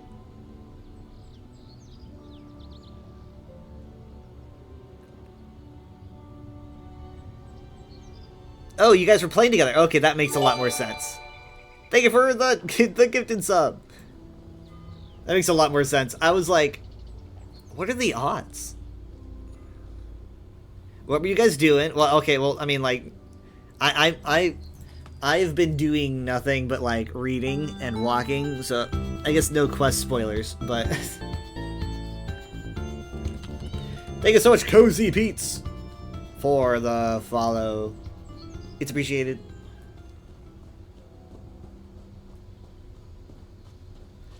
Yeah, I guess the odds were pretty high. That makes sense.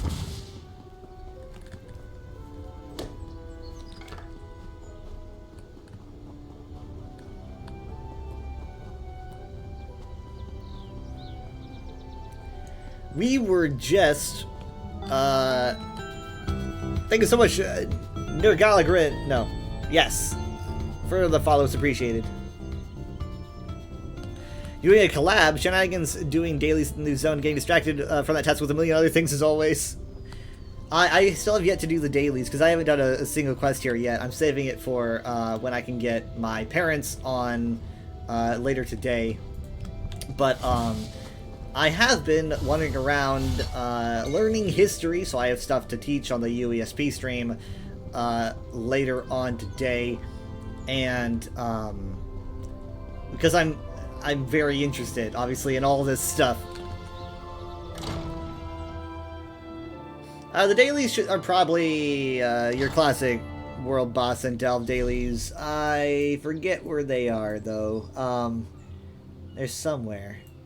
I'll know it. I'll know it by heart in a bit, I'm sure.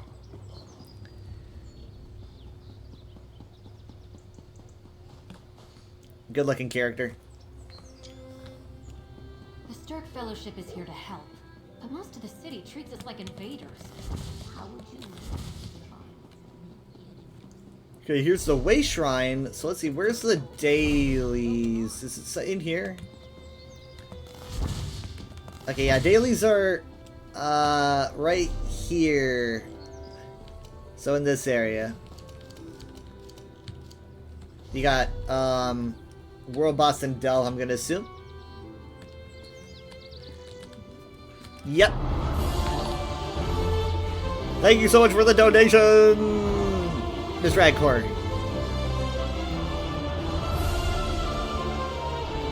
Need more sevens? It is a lucky number.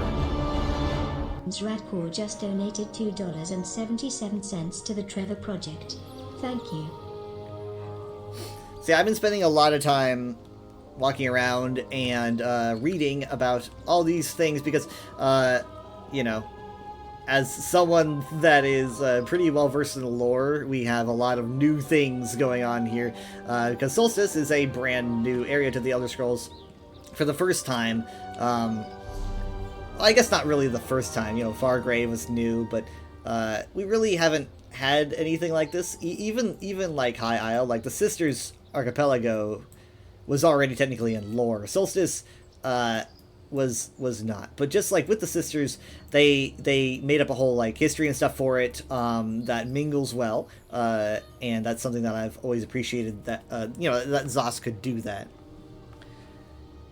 So I read all of the Coralania's clan history, and I've been reading about Tideborn religious practices, and, well, trying to understand those for the most part, because it's very different. Thanks so much, Panda Poops, for the follow. It's appreciated. Let me get my diagram, by the way. Let me get that. Do I still have that up? Yeah.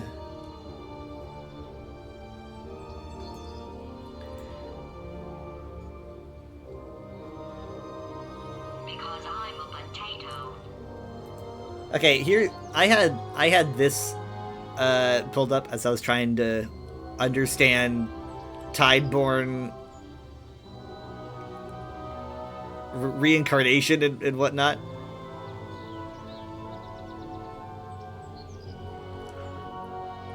She loves GLaDOS. I've had that one for a while. That was probably like one of my first alerts that I ever added when I started doing that. I was like, I gotta think of something to add.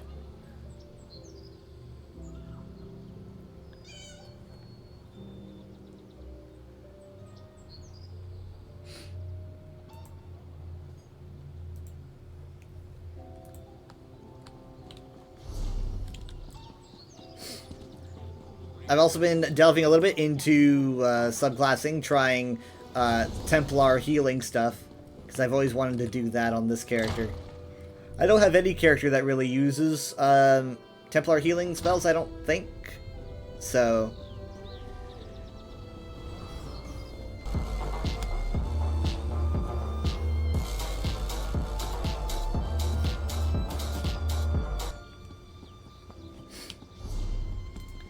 yeah, I haven't done any world bosses, haven't done any delves. I've just kind of been walking around.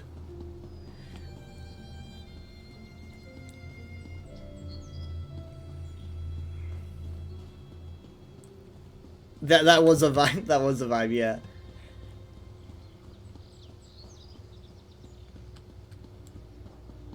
Let's see. That's the one that respawns, right? Wait. What respawns?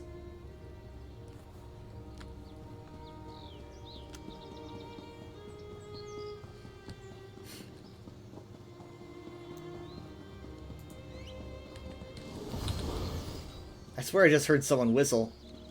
Oh, that must have been this person. Or that bird. Tideborn if you don't kill it fast enough? Crowd world boss respawns a lot? Oh. That must be a world boss named Tideborn something. I don't have it yet. No, I'm talking about the Tideborn tribe of Argonians that live in that village. Where is it? Which one is it? No, Sheltide? I think they live in Sheltide. They live here or here. I don't remember which one. I'm pretty sure they just call it Tideborn Village. So this is probably their village right here.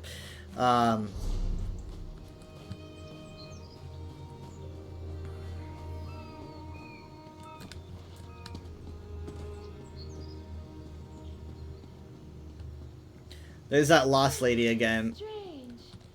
What realm of revelry is this? You there? What pleasures are hidden? I do like these guys. The Vaskrona. Their name means stone something. I don't remember what Krona means, but Voss means stone and gel. Maybe like Stone Guardian, that might make sense, right? Because they literally are Stone Guardians. We've got a Meridian Dage right here. This makes a lot of sense, considering the Meridian worship on the island.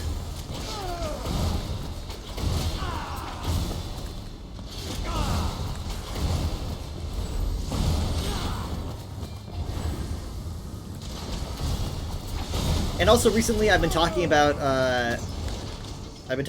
the Argonian reverence of Sithis and their depiction of Sithis, and how it is interestingly always a humanoid-looking skull, when you would probably expect something more like a lizardy skull. But every time they seem to depict Sithis, it is in a more humanoid form.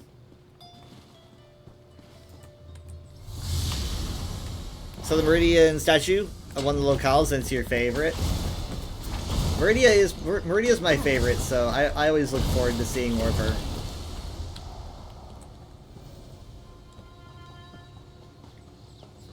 So I found something interesting. Tidespite, not Tideborn. Well, maybe I'll find it at some point. I just gotta watch the tides. Thank you so much, LoserBeans93, for the follow. It's appreciated. So you guys want to hear a fun fact that I just found tonight recently, and I was super hyped about it. So here's something interesting that I did not know, because I'm gonna be honest, there's a lot of Elder Scrolls stuff to remember, and sometimes things slip through the cracks of my brain. But to be fair, this was a one-time reference, and I'm not surprised I forgot it. But check this out. So yeah, I don't know something. So here's something really interesting, and I don't know if you're going to find this as satisfying as I do, but keep in mind, I find this very satisfying. So the elves that created Sunport, the clan of elves that created this entire place, that live here, you can read about their history and how they used to be, well, they obviously currently are, but their history is steeped in Daedric worship and stuff like that. And I was reading history books about how they moved to Hammerfell after being, leaving Somerset because of pressure, and they established living in the Aelid ruins of Salas N, and then they got attacked by the Yakutans. And I was reading this whole new history series about that, and I found it very interesting. And then I found something.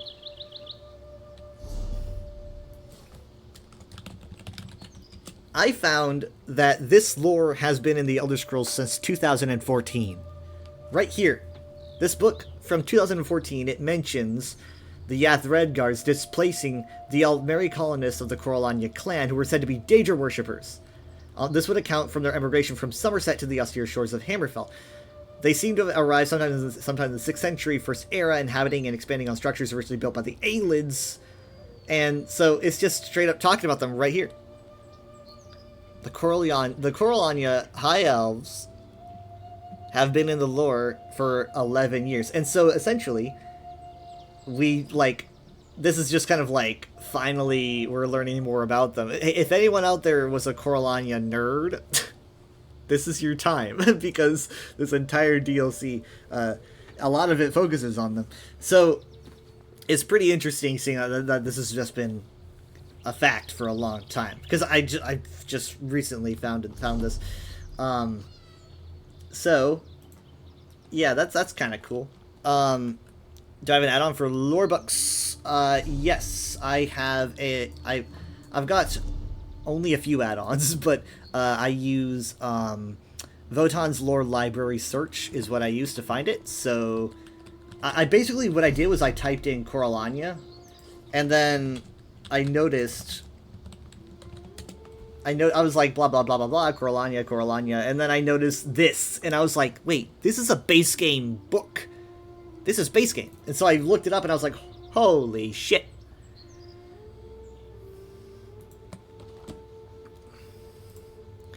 You're amazing to pick up on this stuff. Your brain's terrible at retaining these things. Well, I don't think I retained it as much as the game reminded me. But I remember reading about it a very long time ago. It just fell through the cracks.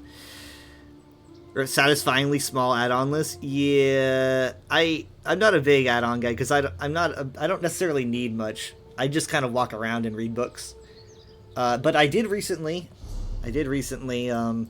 add, like, I've got combat alerts. I've got Code's combat alerts for when I do trials and stuff.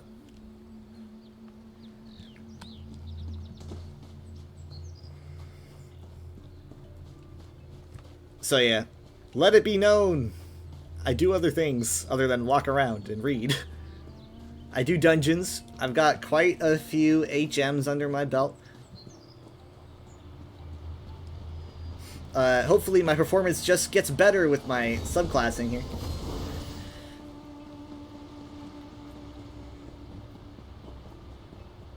This is really old. Look how old this is. This seems very old.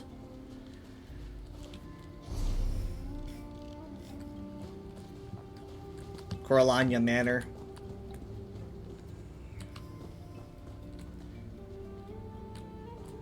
It's so spooky here.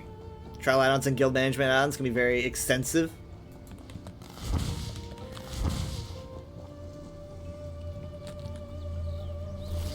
I love the music for this this DLC too.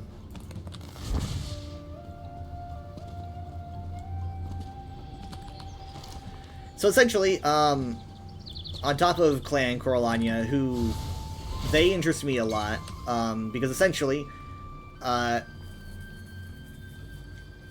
guess to give a summary, I'm probably gonna be talking about this a lot on my UESP stream because I'm gonna try to fill in an hour. You haven't done all the dungeons yet, even on normal. You've done all the trials on Vet. What? I've been playing over 9.5 thousand hours, and I still have yet to do. The only DLC trial I've done on Vet is Fabrication. I've never done. I don't think I've done any other DLC trial on Vet. I'm so like I've done some Craglorns, right? I've done all 3 Craglorns, and I've done Fabrication on Vet. So you started playing last year. Well, some people move fast. I've learned that. I do not move fast. I am very, very, very slow. But in this case, I think moving slow is pretty nice for me because, you know, we're getting a little bit of a smaller content drop for now. Thank you, Quatu76 for the follow. It's appreciated.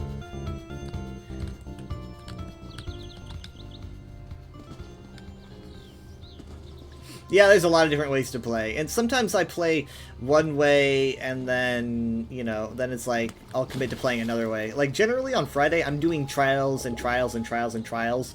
But I'm just so, you know, I just want to look around so bad and I want to read so bad that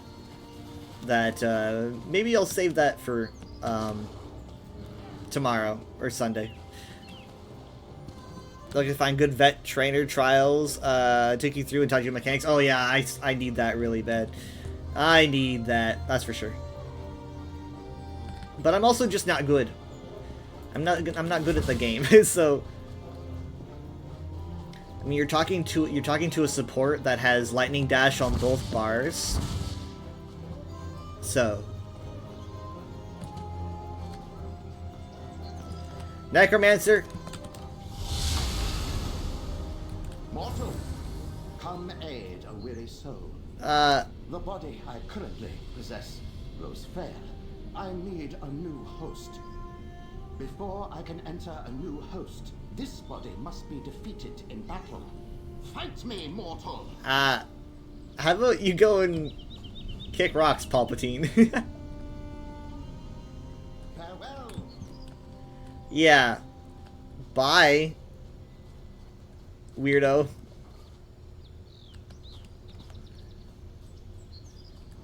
Is he just gonna sit there?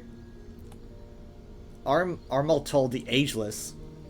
That's what I think about ESO. You can do whatever you want and have fun. Yeah. Equestrian Explorer. And Reader, yeah. Yeah.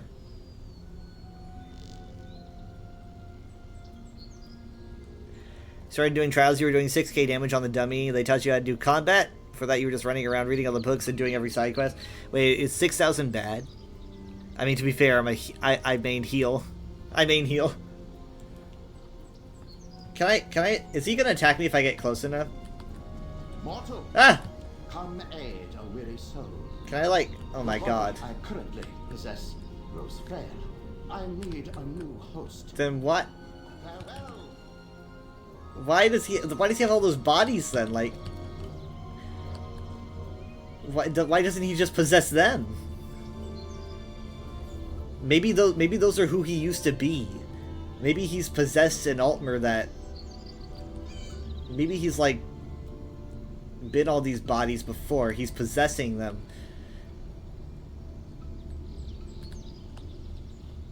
And I don't know, maybe like once I fight him, someone else is gonna walk by and get possessed or something. I don't know. I don't want to risk that.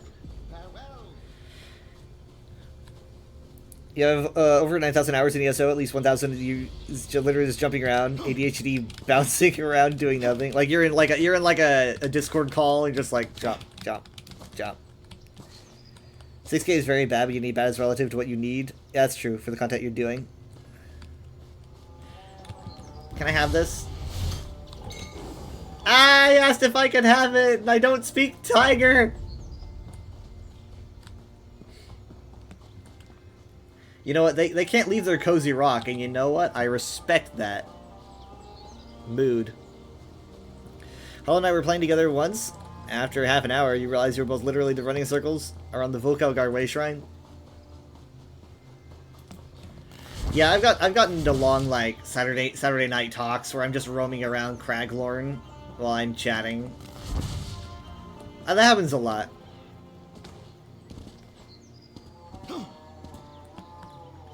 I love these Vahath behemoths.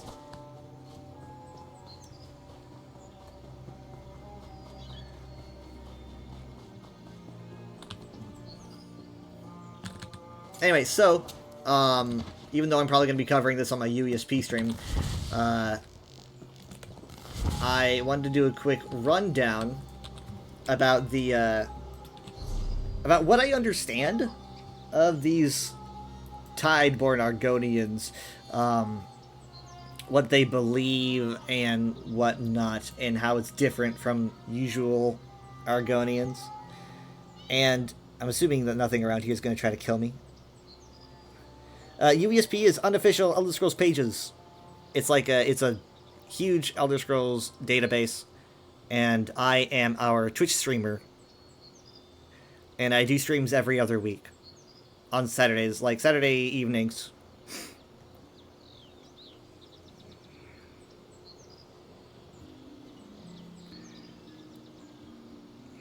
Yeah, there's lots of info on there. I should probably check to see if we're missing any. Like, let's see what people's updated. Like I should probably check to see if our Way Shrine pages have pictures. I like to add those. Okay, so,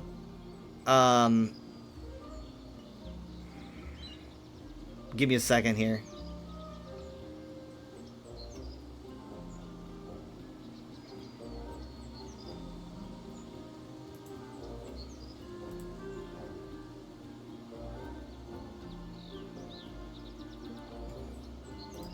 Okay, I love this music track, by the way. This is what you use when you can't find a lore book, that you can see your icon on your mini-map.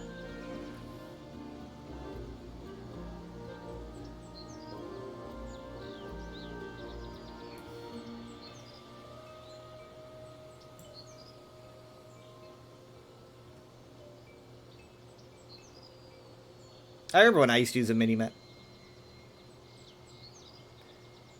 I don't remember why I stopped. I think I stopped after like a DLC drop or something years ago because I didn't want to like see the map and spoil how the map looked, and so I just didn't. I didn't put it back on. Besides, the lore books like to play hide and seek. Trust me, I know. Today I spent a long time trying to find all the books about Coralania. I was looking for part 3 for so long, but I got it eventually. All right, so I wanted to just really quick. So, essentially, from what I understand, because to me it's a very different subject. So, generally, Argonian life cycle seems pretty simple, right? You kind of go like, you're an Argonian, and then you die, and then you get buried with a gravestake and all that stuff, and then you get brought to the Hist, and then you get brought back, and your like soul is recycled. This is kind of how it works. To my knowledge, you don't retain your memories. Again, you're not like the Doctor. You're just kind of a recycled animus. Now, that's generally how it goes with Argonians. The Tideborn have a different thing going on. And the way that the Tideborn put it is that they're not recycled into the Hist, and instead they are brought into the waters and brought into the oceans, right? And the oceans end up like incubating the eggs on the shoreline and basically bringing their souls to the island of Solstice instead of into a Hist tree.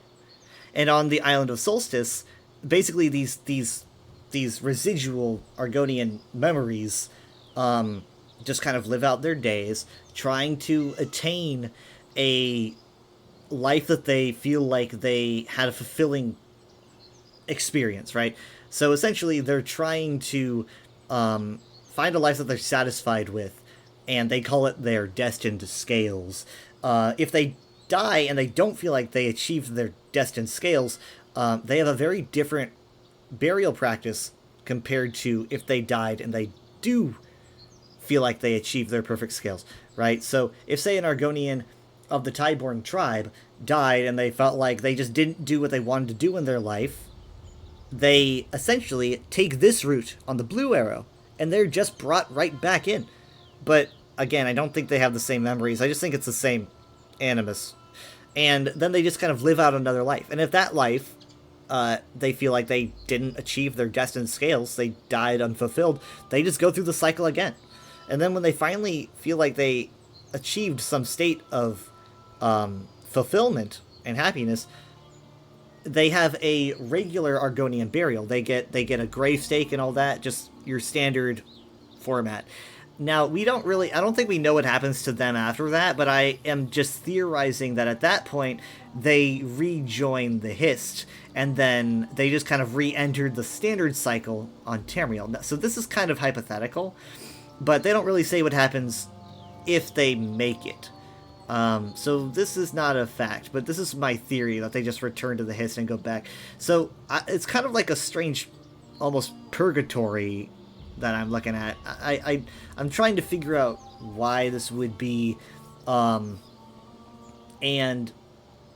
I'm noticing a repeated theme in this DLC with achieving some perfect state or some fulfilled state.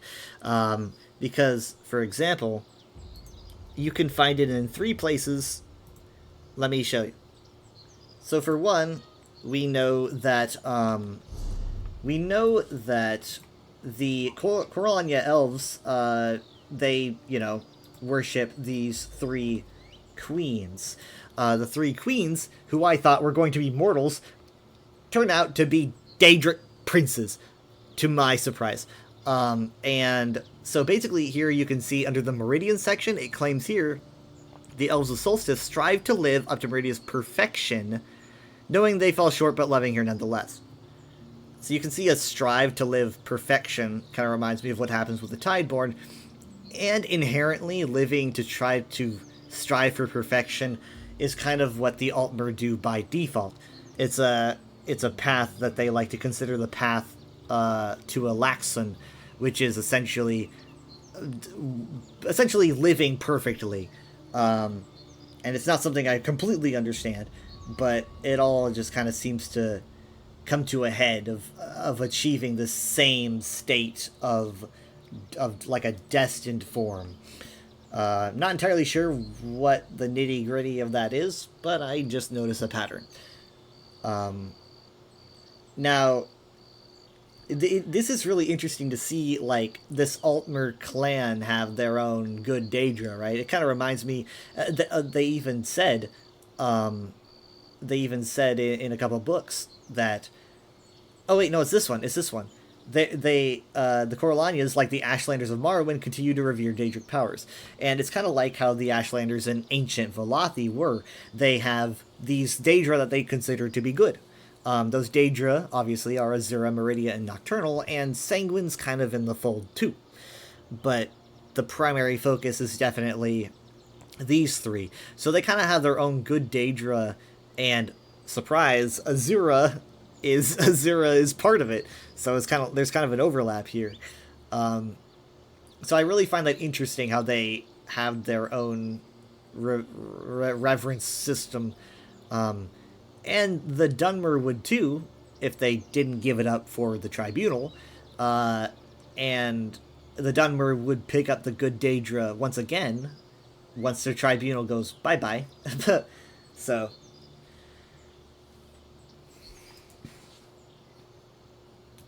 But yeah, it's interesting. You can notice this, like, Meridia's light, Nocturnal is dark, and Azura is the between. Azura definitely represents the between all the time. She kind of represents, like, on the edge in duality, I guess. I'm surprised that she's not the one that's connected to Vivec, and instead you get Mephala. Because, I mean, like, she's kind of like the rim. She's not in, she's not out. So she's not dawn, she's not dusk, she's both. So you can kind of see her between the two of them, and it fits very snugly. I never really put that together, though. I never put that together how you can essentially have like a day and a night, sort of a light and a dark, and then have an in-between. That's why I kind of think that Azura might be like inherently entangled in the story of Lorkhaj in the Khajiit faith, is because Lorkhaj kind of has this in-between vibe, this duality that Azura seems to vibe with, and I theorize that might be why she's so close to him in that belief system. Also, they bring up how Zenithar has a presence here. You can find one of his shrines in the chapel. You can find all the divines in the chapel, but Zenithar gets the big promotion because of our proximity to Leyawiin, right? Leyawiin's just like right up here, up the Niben. A lot of trade goes in and out, and Zenithar is kind of the divine that they like focusing on the most here. So he gets the special attention.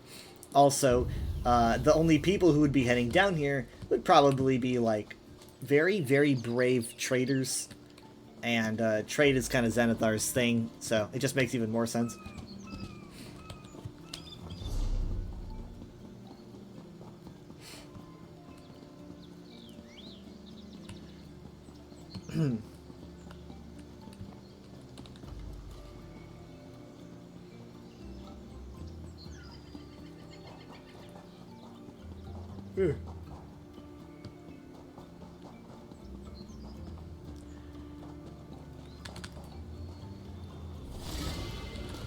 But yeah, I can't wait to actually start doing delves and stuff. I don't think my parents have been here yet, because I do play with my parents, and we've been playing together for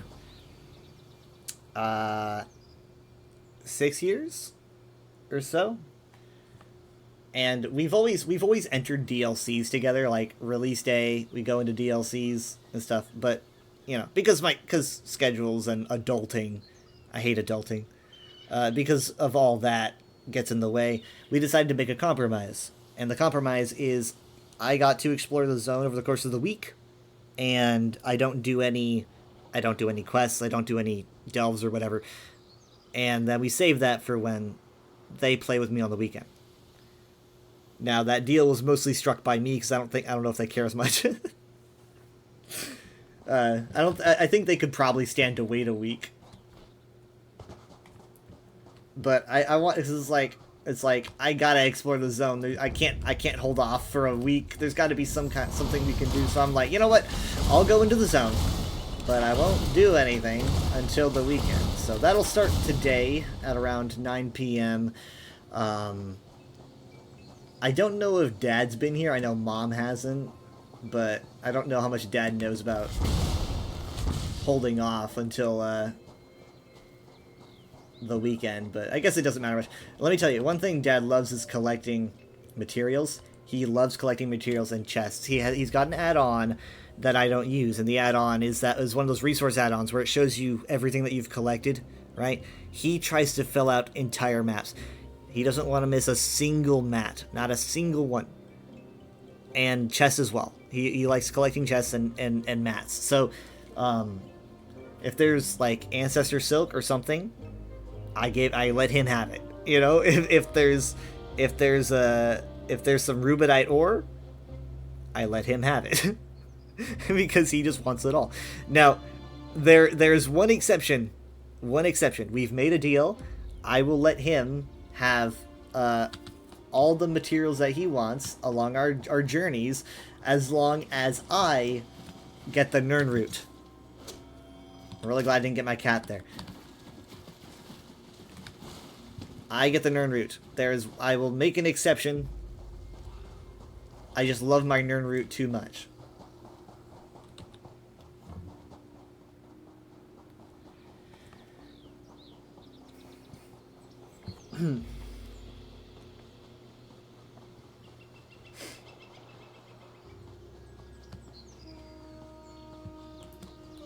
Yep.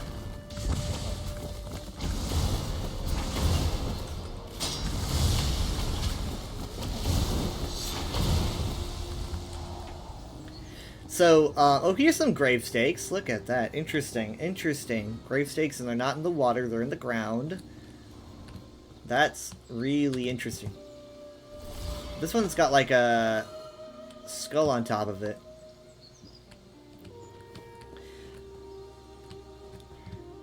Grave stakes interest me because they seem to be like the only time when Argonians seem to embrace... I would say embrace the nature of the past, but it's kind of in between.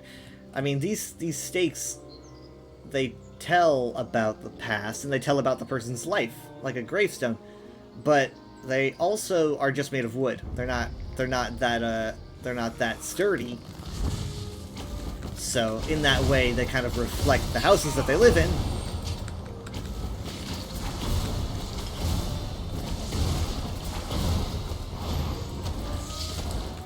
And, oh right, that's a heal. Yeah, that's a heal.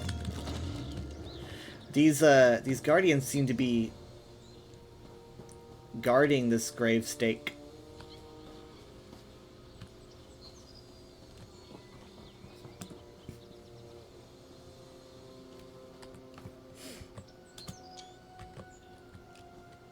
Now, there's a book by Haida Mean where she interviews the Tideborn tribe, and she asks them, like, if they have a hist, where their history is, because having a history is pretty normal for an Argonian tribe. Now, as you could probably guess, judging by the cycle I mentioned earlier, they do not have a history because their souls are not recycled via the hiss. Their souls are recycled via the tide. Thank you, Cabbage Wizard, the gay lemur, for the follow. I'm surprised you weren't following me before. Why'd you take so long?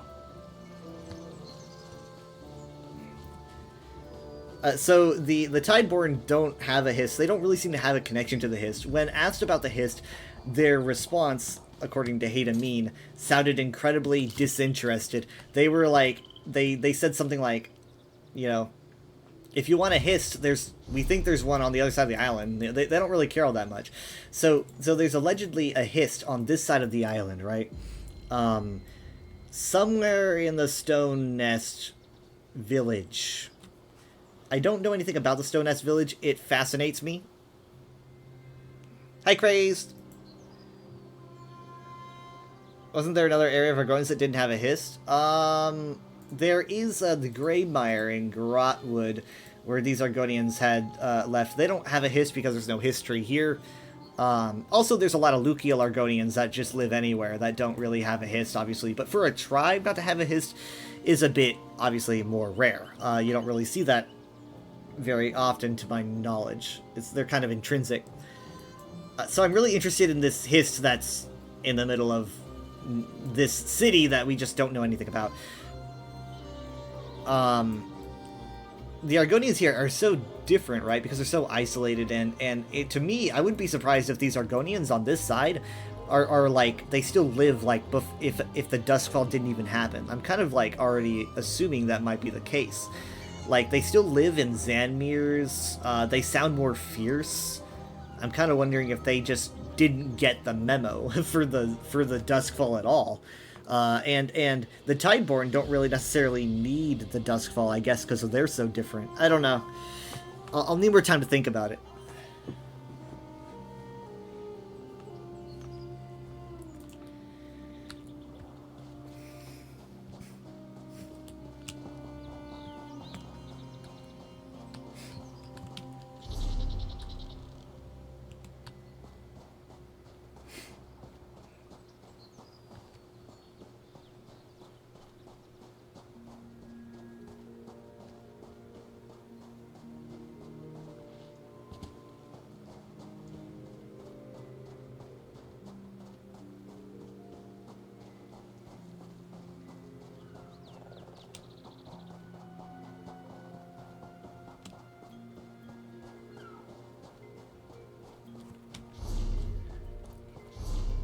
I don't want to go too far. Wait, hold on. This is a world boss. Oh, that's Tidewash. I'll pick up Tidewash, but I won't do it. I'll at least know what direction I want to go in later.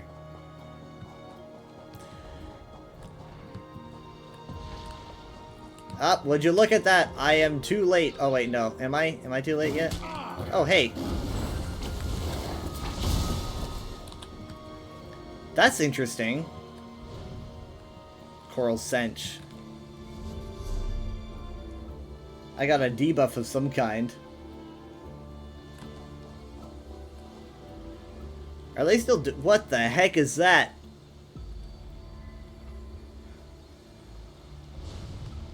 I promised I wouldn't intervene. I promised I wouldn't intervene. They've got enough people there. I don't need to intervene. I was gonna intervene. I was like, I just noticed a lot of people there.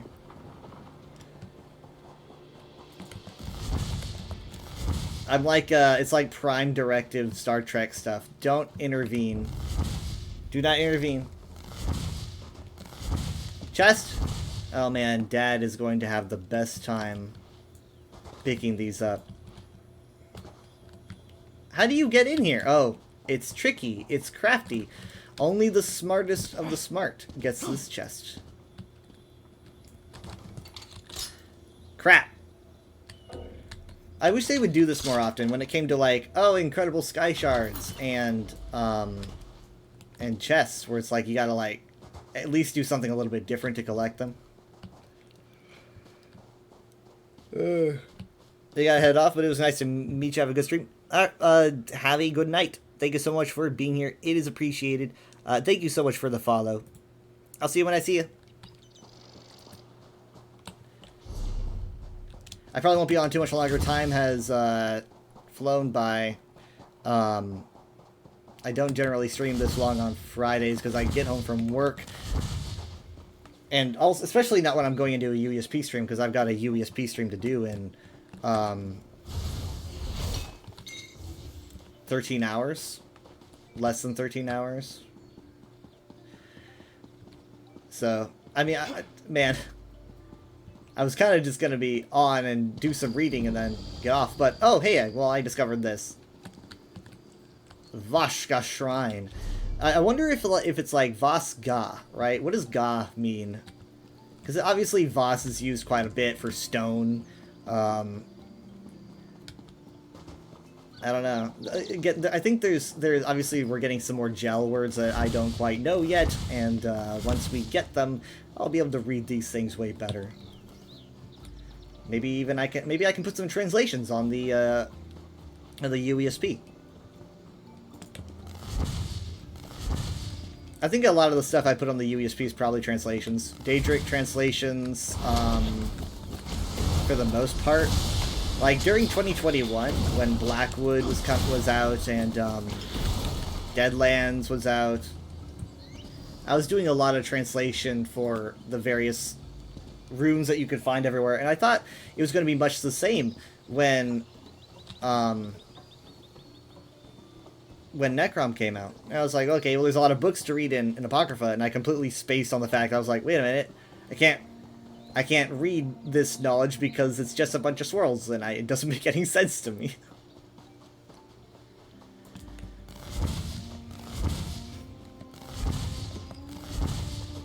Beyond my level.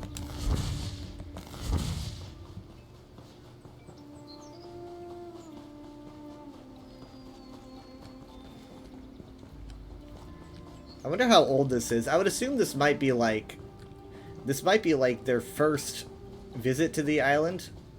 I need to research when that was again. I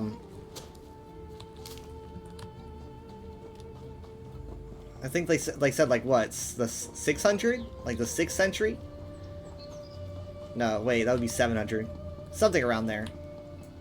First half of the first era. That hurt.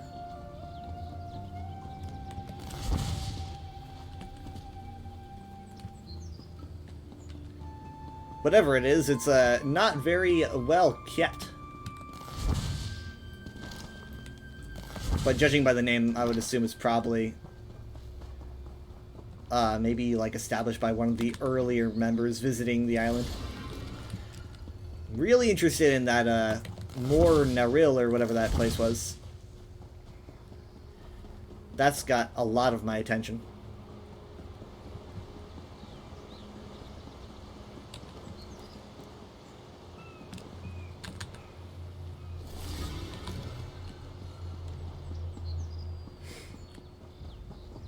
But yeah, the Coralania tribe used to worship Molag Bal for a while, and then at some point they had traded him in for Meridia, which must have been that was just stung for Molag Bal. I am curses. You win again, Vikskir. What do they do? Try to one-up each other? How does this game work? Welcome, friend. Have you come to face Vikskir in a game of tooth and claw? Or will you quiver in your boots like these other so-called challengers? I like how he's all like tough. It's just a game of words. Tooth and claw is a game of wits, played around the halls of Shorestan. I name an animal, and you choose another to counter it. We keep going until one of us fails to name a creature that can overcome the other. What if I just go with, like... Can I start out with, like, the strongest creature, or is that against the rules? Like, could I just be, like... I don't know, an Infernium or something? Like, what's off limits? Is that all the little bird says? I propose a test. As I am the champion, I will begin with a beast, and you will name its counter. If I say, I am a wolf. Okay, so it needs to be like a natural counter. How would you respond? So does it need to be like a natural counter? Or can I just be like, okay, well I'm thinking kind of small here. Flesh-rending bite, a bear or a snake. If I go bear, I'm pretty tanky, right? Pretty tanky. If I go with a snake, I'm pretty fast. But if I have a thick hide, it could oppose the flesh-rending bite because I'm so tanky. I mean, like, if I lose, isn't that subjective?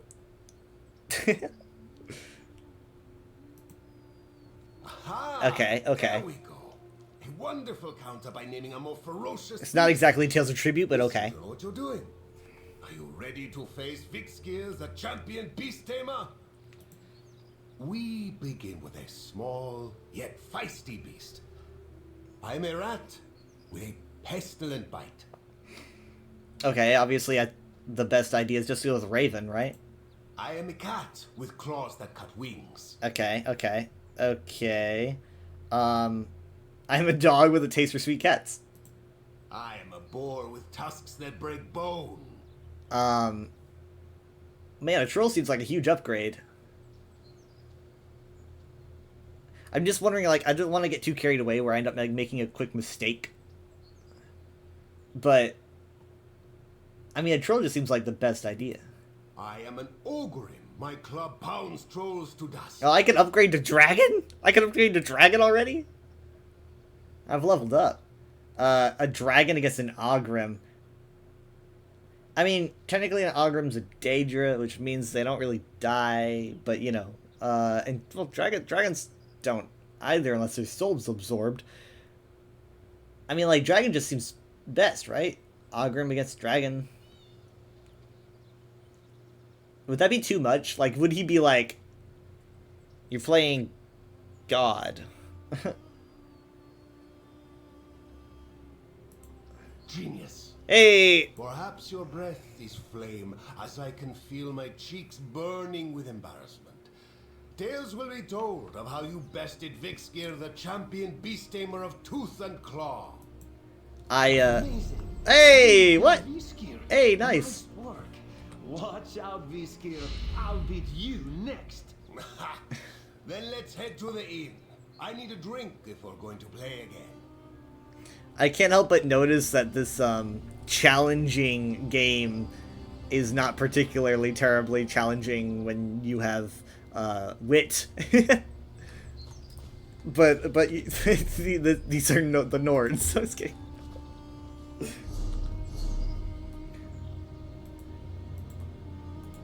Like, how'd you think of that?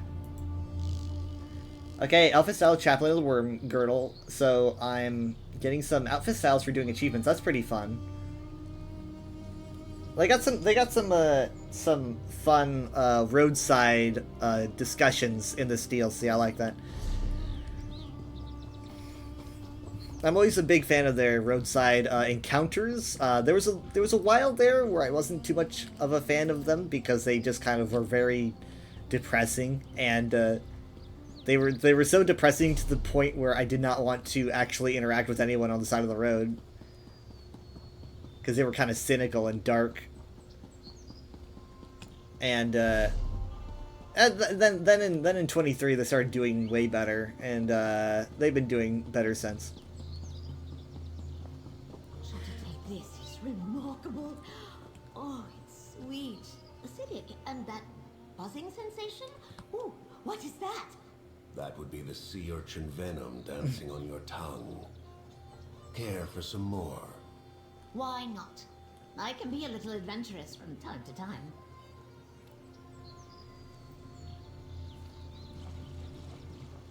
Okay, actually, no, she might die here. I think it's... Tides guide you. I would not put that on my tongue. Drink. Fanasa and I were just enjoying the results of today's lesson in Tideborn cooking. I taught her how to make a delicious cup of sea sting tea. I am a renowned chef among the Tideborn people. I offer cuisine lessons to curious outsiders. Fanasa here has been a wonderful student.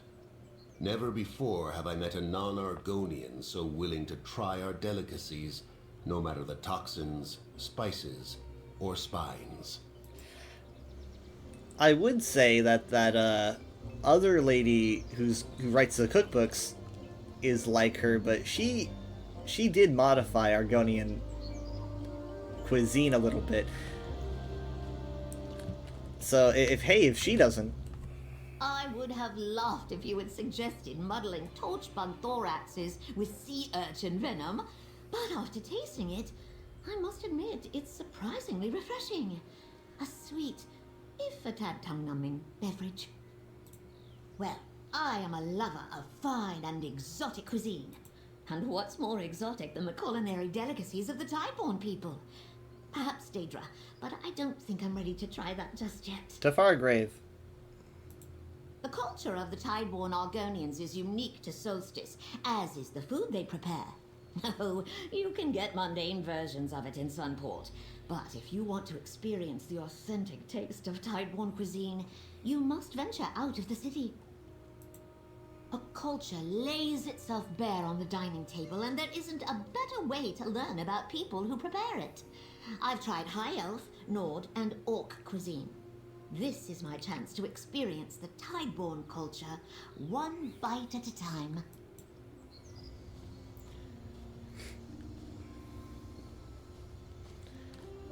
Well, there are some very out there Argonian cuisines, so best of luck.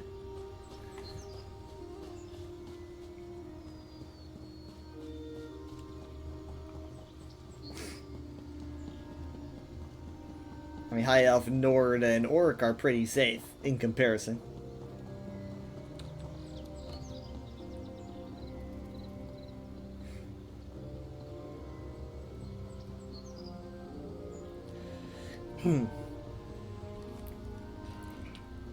Alright, well, it is 4:30. I should probably be finding someone to raid off to, but I will be doing the UESP stream around probably 5 p.m. Central on the UESP channel. Hold on, I should probably link that.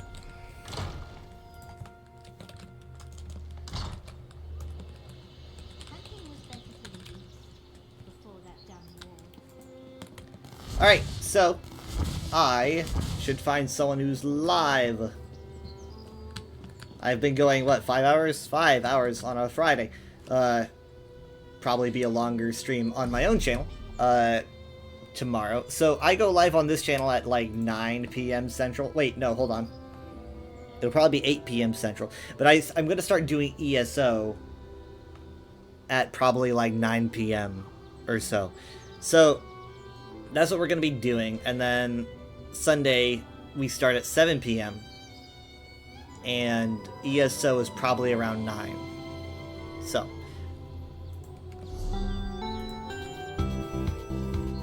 Thank you so much, Mendrak, for the follow. It's appreciated. And again, my vacation should be coming up in a couple weeks, and during that time, I'm going to be streaming a lot more, because I don't really have anything to do. It's just going to be, probably just get, I mean, like, so like, what, 9 days? It's going to be like 5 days, sandwiched by 2 weekends, so probably going to be streaming, and I mean, like, we're probably going to be doing a lot of the, like, probably the rest of the main quest, I guess, for Solstice. Maybe some other things.